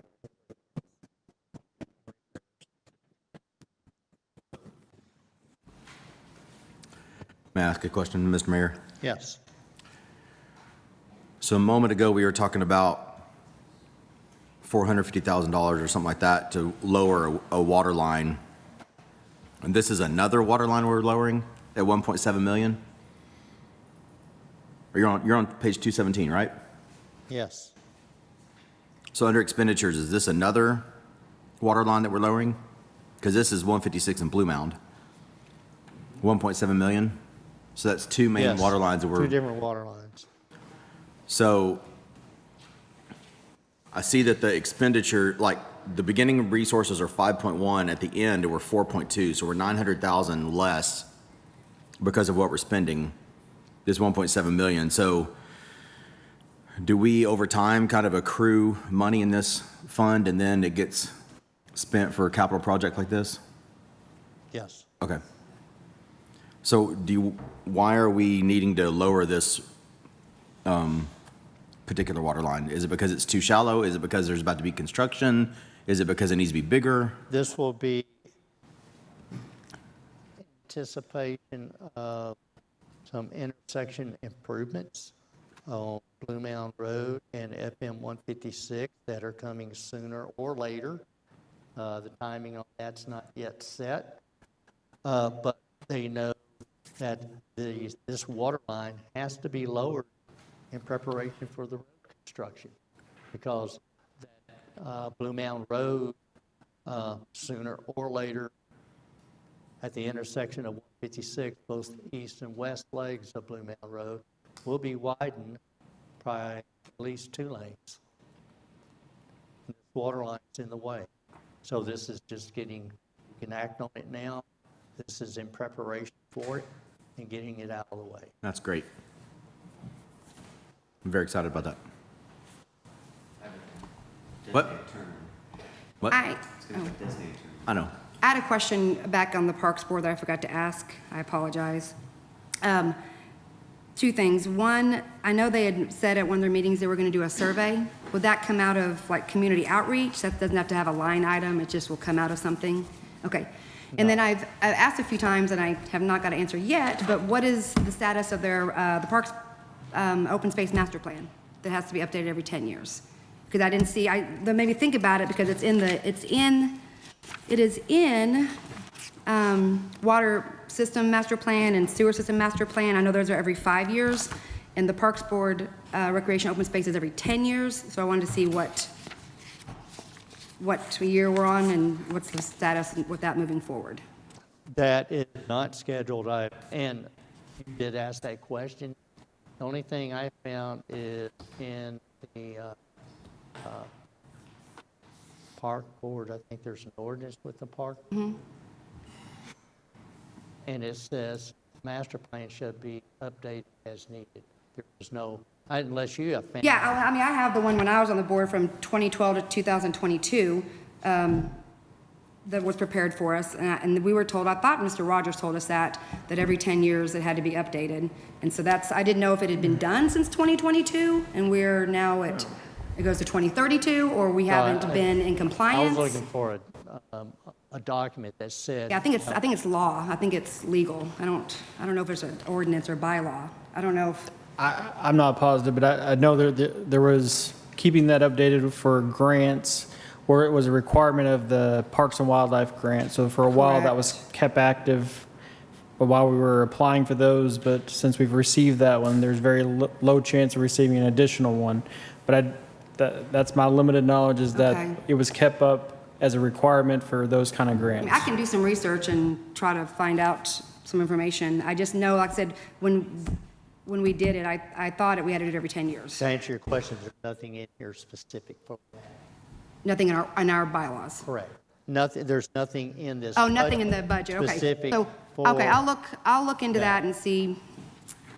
I did okay. find, Okay, and it scoured many documents. I did find one, I don't recall the number of it, but I'll send it.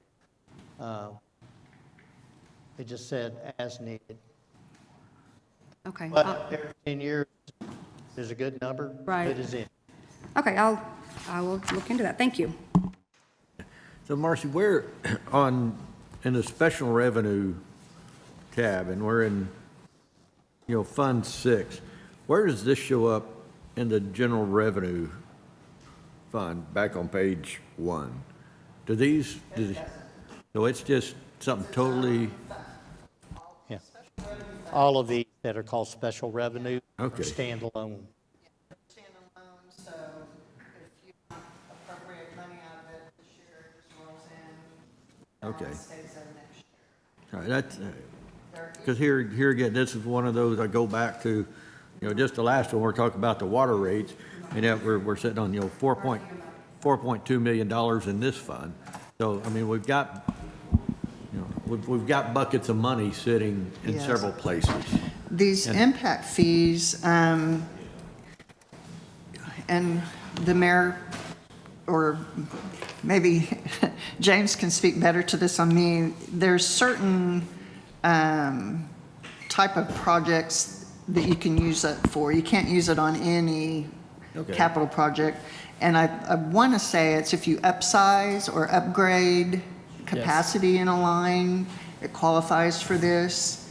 But but I don't think it's for building new lines, or is it? It could be for new infrastructure, Yeah. but there is some rules associated with how those funds are used. Yeah, it's not just for maintenance, I think. Correct, it's a- new infrastructure. Yeah, it's either adding Or a bigger upsizing for line, needs, yes. upsizing, or adding new capacity to the system. Okay, well, I mean, so it is available money, so. Yes. All right, thank you. And there is some type of timeline on when it should be spent, and so that's why when we have a project that qualifies, we Yeah. put it in there. Okay, thank you.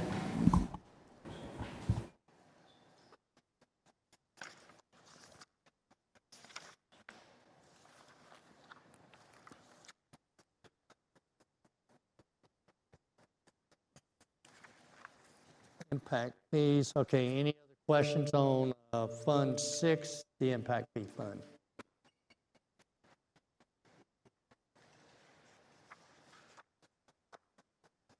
Okay, moving through here, go ahead, Marcy. Next one up is Fund 3. Fund 3, Type B, their board met last week, or earlier this week, I can't remember. I think it was earlier this week, and they made a couple changes to what was in the original proposed.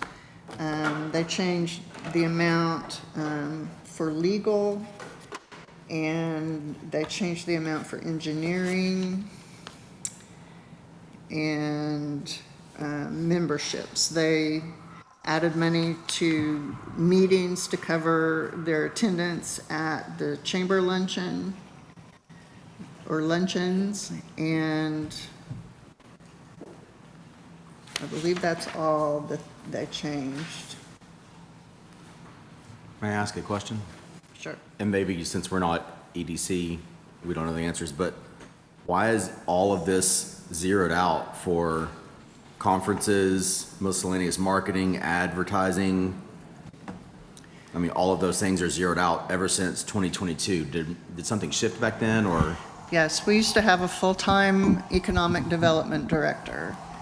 And when he left, that's when Mr. Schwenke came on as a consulting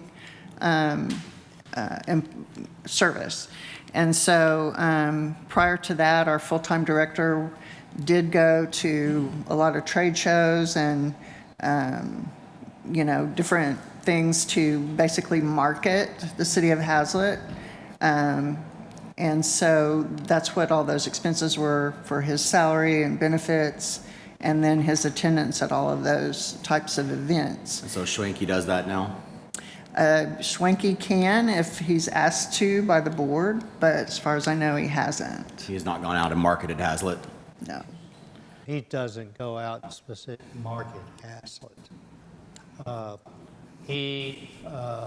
With regard to EDC, James? Sorry. I was trying to get, no, I was having that trouble. he's a EDC coordinator Okay. for HCEDC and EDC Type A. But not doing recruiting of businesses to Hazlet? Not specifically, no. When businesses do come, they call Morris. So his services to the city are what again, I'm sorry, that we're paying for? He is a planner, He's a planner. and also he is the EDC coordinator for the boards, both boards Type A and B. He helps coordinate their business, So whatever they may have. do we have anybody that goes out and recruits businesses to Hazlet, or do we just wait for the phone to ring? We wait for the phone to ring, and it rings a lot. It rings a lot, but when it rings, are we welcoming them here, or are we saying, no, we don't want you? Oh, we welcome them. We have many meetings with people, Okay. lots of industries.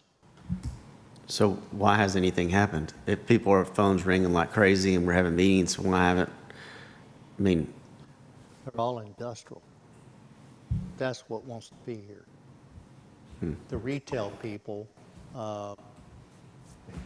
such as, when we had a And for years, we had full-time economic development directors. And yes, they had budgets, made all these trips and everything, and they never brought anything. I don't know if Thad Chambers did a good job, and we had two people. Walter Reeves was our planning, Thad was our economic development, and I think that Morris has kind of melded those roles. I'm wondering if we can do something where he was at, when I went to TML conference in Dallas 2 years ago, he was there with Bureau Veritas. Morris was, I mean, their group was, and had some Haslett items. I just think it's something we should direct him to do more of. That's what we want as a board, as a governing body. We, need to make sure that that's the expectation. Let me if ask he you can do that. History. What did Thad bring at the time? And then who was the gentleman? Miracle? David Miracle? He was the EDC director. He was a citizen, correct? Well, He was a citizen, right? Yeah. He Can I served pull the in? same role as David Miracle served the same role as Thad. I didn't know him. He would go to conferences as well. Well, Mayor, can I pull in a comment from a previous meeting? Sure. I watched the video when the city council approved for us to go back into the Chamber of Commerce. And I remember when I was watching that video, you specifically said one of your things that you didn't like about the chamber was that they didn't recruit specifically for Haslett. Correct. And they didn't try to build business in Haslett. Yes. So my question is, if we don't have anybody doing that and we don't want to be in you didn't want to be in the chamber because you didn't feel like they were doing that, I feel like we should have somebody doing that. And I can understand that. Just investigate it a little further. And I would suggest, let me bring in retail. What you're looking for very specifically, I'm assuming, is not more warehouses so much.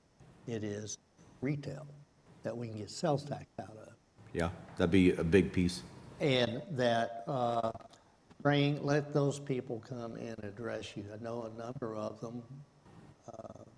Morris knows a number of them, and they can address projects that are large and small, a standalone project or a development of sorts. Why is it, or is it not happening today in Haslett? Or is it a time in a few years to come that it will happen in Haslett eventually? Will it be pockets? Will it be a strip of areas such as along I-35? And then make your assessments from there, just as a starting place. But as to, we've had in the history of Haslett a number of economic development directors, and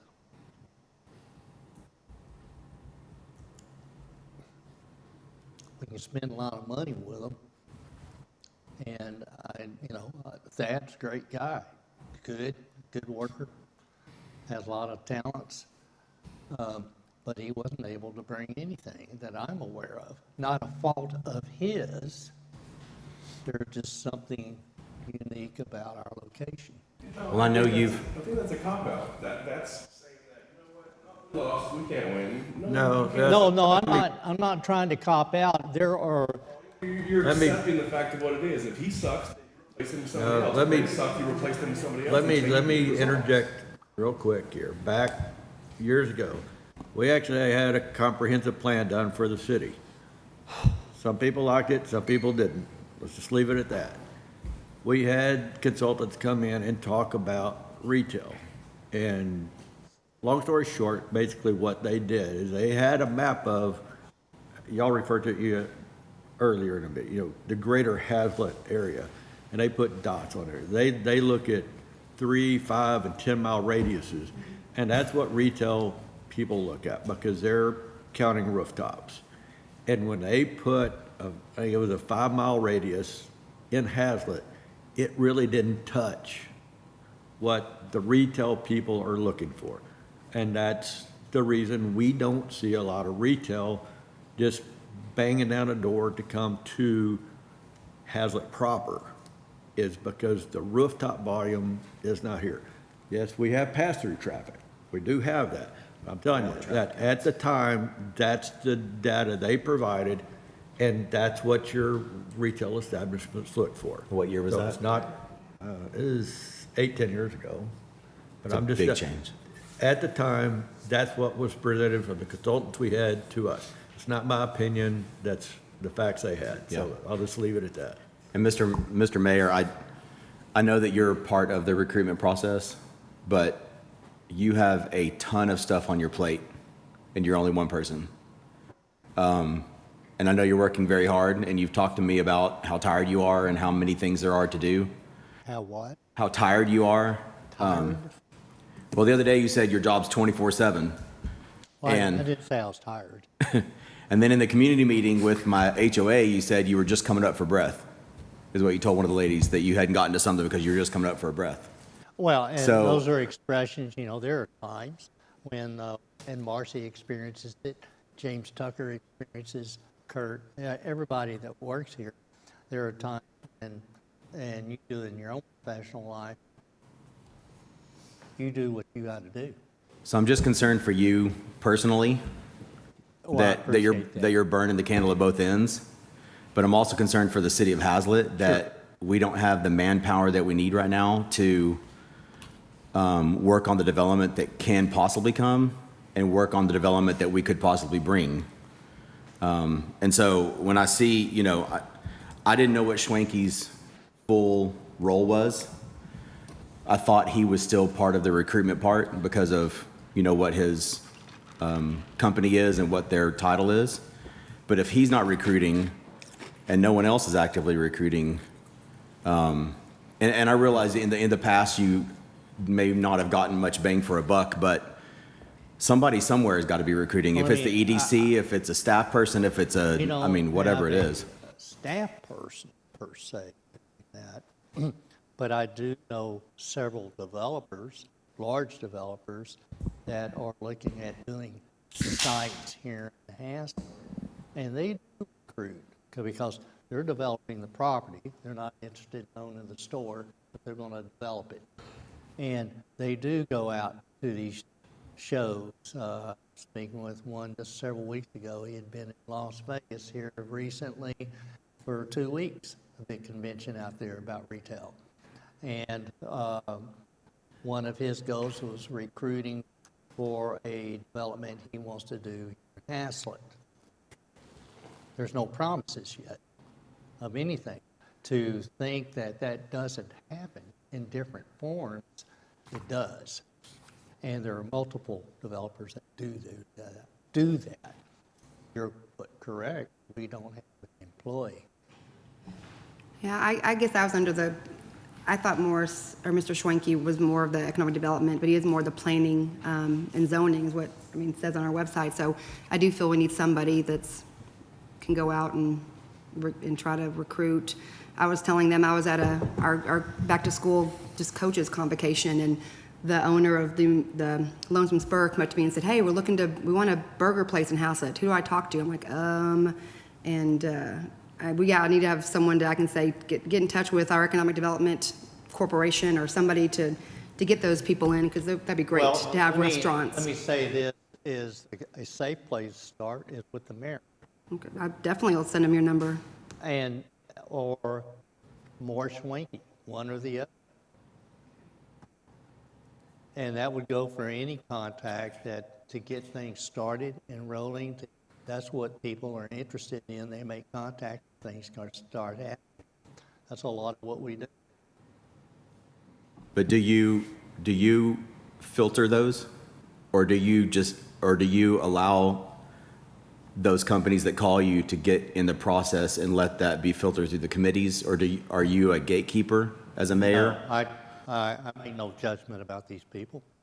I don't say no to anybody. I very much I respect the bid, for the corporate America. Because our town has a reputation of being anti-business. I don't know where that came from. I've And heard it from who? a lot of people. Well, they've had to, Who is it? What did they say? We don't want to do, there are people that, probably the fellow that got his SUP turned down for a vape shop thing for anti-business. There are different people that may have different reasons, that, maybe someone who wanted to build a building, there might have been several that they just weren't complying with our ordinances. I can't, they can, and I will tell people is that, and Morris and others, Mike Anderson, this is our ordinance. If you don't like it, there are provisions that you go to the city council and ask for a variance. I've told people before, I'll help you fill out the paperwork. We're not anti-business at all. I wonder where that's come from. I have no idea. I have no idea. If they got something very specific, if they're saying anti-business in general, I don't know. There are maybe, I don't know. I have no idea. All I can do is can't even speculate on as to why that would come. But no, I don't filter anything, and I'm not a gatekeeper. I pass a lot of information. Great. Okay. Yeah, Thank you, sir. Speaking of EDC, one thing I'd like to take back, somebody relay back to EDC and add into their budget would be the yearly dues to the Metroport Chamber of Commerce. That is something that they can fund for us, and we wouldn't have to take out of our general fund.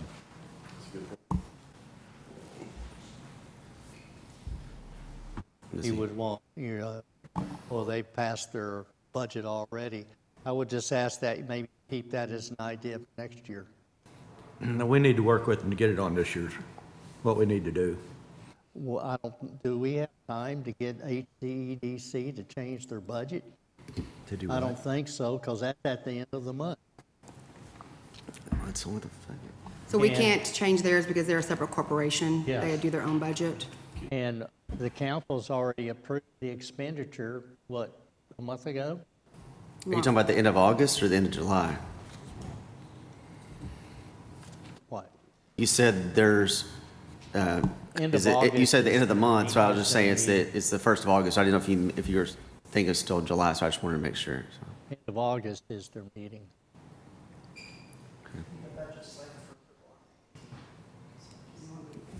And so we can't change it till the end of 18th when it gets approved, so can we not? They have to change their budget. I'm sorry, what? I missed what we're talking about.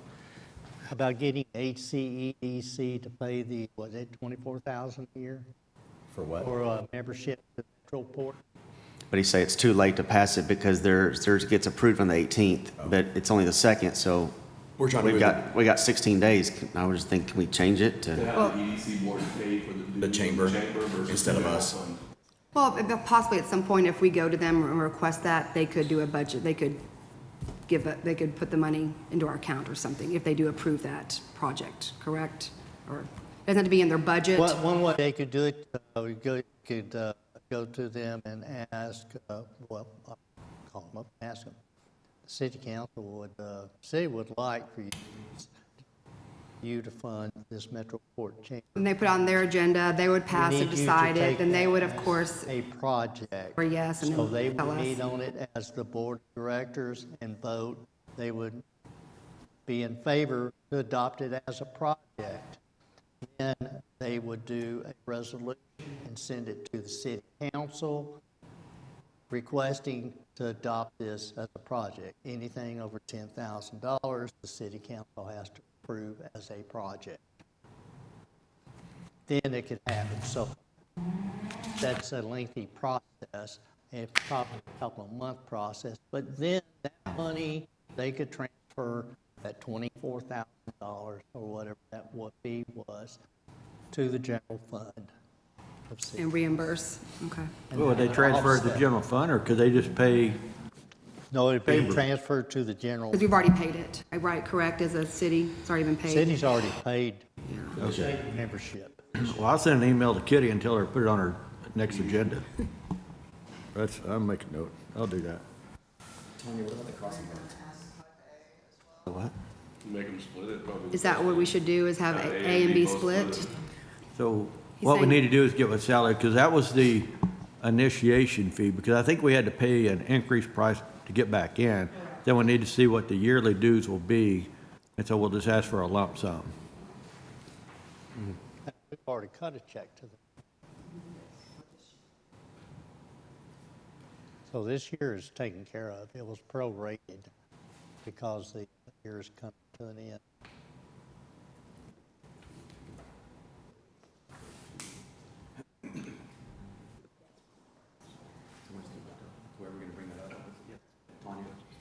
Yeah, Marcy said, I won't forget, but I don't know where it goes. Any other questions on HDEDC?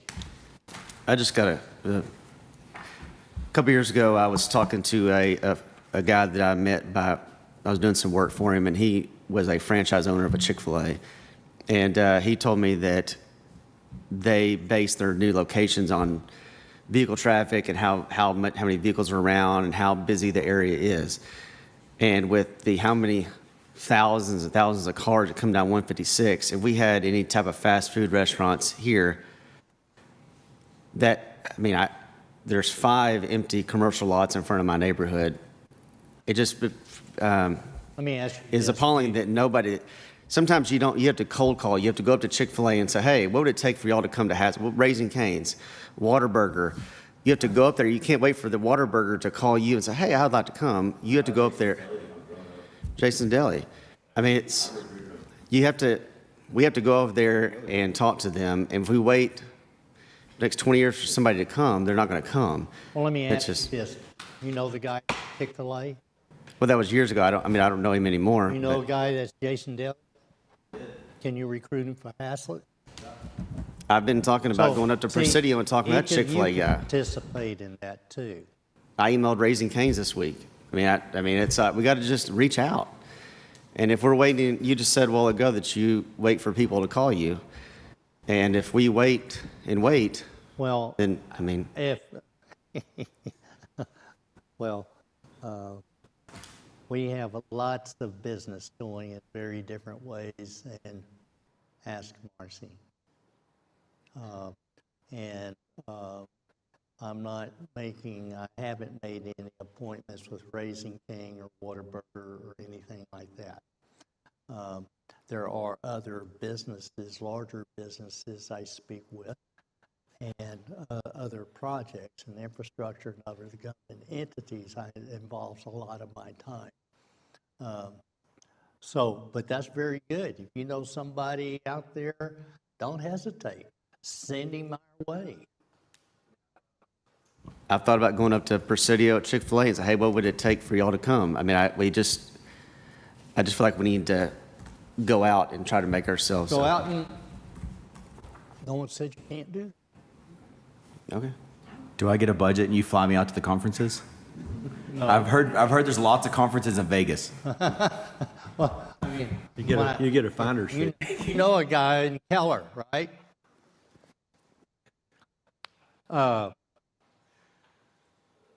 With all the vehicle traffic coming down here, businesses would thrive. I mean, they're building a new one off Chick-fil-A off 287. I mean, it's because of the traffic it is. We're just as busy as they are if they didn't have a highway. You know, here's an It's just- interesting thing, and I'm not saying this. I just, and this is very local, in that I was talking with a business not long ago, and well, it was probably about a year and a half ago or 2 years ago, when there was much more traffic on 156 than what there is today, because it's somewhat subsided. Maybe because I don't know what for reasons. Logistics is down somewhat, but it will be coming back. But anyway, I made a comment to him. I said, all this increased traffic on 156, man, you must be getting a lot more business. And he goes, no, I'm not. He says, I get less business when traffic has increased like this. So that doesn't always, it depends, I guess, what business you're in. I'm not claiming to be a retail business expert at all, but anybody who wants to come in and do business in Haslett, Texas, I'll help them fill out the paperwork. I'm just going to bring it back to Mr. Schwenke. If he's our EDC coordinator, I feel like he should be doing more to market and promote Haslett, to connect with our local businesses, to recruit, expanding other businesses. And if he's not doing that or not able to, or if that's not part of his understanding of his job title or job role, then that needs to be We a haven't discussion. asked him to do that. Then we need to task him probably to do that. Are we paying him with the idea that that's what he's doing?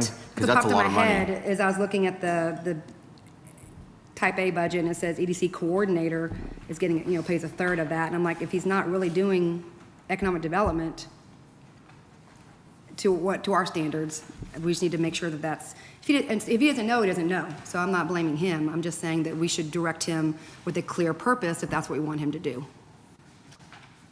And I'll speak to him about that, see if, what his time available, will he do that?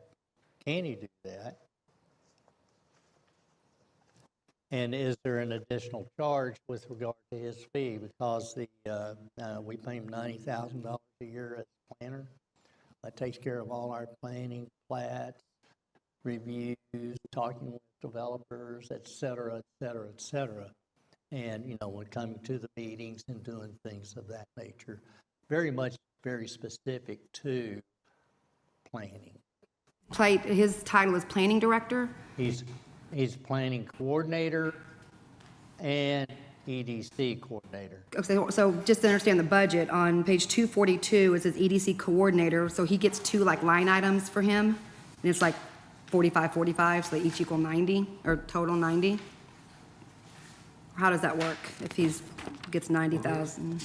I'm on page 242. But if it says somewhere else that there's a planning director, you said he makes 90,000, is that in addition, or is that, like I said, split in half? Page 242, what am I looking at? This is an amount that, Oh, there it is, it's in the middle of the page, that's why. They pay, that's 1/3 of that, so EDC A and B each pay a share, a third, and the city pays a third. Right, to Mr. Schwenke for EDC coordinator, correct? Yeah. So, but you're saying he's also, is the planning And director? then previously we reviewed planning and engineering. So that's 43,200, so the other 45 is the director part of it? Is that There's a planning, city the planning? planning I say piece. director, planning And part the of it. EDC piece. Okay. Okay. So if he's getting paid half to do the EDC and half to do the planning, he needs to be doing the economic development part as well. Or he needs to be doing all of the planning, we need someone else to do the economic development. Understand, How I look at and, it. I'm sure there'd be a little, bit more if he's actively going out and recruiting businesses. Okay. Very good, I understand the desire. I don't know, an EDC coordinator, in my opinion, wouldn't that be somebody that would already be doing that? Or is that just, No, no? there's not a standard job description out there of what that is. Well, I just said that would be something he would be doing, coordinator, but I think he would be, economic development, he would be trying to get stuff to, Not necessarily. okay. I'll go back and review my notes when he was hired and see what exactly we asked him to do. And then I'll let you know, Mr. Gilbert.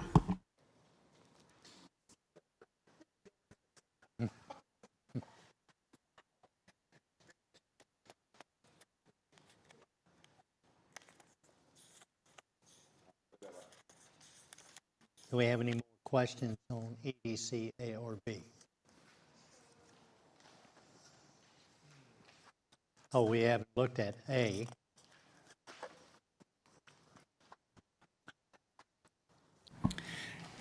Type A's budget is very similar to B, except Type B has properties and Type A does not have properties. Once again, the employee that we used to have was shared by type A and B and the general fund. And so that's what those blank lines are again. They've pretty much left their budget very close to what it was last year, except for they have different debt service requirements that caused it to change this year.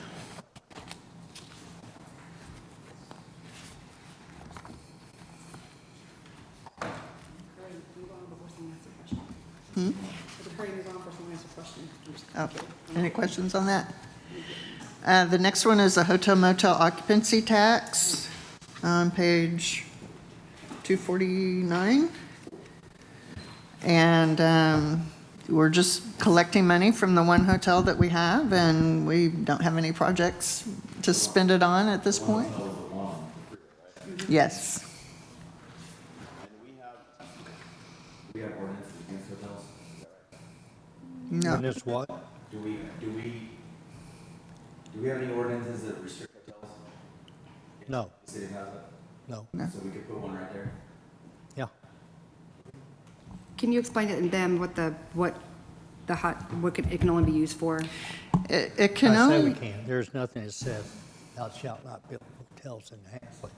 Now, if it meets the zoning use criteria, then it can go wherever the zoning allows for a hotel. Yeah. the lodging tax can be used to advertise for the hotel. It can be used to, if we had a type of business, like if we had a convention center or something like that, it could be used to promote that. It could be used to wayfind to the hotel, wayfind to an event center or something that we had that would actually attract tourism, basically. On 149. Yeah, 249, I'm sorry. So it could be used to promote the city highway? It can be used to attract. The fundamental behind the use of the law that governs this is to, you can advertise the events in your city because those people that come to the events need to stay in a hotel, so as to increase the hotel occupancy. So we could use that money to advertise the 4th of July, the Christmas event, the Easter, No, because that brings people here, right? it doesn't cause increased occupancy of the hotel. Would be good that you read this, we get the law and let you read it. It's pretty narrow. It's very narrow. It's a pretty narrow use. Well, I'm glad you brought that up because we could be using that billboard when we have all this free usage of it. We do use it. We have it for House That Is Hiring. That's all I've ever seen. Is there other things that I've missed? We advertise for all the park events on it. The park events are on it too? Okay. The one at Keller Hicks and 35 acre. Yeah, it's like Christmas in the park. For the majority of them, I believe there's been something up there for them. Okay, great, good. That's,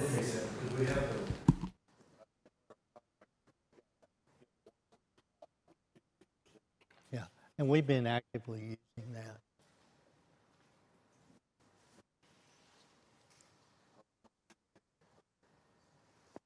All right, anything else on the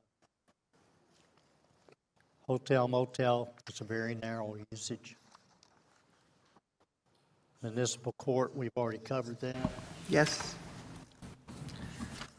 The next one would be page, 253.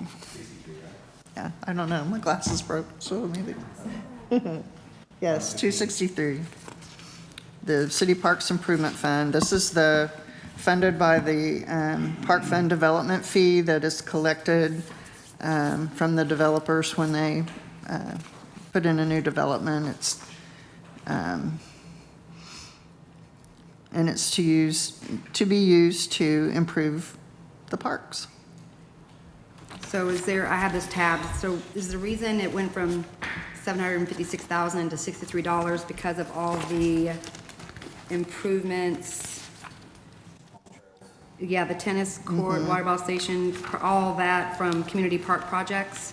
Yes, and any of these that in the current year that have not been undertaken yet will carry forward. And then on page 266, it said Nance Field parking lot. This is something that the Parks Board is, No, it's something I put in.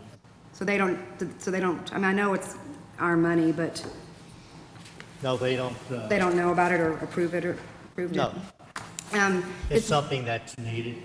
Oh, I know, I agree, it's neat 100%, I just feel like they should have had some input. Is it enough, is the 175 enough for, how many parking lots?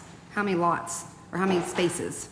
It's hard to tell because it's just Cleachy Rock right now, so it's hard to tell. How it could And even be the divided? intent is, we'll get a Tarrant County ILA. The only thing we do is pay for material. We won't Right, pay so this for is labor. possible ILA? So that's yes, It's not our actual money then. We split it. it is our money. They do the, yeah. Tarrant County do a lot of the work. provides machinery and labor. So they, okay, I didn't realize they could do an ILA for, I thought it was roads only, I didn't know they could do parking lots. Anything asphalt. Anything asphalt, okay. They did the baseball field. So it won't be concrete, it'll be asphalt. It will be asphalt, not concrete. They only do Asphalt. asphalt. So that's why, okay, the 175 would only be our, okay.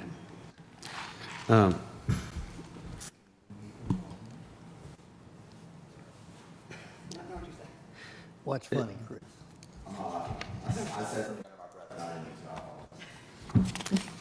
I know that working with developers on commercial projects that I currently work on, not here, but my job. Whenever we're doing a development for like a residential subdivision, when that subdivision gets built, the park that the developer puts in, say it's in City of Fort Worth, it becomes a Fort Worth park. And then Fort Worth starts maintaining that park, and there's a big sign that says, blah, blah, City Park, in front of their play area. I know that over in Sweetgrass, by one of their pools, they've got a playground there. Do any of these developers that build in the city of Haslett and they put in a playground, put in a park for their neighborhood, do we have to maintain that, or is that something they maintain as, part of their HOA? HOA owns it and maintains it. Okay, I just wanted to make sure. Sendera, Fort Worth Development, Right. all those parks they got in Sendera, all of those are owned by the Sendera HOA and maintained by the HOA. Okay. It's very unusual. I haven't seen it. Maybe evidently you worked on a project where a subdivision built a park and donated it to the city. The city has to go maintain it within that subdivision. That's a rare situation. Well, if you drive around Fort Worth and there's neighborhoods everywhere, and there's a place that says City of Fort Worth Park, and then over there, I've seen a few, yeah. and then there's some over there by Presidio. There's an apartment complex, and there's a park right there, and it says City of Fort Worth Park. So I just didn't know if that's something that they, then the city starts maintaining that. So I hear that a lot. So I just wanted to make sure that could be a couple more parks that we'd have to maintain. They may very well have, Fort Worth may very well have when you do a subdivision, that you've got to donate a certain amount of land for park. Correct. Whatever the case is, and that may be something like that. I have no idea. Yeah, we have to, the developers have to have a certain amount, a percentage, like 5%, 10%, a certain amount in their subdivision for a park, and then usually they the city, or they donate that to the city, they take care of it. Okay. I was just curious. I think I missed out. So y'all on 266? We Yeah. talked about that. So, all right, and I caught, okay, they're looking, possibly doing a project that is asphalted? Yes. Okay, for the parking lot? Okay, that's a good EDC project that they could fund right there. So we need to go back to EDC and have them put that on their list of things to fund. 'Cause, they like to help out with projects in a park that support our community, so that would be good for them. I'll put that on the list to notify Kitty on. I appreciate, Mayor, you putting in the 175 for the parking lot. But I also wonder about, going back to what Tanya asked about a little while ago, which was the master plan for parks and ball fields and all of that. I think I've heard a lot of ideas in the last 4 years about we need to do this, we need to do this, we need to do that, you know, and everybody's got a little idea. But I'm wondering if, I've seen it where people get excited or organizations get excited and we start doing something lest we do nothing. And then we end up with a plan, and the plan says, well, the better use of this land would be this configuration, and they end up having to tear out some things they've already done. So I wonder if there's any way we could, before we concrete a parking lot, which is, of course is needed, but could we get a master plan for redeveloping or improving Nance Field, the ball fields behind the fire station, you know, whatever else, if there's other land that we can incorporate as well, so that we can say, okay, yes, if we concrete this, we don't have to tear it out and redo it again in 5 years, if we, you know what I mean? Instead of just kind of piecemealing everything, because if we can have a master plan and say, this is where we're trying to get, what piece do we do first, what piece do we do second, what piece do we do third, you know? There is Nance Field needs to be redone. The ball fields behind the fire station are not adequate. HSA literally has a waiting list every single season. We have nowhere for football to be. There are no soccer fields this side of Keller, basically. There's so much need for sports areas, sports fields, sports facilities. Before I heard about your community garden, I was thinking that field right there would be a great place to put soccer and baseball and football and anything else we could stick there. So maybe we could incorporate those 77 acres or whatever it is that's there. I don't know, but Yeah, we had to talk to Type A and Type B. They donated they gave them funding for particular, and the city council approved it for a particular development. yeah. But before we start concreting a parking lot, I wish we could have an overarching plan. So why don't we, you want to take the Nancefield parking lot off of here, and we'll just put in, we'll change it to I would just put a pause Park next to it. Master Plan. I would put in probably $300,000. Well, I did look it up, and it is not legally required in Texas. It is required for grants, James. And yes, it's recommended to maintain a relevance and guide growth responsibility. So it says, without a doubt, it should be updated every 10 years, so, but not legally required. I love the idea of doing a master plan, and I think that would be really good for both field complexes that we have. Since this is only going to be asphalt, that can be easily taken out for a master plan, but since it's not concrete, I think asphalt can be taken out. But right now, when it rains and you've got a game up there. Nobody knows that I want, to be done other than me and you. So it's not going to hurt anybody's feelings. No, $175,000, why put something down and tear it out? Right, but I'm saying like right now, when we go up there to go play softball practice, it's a cliche rock, it's dusty. If it's rained, it's muddy. People walk out there, they twist their ankles on the cliche rock. Yes, I know $175,000 is a lot of money, but that could be taken out for a master plan right now. I think there's been a lot of people, if you ask within softball and baseball, they'd say, we'd love to have this done. Oh, absolutely. I know they would. I wouldn't have to go ask them. I know they would. So, all right, so we'll leave this in, and we'll add a master plan study, sign, I'll say $300,000. I think they can be done easily, but $300,000 or less. You don't have budget in this fund for that. Huh? You don't have the budget in this fund for that. You only have. This We budget can has do it out of six. the general fund. Yeah.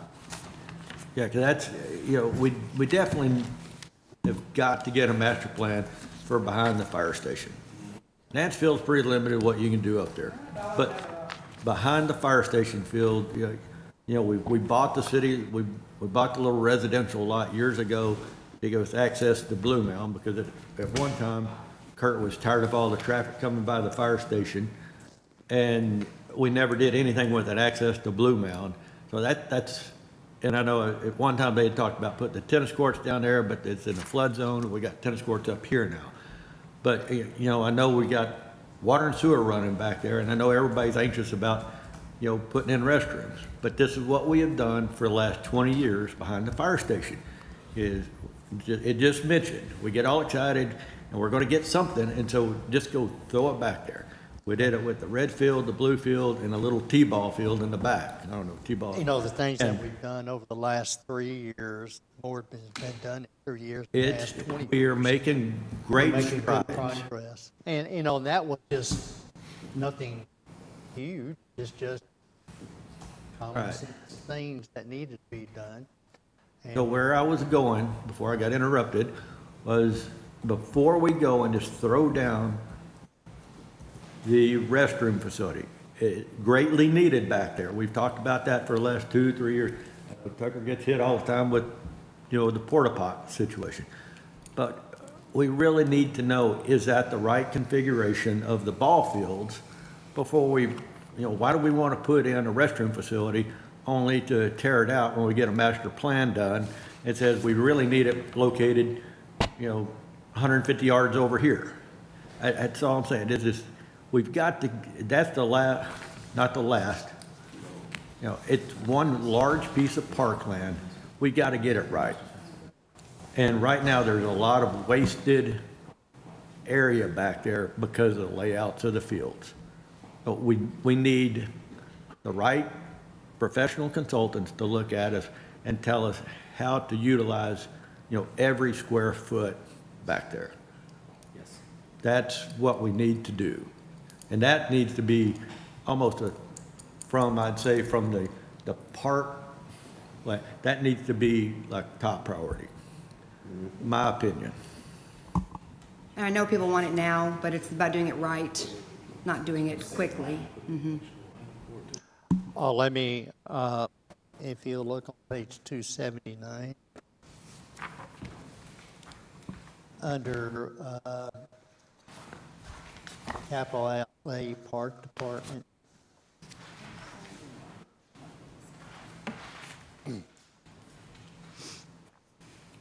At the very bottom, not the very bottom of the page, but that subsection, there's 2 line items: survey, topo, drainage, 18 acres behind the firehouse field.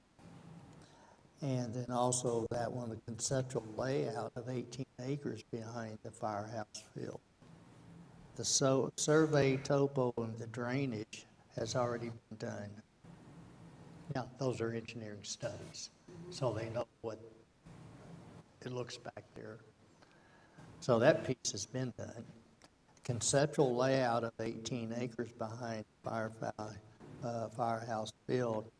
There are some planners that have that right now that are beginning to look at. They haven't been given any direction as put this field in or that field or something like that. And but what would be appropriate sports fields? How much could you get back there? But also understanding the parking need back there, and a road off of Blue Mound Road into that area. What could be done? And this purely conceptual. No real high-end study here, but these people do plan this type stuff, so they're looking at that now. But we'll bring that to you. And, okay, now I've seen, we have scoured the servers and documents, like all the surveys we found. I think it's a total of about 4 surveys done over the years, and have compiled all of that to see what's been accomplished from these surveys. And so, you know, people want this. Surveys for what are you talking about? I'm sorry. Park surveys. So our last survey was done, Yeah.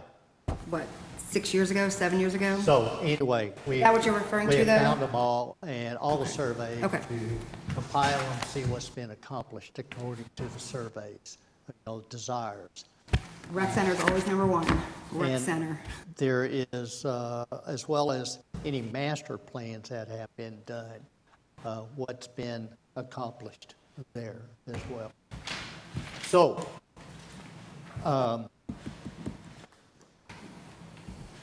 do we proceed with the asphalting of the parking lot? Mansfield parking lot, do we proceed? That's what- No, we're going to end up the conversation. Do we want to put in the master park? Because the master park plan is much bigger than Mansfield and Firehouse. We can make the RFP about doing the ball fields only, just do those three areas and not Community Park and Gamble Park, correct? And then, like Nance, Firehouse, and then the acreage, the other land we have, and see what they say. And it said, yeah, the average cost like 20,000, so it doesn't, I don't know if that's correct. Seems low. Seems low, exactly. And I want to make a correction. Rec Center was number 2. Nature, area, trails was number 1, which we have that. So that's good for us.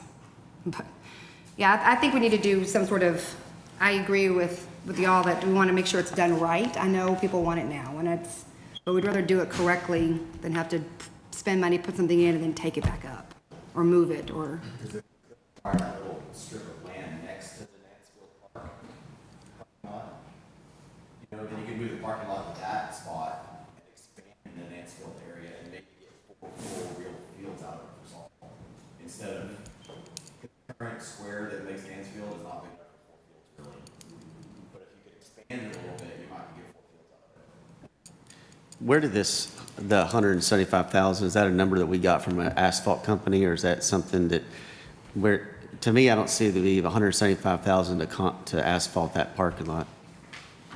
Is that, Engineer oh, you got the numbers for that? kind of construction estimate. Okay.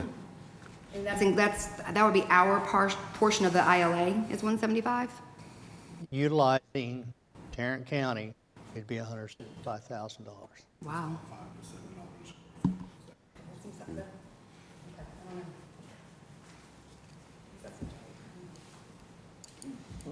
Any more information on that? I mean, that's, No, I was just saying, I didn't know where that number came from. Would it be good, like what planning company did you say is working, or it is maybe going to work on this on what? master plan you said there's already Well, it's somebody not a looking master, at, they're just looking at the 18 acres. who is that? I don't recall their name. I met them 2 weeks ago at Belcheff and Associates office, so they were working, in conjunction with Belcheff and Associates for whatever they do out there, because Belcheff and Associates they got the topo and things, so there's kind of a coordination. Well, let's do this here, that here. Well, the engineers go, well, here's drainage, here's what has to So accomplish. Zach, we can just email Mike Anderson and ask him. That'd be a way to get the answer on that, and find out who he's working with. I'll I just didn't know if he knew, so. I'll contact them, pass that name on to you. Would it be good to maybe get a meeting with the planners and HSA and us to kind of think about something so that way the planners could know kind of what would be needed out there? Like, because what if they put some stuff and then we like, hey, we don't need this, I do master plans a lot, so I kind of, if you kind of find out what the city needs or what the developer needs, or, if HSA says, well, we'd really like to have 2 football fields here or like a soccer field, and the planners don't need that, I feel like that's something that the planners could, when they're designing this, they could have some ideas. Who is HSA representing? I need to ask that first. Who is HSA representing? The families that has it. I don't Well, that's the understand. minority. It's the baseball. Here's the only reason I, You're- it's already mentioned, You're about to say non-Hazlet residents, right? 90% are non-Hazlet residents. I know, but Well, I'm not you've, talking- sorry. I'm not talking about I'm talking about like the director of, the commissioner of baseball, the commissioner of softball, the commissioner, those people, the heads of it, saying, hey, what would you like out here is what I'm saying. Not talk to the families, because that's. Well, I'm not talking about the families, I'm talking about HSA. They live in our city, correct? Right, they live in our city. The baseball commissioner Commissioners. lives in my neighborhood. I'm just Yeah. saying, like, it would be good to maybe meet with him and be like, hey, we're gonna do a master plan. What are some things out here that HSA could use? before we waste our money and have time for a planner and be like, oh, I want Yeah, that's a good idea. I know, I've Mayor. met with them in the past. It was like a lot of nice stuff, and it is nice. It would be grand if we could have. I know Mayor Halsey, you talk sometimes about how some of the thing, like HSA, for example, is mostly non-Hazlet residents. But so are all of our community events. My kids play in Keller, and the majority probably of the kids that play in Keller are not Keller residents. We used to play in Trophy Club. We were, a lot of the people that play in, Keller charges for it, they do. They charge us $30 extra. as Yep. well as a resident fee. Yep. So I think we can't just, when it's something like a sports league, it's never going to be all Hazlet. It's never going to be. It's the greater Hazlet area that comes to those fields. And if we do the fields right, they actually can be income producing. I mean, my boys play select baseball, and there are tournaments all over the Metroplex every single weekend. And some of those facilities make like $100,000 in a weekend. I don't know anything about how the business model It's works. huge. It's huge. Who do they pay the money to? The city gets the money. They charge a door cover at the facilities, $10 to $20 per. And every team has to pay like $3,000 just to be in it. And all The that city, money goes the to city city. gets that? Yeah.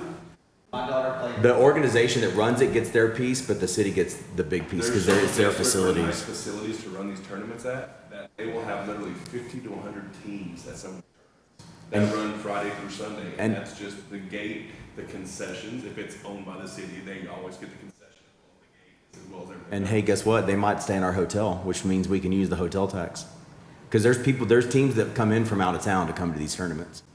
And everything, the last fields you can really find are Keller. There's nothing west from Keller that are good fields, that are multiple fields, that are in good shape. I mean, there is a crying need for sports facilities. The one field's at Fort Worth, you stayed right down off of Blue Mountain on the other side of 287. Yeah. Yeah. They didn't even do a good job of it. Yep. You talking about the brand new one they just built? Yeah, they didn't do a good job. They did not do a good job.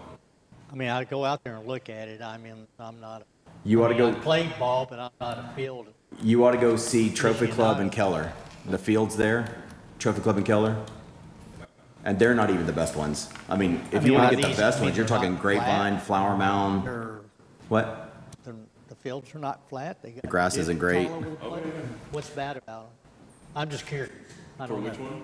The ones you're talking about down on 56, South Good, They're just, for how much they spent on them, they're just not that great a quality. There's not really a lot of concrete, there's no bleachers, there's no facilities, there's no Oh, okay. amenities to it. Whereas So like they you still take got a the other rock spectrum, to it. and Keller just passed a $44 million complex that they're gonna do just for, a $44 million complex just for their baseball complex. which will never be that big, but No, we can never do that good big. stuff. I'm saying, but that's how big the business is, where that city's willing to put $44 million into it because they know they're gonna recoup that. Where could I go to learn more about that business or that business model? But I know nothing about them. I mean, you could probably, sorry, Sorry, go ahead. you could probably talk to the KYA, Keller Youth Association. They run a lot of that. You can talk to TCR Baseball, which is Trophy Club Roanoke. They're about to put in, I don't know if you saw, there's an outside private company that's about to build a multi-million-dollar facility in Roanoke, and they're expecting 2 million visitors a year just for the baseball tournaments that they're building. And it's a private company that's building that facility. And they're I know a building the ice skate. private company evidently approached Taslet some years ago. And. Turf fields too.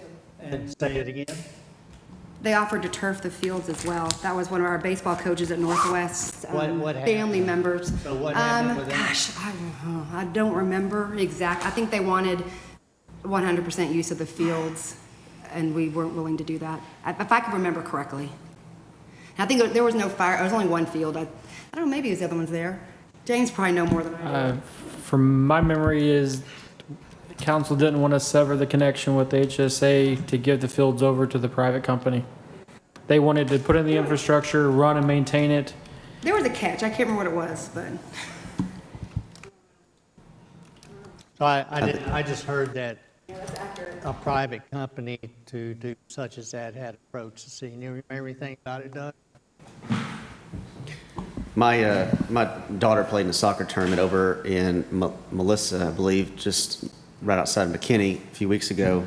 And the tournament was Thursday, Friday, Saturday, and Sunday.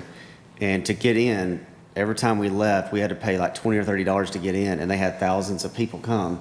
And if you think that's just the gate fee. That wasn't the concessions, that wasn't selling merchandise. I mean, that was just to get in. And my wife she went Thursday, Friday, Saturday. We went all 4 days. Well, I didn't, I had to work, but she took my son and daughter. And I mean, those gate fees make a lot of money. And if we have a nice complex down there, that could, have these tournaments. So I think When you that's. do it cashless, you don't have to worry about that. And I think the place you're talking about also is also going to have like hockey, and so that's going to be one of the in Roanoke. Yeah, it's going to have one of the Dallas Stars like kid leagues there. They're going to so that's a big thing that's going to Roanoke. So You could talk to Mayor Garish in Roanoke. He'll probably recruit that. I mean, I don't know, but you would assume so. Scooter. Yeah, Scooter. He's been around a while. I've known him a long time. Yeah. Very good. All right. Okay. So, go back to are we going to put a master park plan line item, $300,000? I don't know if we need that much, but I guess we can put Well, it I'm and then, thinking- and then. I would put that in there Okay. because that seems reasonable. but Okay. I would put it in there. It might not be that much, but All right, so, we need the main park. We need Correct. firehouse dance and maybe Right, just, yes, and give me what? is there, 77, is there, I don't want to spend the Parks Board. Maybe it'd be something where we go to them and they split the cost with us? I don't know. Parks Board, EDC Board, I think we have a lot of. Oh, yeah, a lot of EDC. sources we can pull revenue from that can contribute to a budget of this size. All right then. So What did we we'll put that decide in about the general. asphalt? What did we decide on 300? that? Is that how much? I don't know. 300,000? We should vote. 300,000.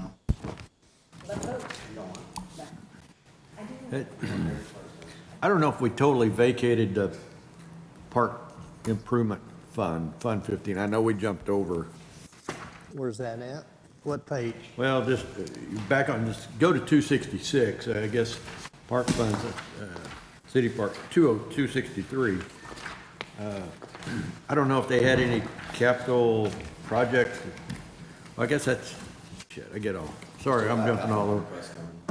Anyway, so outside of all this stuff with ball field, I want to see, is there anywhere for the parks, James, to put, shit, I don't know what you call it, that, the new,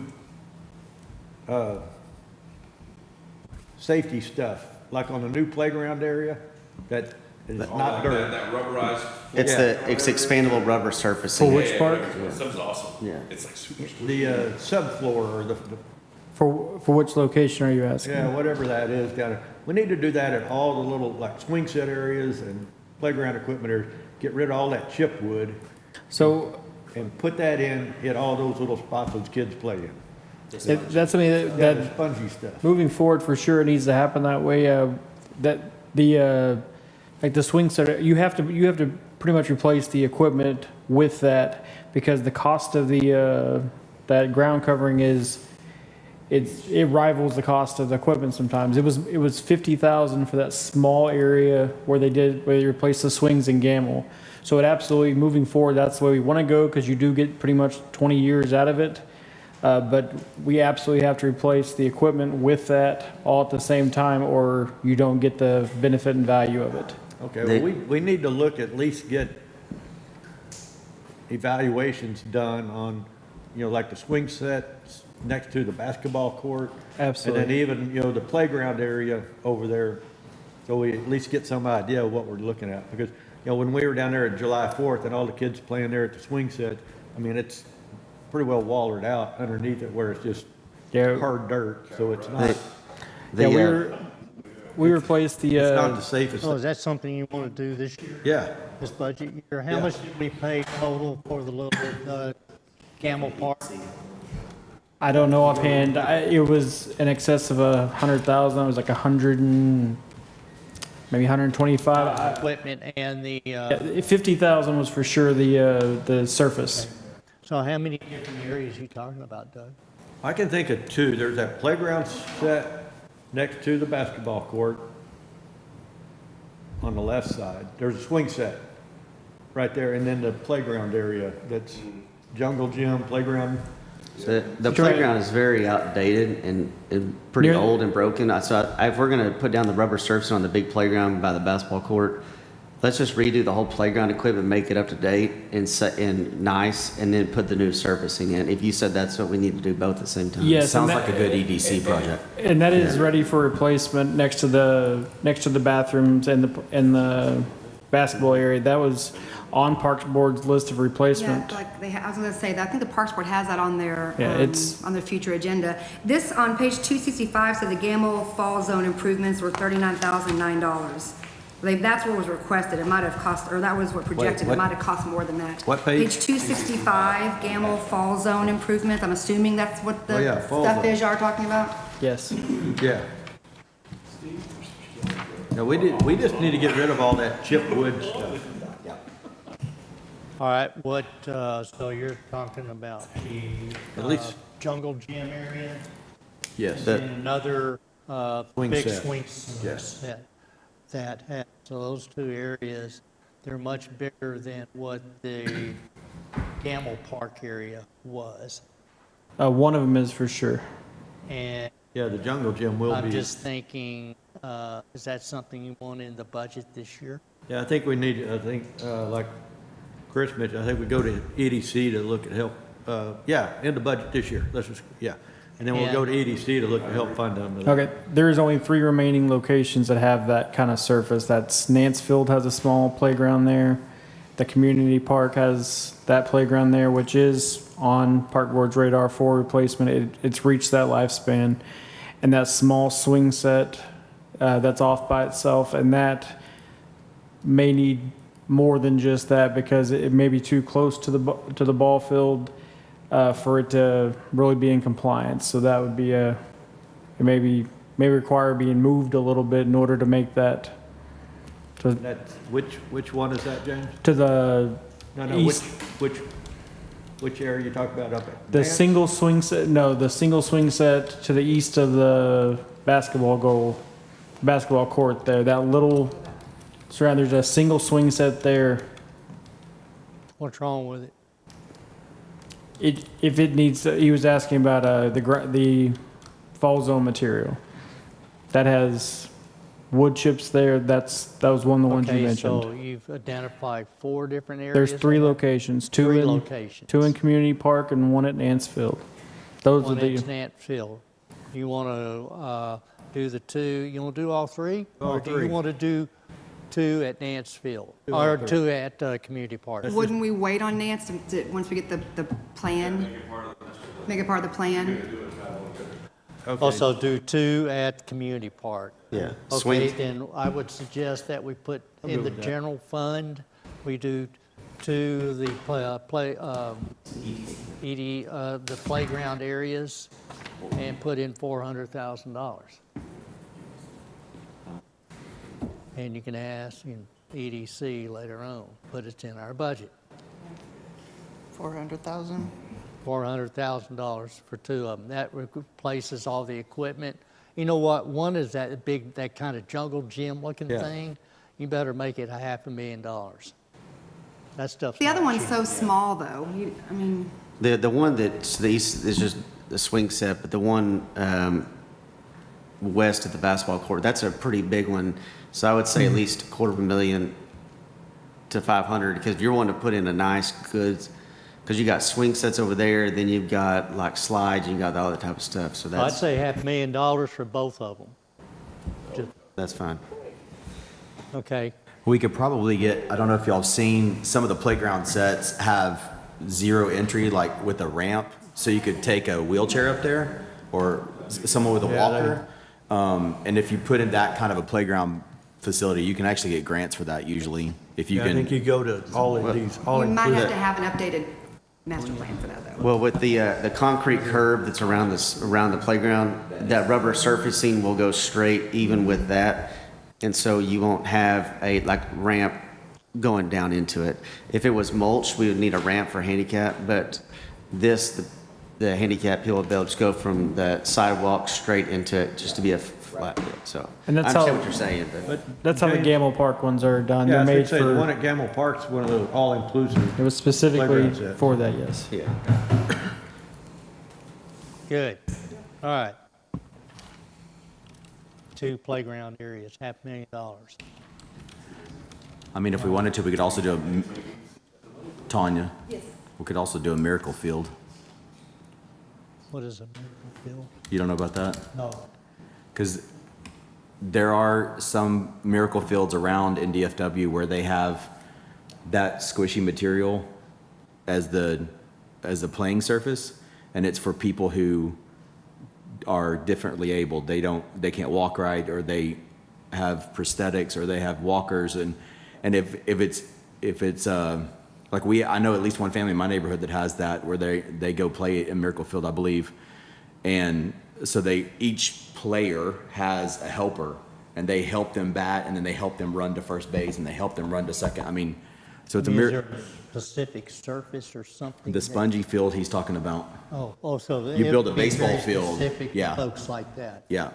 You build a baseball, it's small, but you build a baseball field with that kind of surface on it too. Okay, well, what do you want to do today? No. I'm just spitballing. Okay, just thinking. They got his. Okay. Well, I need to get something on paper. I need the number. Okay. Very good. Anything else about parks? We good on that? Yes. That's what's next. Hey, just All real right, quick, can we one, take 5? Let's take 5-minute break, please.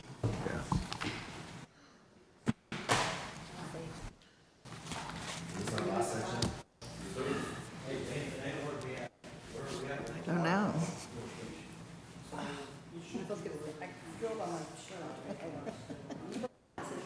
I know. Let's throw them around.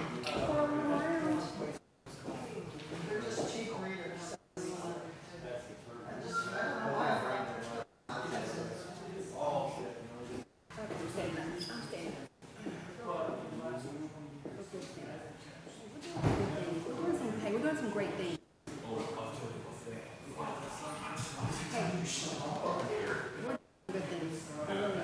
I love this master plan.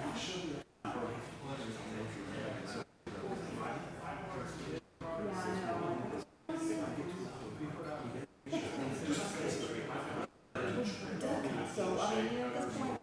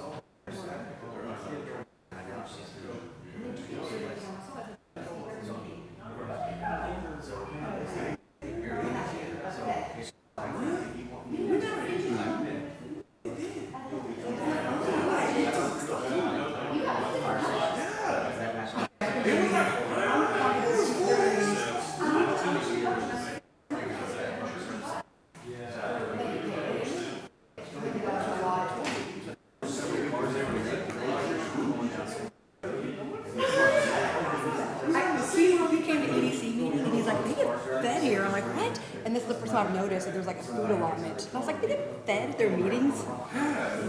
Wow. Okay. I'm gonna come to every one of their meetings so I can eat Yeah. free.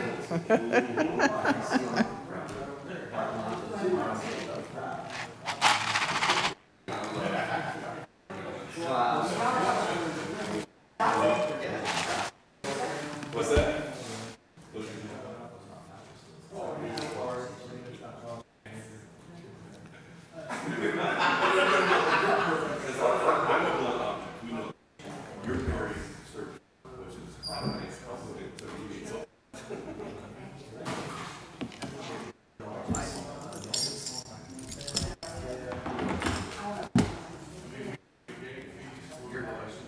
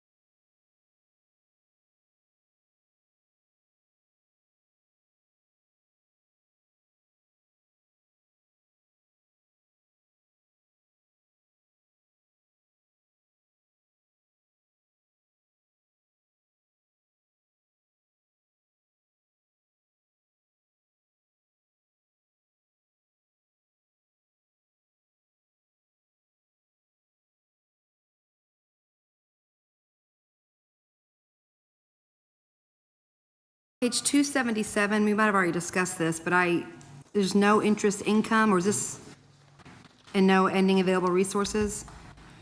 This is Fund 9 that's going to close into water. Okay, closing to water, thank you. And then 19 is the same. It's going to close into the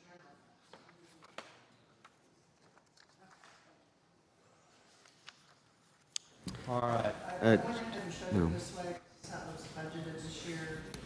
Not all of these projects are completed, so. Oh, I guess. They're not completed, and they're going to carry forward, but that's the projected ending balance that would go into the water. All right, Is that, page 281. can I ask a question? Yes. James, I got a question for you. On the capital outlay for Public Works Department, what is an RTV? I know what a UTV and ATV is. Is that something similar? What's a? I can't tell you offhand what but yeah, it's all the same lines. ATV, UTV, RTV. Okay. UTV is utility. Right. R is, I think, maybe rough terrain. There we go. Is it similar to like a Polaris Ranger, like something like that with like two rows? Is that Yeah. kind of, is that? Yeah, similar? that's what it is. And these were, this was from the previous year. We own this already. Those have been purchased. Oh, okay, I got you. But that's really what it is. We use them for moving stuff, fertilizing, things like that. I never heard of that Yeah. RTV before, so I just wanted to. That's how Kubota brands them. They're all a little different, but that one's more the utility one to carry stuff, less of the climbing up it. Yep, that's Rough terrain. Hey, real quick, Marcia, got a question on page 279, just the format. So, we've got the fiscal year 2026 budget, and then on the far right, we've got notes, and so all these items noted as carry forward to fiscal year 2026. You don't need to include a dollar amount in the 2026 budget? No, that's the numbers are in the projected year end in this column right here. So we're projecting that they're going to get spent at what they've already been budgeted at. Okay. And so if they don't, if they have money left over, it'll just add to this balance that we're going to close into the general Okay. fund.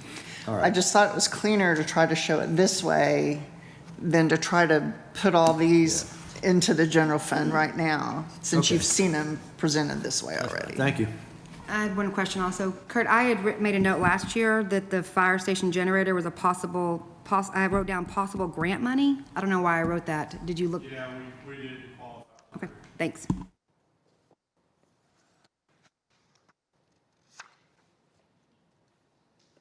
Okay.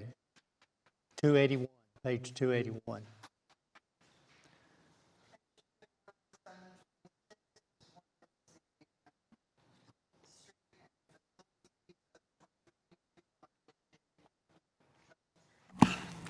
And so the only thing that we have budgeted to come out next year is Hazlet Parkway construction, engineering, and that's hopefully for when the rest of the road gets done. And all of these projects that are in the projected year end, they're ongoing. And if anything is not completed, it'll be carried forward into the next year. The balance in this fund, this is what I was referring to earlier, we're getting close to where we need to check our arbitrage situation before we would go ahead and spend this. Before we spend the 100,000? Before we spent that balance, the 265,818. Okay. But that 265 is still there after you spend the 100? Yes. Okay. And so I am not proposing to close these funds because this is what's left over for the bond money. And so it has specific purpose. So until these funds are exhausted, I'm going to leave these funds open. So, Mr. Mayor, may I ask what the status is of the Hazlet Parkway construction? If we've got 100,000 sitting here. Hazlet Parkway construction. The engineering, construction engineering. Is this for the extension that's still to come to connect Hazlet Parkway to Avondale, This, Hazlet Road, and build the bridge? That will be The project is not dead. TxDOT suspended. They call that suspended, but there's ongoing issues with the piece that they collected. So this, part of the funds, it's Haslett Parkway Construction Engineering, and it's very specific to Kimley Horn and Associates. Kimley Horn and Associates was the engineering firm selected back in 2017 or at some time when that project was adopted, and that is for their activity in this. I actually had a call with TxDOT a week and a half ago, Yeah.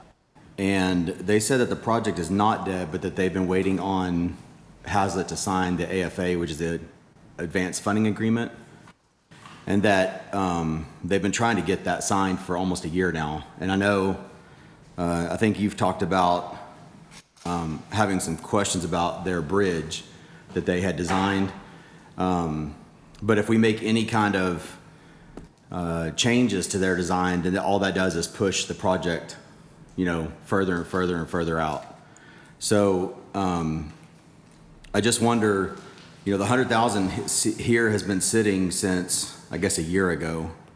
And I'm having trouble putting together the two different viewpoints, because you said the project's dead or suspended by I didn't say dead. or suspended by The TxDOT. statement out is it's not dead, that the term that TxDOT used is suspended.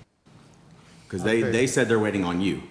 They have what is called an AFA, Advanced Funding Agreement, and what TxDOT did on their own accord is redesign portions of Haslett Parkway. There is a already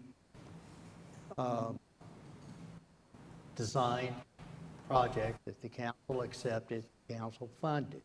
HC, EDCA, or EDCA and B funded, and a TERS was taken out to fund all of this, or at least Haslett's part of it. I think it's of approximately $13 million. That's the only approved design right now. What I have communicated to TxDOT was, I can't sign this AFA or bring it to the council until TxDOT, you bring this proposed design so I can present it to the city council for their approval. They have to approve the design first. Which design is that? See, this AFA's got a lot of stuff included in the back end, Right. which will be a whole redesign.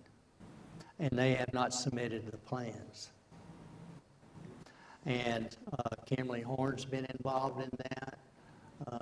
Belchep and Associates has been involved in that. Lee Engineering is being involved in that.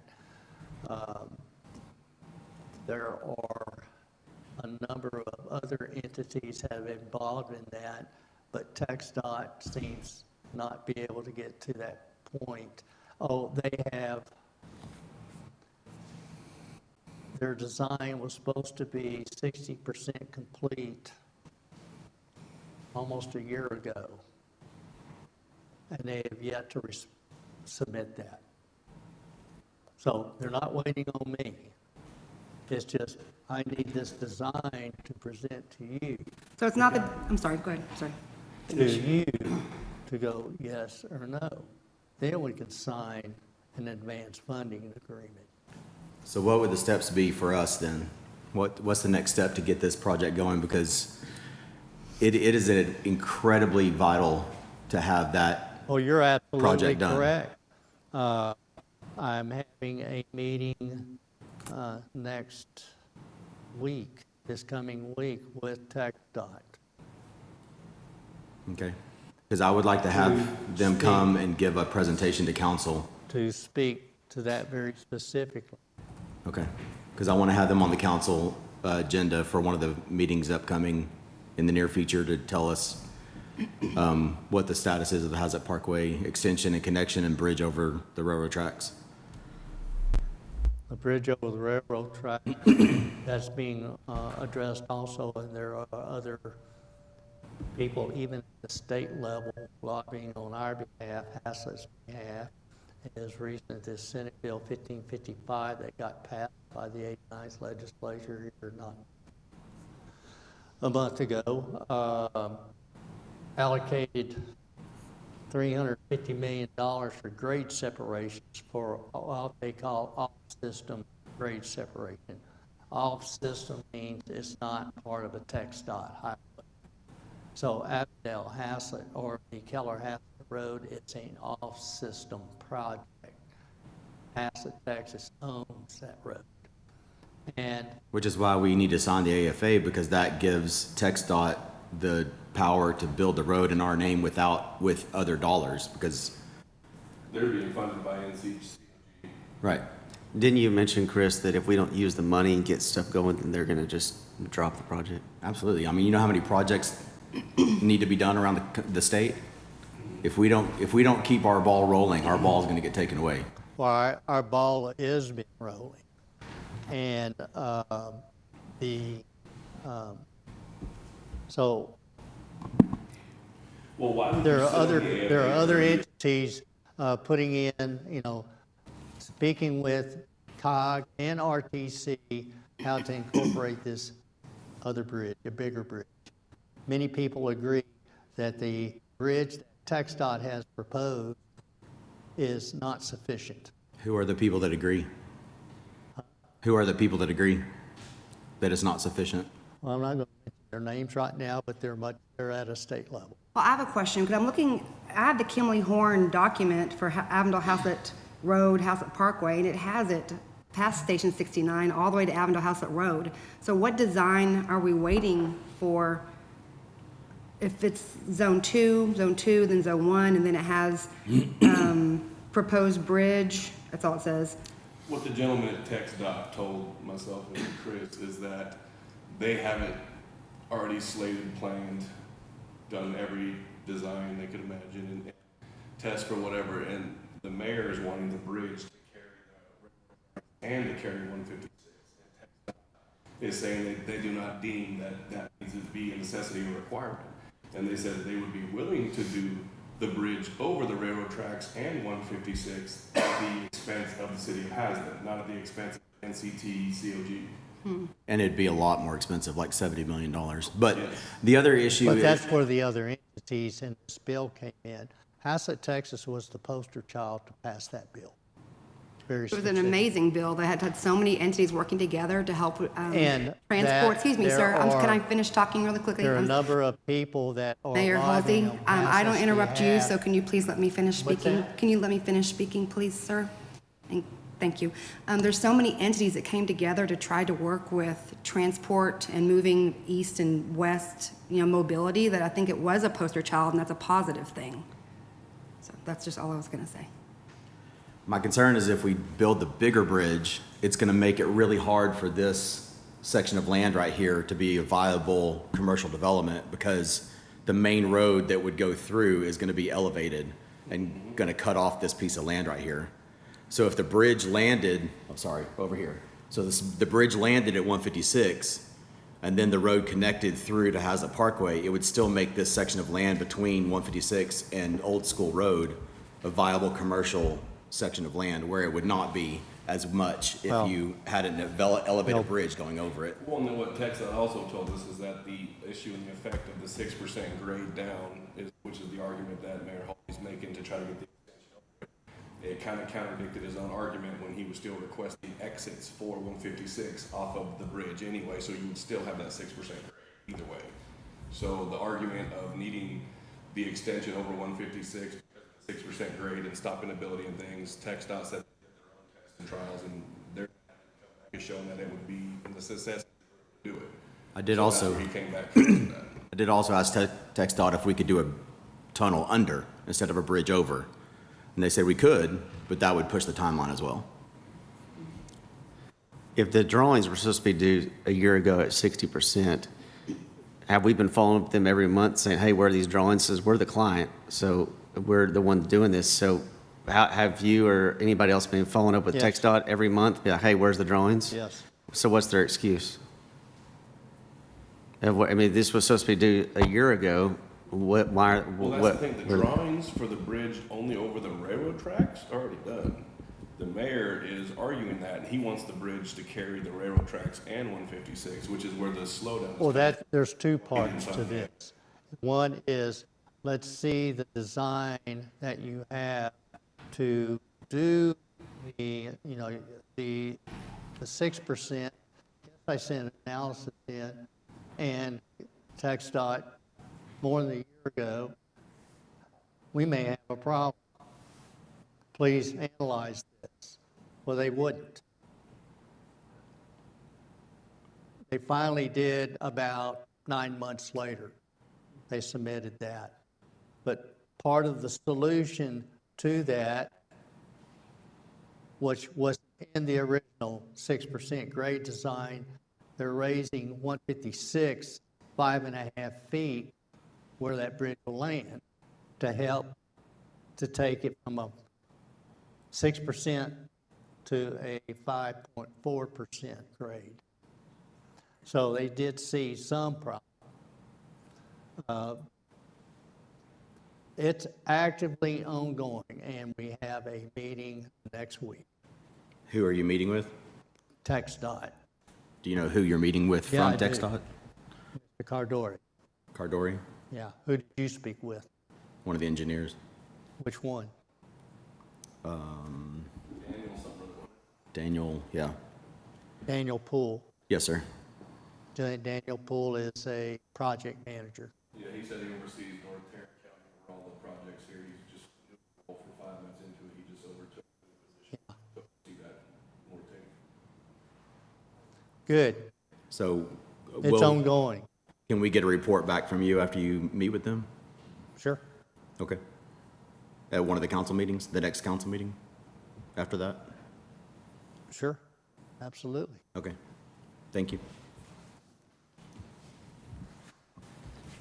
So you were mentioning a while ago, or somebody was, that a bridge would go over the railroad tracks and the bridge, sorry, the railroad tracks and 156, and then it would go down. So how would, on the top where the Hassett Parkway is now, it's a huge grade difference. Are you going to kind of go take the road up, or how are you planning on? I don't know how that part goes. I just know that it's all, they originally had it as two projects, the road and the bridge separated, and they put it together to make it one project. And part of it is the bridge over the railroad tracks, and then it connects through to where Hassett Parkway stopped. I don't know how exactly the grading is going to go to connect it up there. But the other big issue is that the railroad is about to add a fourth track in their plans. Really? Which means we would have 4 chances to hit a train coming by right there. I also wonder if there's any way we can get the railroad yard to do their switching to the north instead of switching to the south, which would keep them from blocking this crossing right here as often. I don't know if that's a viable option either, but every day, even the school district will tell you, they are incredibly impacted by that railroad crossing every single day. And it is of vital importance for this entire region to have that bridge built. When are they going to put in a new railroad next year? I don't know exactly the timeline, but it's in their plans. It's a legitimate excuse for the students to say they're late to class due to being stopped by a school bus, by a train. It is. Now, it is a huge issue. We all know that. I have been to Austin to visit with the state engineer for TxDOT to address this. I've been to Austin and visited with and I say visit, more, we spent about 2 hours together reviewing the entire package. With the Director of Federal Highway Authority and his engineers, there were about 5 of them on this whole project because it involved a grant. So it's been worked, and it's being worked hard. TxDOT Fort Worth District has challenges, internal challenges and personnel. And that's been part of the challenge working with them. They have switched, they got their second consulting engineer on this project. Kimley Horn did the original engineering design, but they have another consulting engineering firm who is,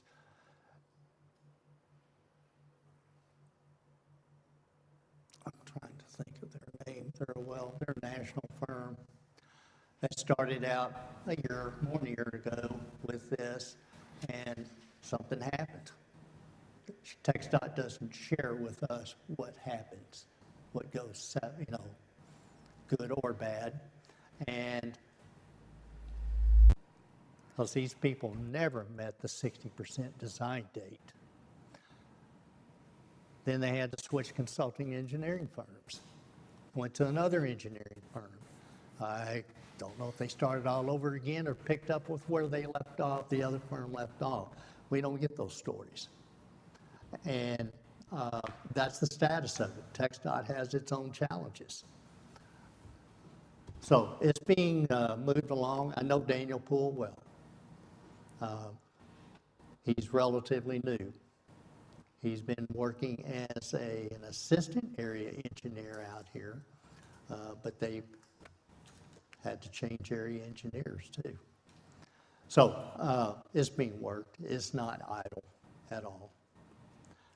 And there are many more people at their state level that are working on our behalf as well. Okay. Well, I'm going to still stay in contact with TxDOT because I've been talking with them about them coming to council to do a presentation, so I'll try to line that up for all of us. Okay, coordinate with me on that, with the agenda. Okay.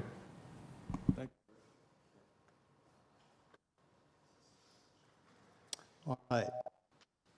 So where are we at here? We are on,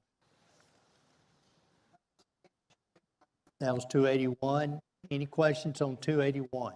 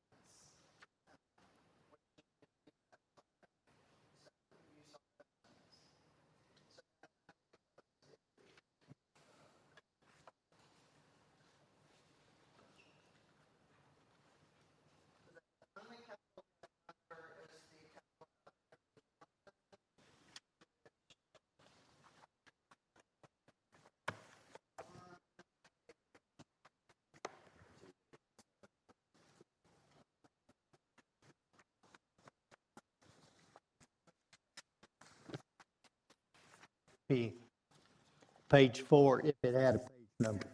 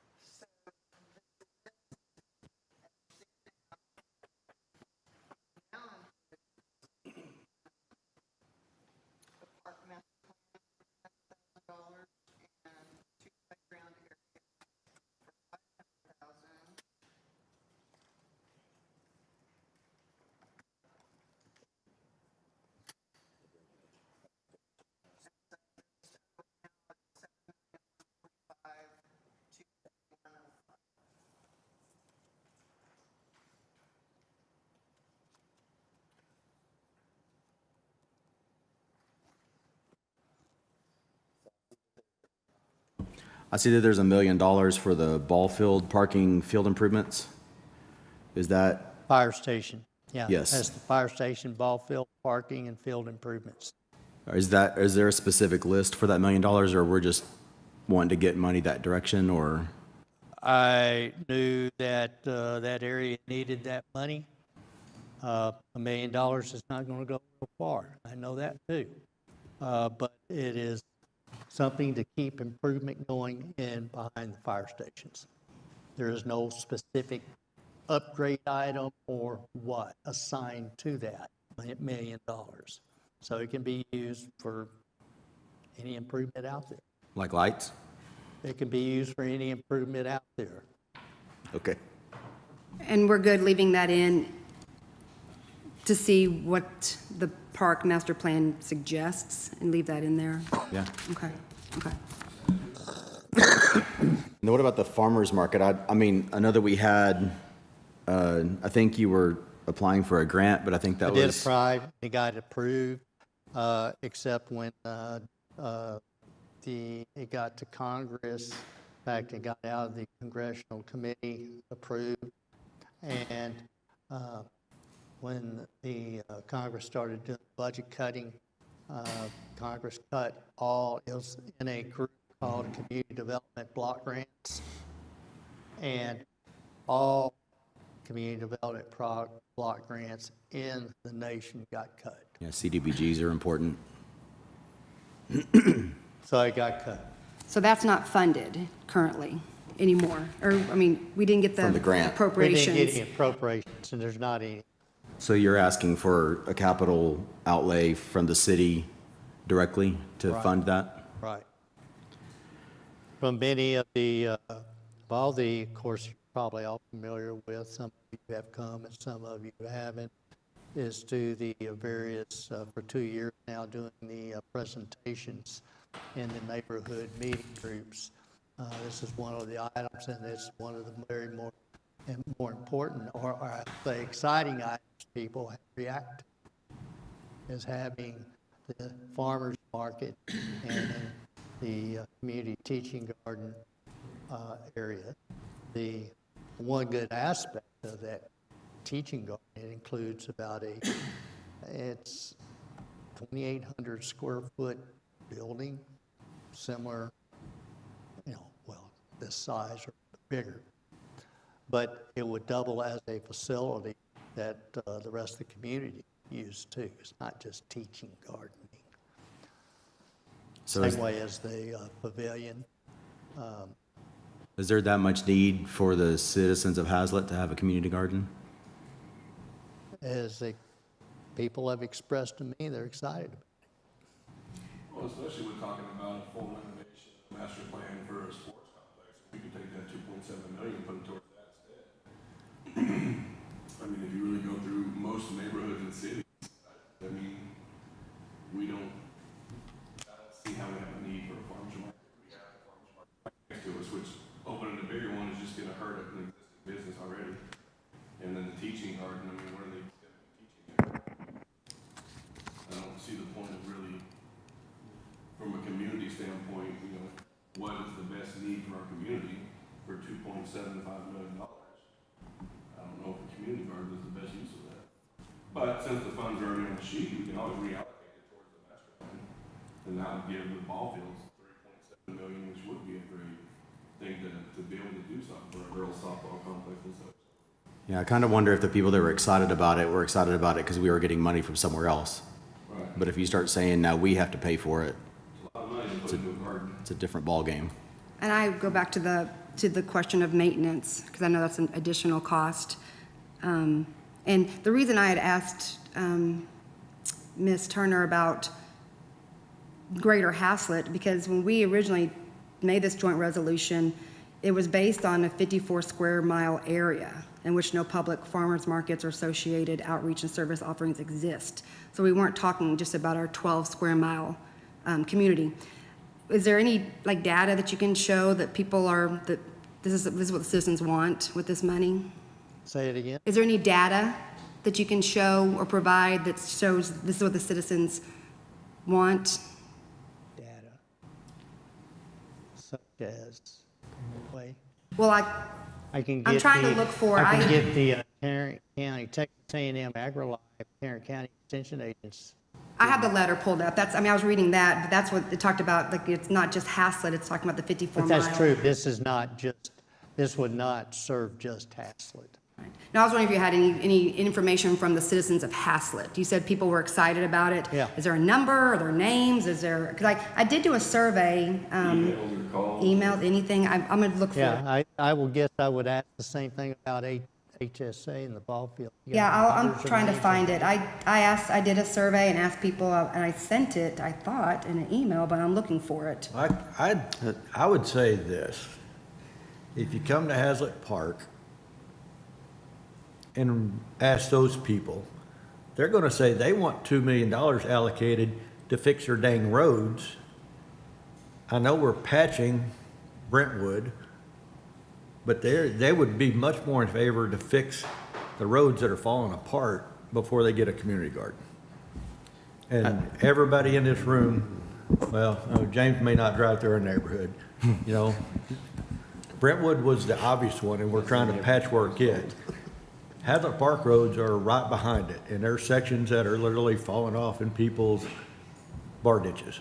Yeah. So, you know, I think we need to look at, let's make sure we got the infrastructure for our citizens to drive on, that maybe one day they can go to a farmer's market or something.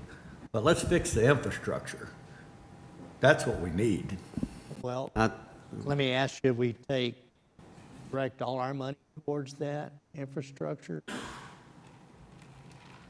Whatever it takes. Say this $1 million. I think you've got- The $1 million we have in the fire station ball field, take that towards infrastructure? It's gonna take a lot more than, say, 2.75 plus $3.75 million to tear out and rebuild Brentwood. I think, James, don't we already have estimates on, because I thought that was in one of the outlying years, 26 or 27, those roads are gonna be replaced anyway. We don't have any estimates on it. You mentioned back in, I think, June at a council meeting that after Brentwood, Haslett Park, those 3 streets were going to get fixed. What's the update on that? Because that should have been, I guess, in our budget. So when's that going to get fixed? That will be engineering is coming up with the cost Okay, for those. So essentially, it's that first block right, the first third. of all 3 streets that have to be removed and repoured. I remember when you did your neighborhood meetings, you went around and went to Haslett Park and Caraway and everybody. I remember in our meeting, you showed some PDFs of the garden, and I know people were excited. I thought it was, a cool idea. But I also think that idea was cool to a lot of people whenever we were getting free money. This thing was free. And now I think if you went around, like Chris said, and asked, hey, you want to give $3 million to this? I think they would say we have other things that we would probably need to do since this is not free anymore. You may have a very good point. I I had looked at it that way. Yeah, it's cool if I don't have to pay for it. Yeah. Because I know the way it was pitched at the Hazlitt Park. All Yeah. of it, it's a grant. Yeah, it was a grant, so it was, free money that we were gonna get this built, so that's great. Okay, that's off the plate now. So to Zach's point, Okay, well, that's good. Let me ask you, mentioning, you're saying we prioritize our infrastructure. So do we go ahead and now should we take the 2.75 and the $1 million and might be a couple of other areas here, and direct all that to our road? To Brentwood or Haslett Park? Which one we could do and complete? I would say 2 million, because we already added back in 800,000, or added in 800,000. So 2 million of it could possibly use towards roads. So our total okay, general this is where, fund. before we make decisions like this is where we have to see what are the numbers. That's what we're here for. We What the can't just say, cost. well, let's just go fix it, and is it $1 million, or is it $10 million, or is it $100 million? We've got to see Oh, you're right. what the data is on here. So, $100,000 for ball field parking at the fire station. Well, we just talked about, we need to do a master plan before we go, let's don't go concrete or do something with parking lot if we're gonna tear it up. I mean, we just had that discussion. Well, we agreed So- to do the parking lot. That's Well, at Did we Nance. just not do that? I mean, I think it's best to do it at Nance because we might not get a master plan for 2 or 3 years. It might not get installed for 5+ years, and then that parking lot's still gonna be Cleachy Rock for 5+ years. I mean, I think we go ahead and do it now, and then in 8 years from now, I mean, but just my opinion. I think if you pull up just for ballpark numbers, James in construction, but I think if you pull up ballpark numbers on what the second phase of the roads in Hazlet Park costed, which was a longer run than the first section, I think if we'd get a generalized number, the tear out may be, you may have some extra money for tear outs, and then you've got, appreciation due to, cost increases over, it's been, we've had them done now for 3 or 4 years. But I think that would at least give us some idea. I don't know, James, is that kind of close or? I do we- mean, do we I have the a- numbers. Do we have a number that we had for, the I second? have, but it's been like 4 years ago. Odessa Drive was 447,000. I know, I'm a hoarder, I'm sorry. Berry Drive was 404 and Schreiber was 447. So looking at 500,000 4 years ago. 1.6 total. For what section? You just 1.3 said, total. these are just, it said Odessa Drive, Berry Drive, Schreiber Drive. But 400 each, right? For, Probably. yes, Ish. yes. So you're like 1.3 million. You just kind of asked for what it was when we did it the first time. Yeah. Those are the numbers. So 2 million should probably get it. Mr. Mayor, I know you've been talking about, redoing Brentwood and Haslett Park. You were talking about that earlier this year or last year. So where were you planning on getting the funds for that? Now we're talking about taking it away with this 2.75. In the beginning, where were you wanting to take the funds for to be doing that? Put it in our budget. Oh, okay. I didn't know if you had another place you were bringing that from, so. No, it'd be out of our budget. Okay. But it's not currently in there. No, it's not in there because I haven't got a current number. Okay. I also wanted to add in that we did use, it was actually more than that. It was 1.2 million, but we used a quarter street maintenance tax. We used that to help subsidize. Could HEDC, could they help with any of this? I mean, is that something they do, or is this would be, they don't do it? I mean, you can almost kill two things, because if you go in and redo those streets, you might be able to redo that drainage there on Schreiber, kind of roll that in at the same time as you're redoing the streets right there. So I know, we've already talked about, that's one of the projects there. That section of Schreiber, I don't believe needs repair. That section of Schreiber's got rebar in. So that street, part of the street, doesn't get repaired.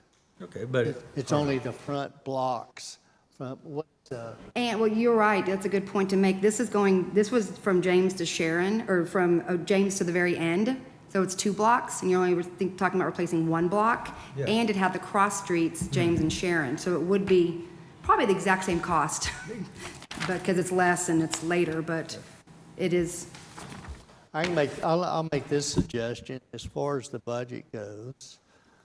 This is a capital outlay general fund.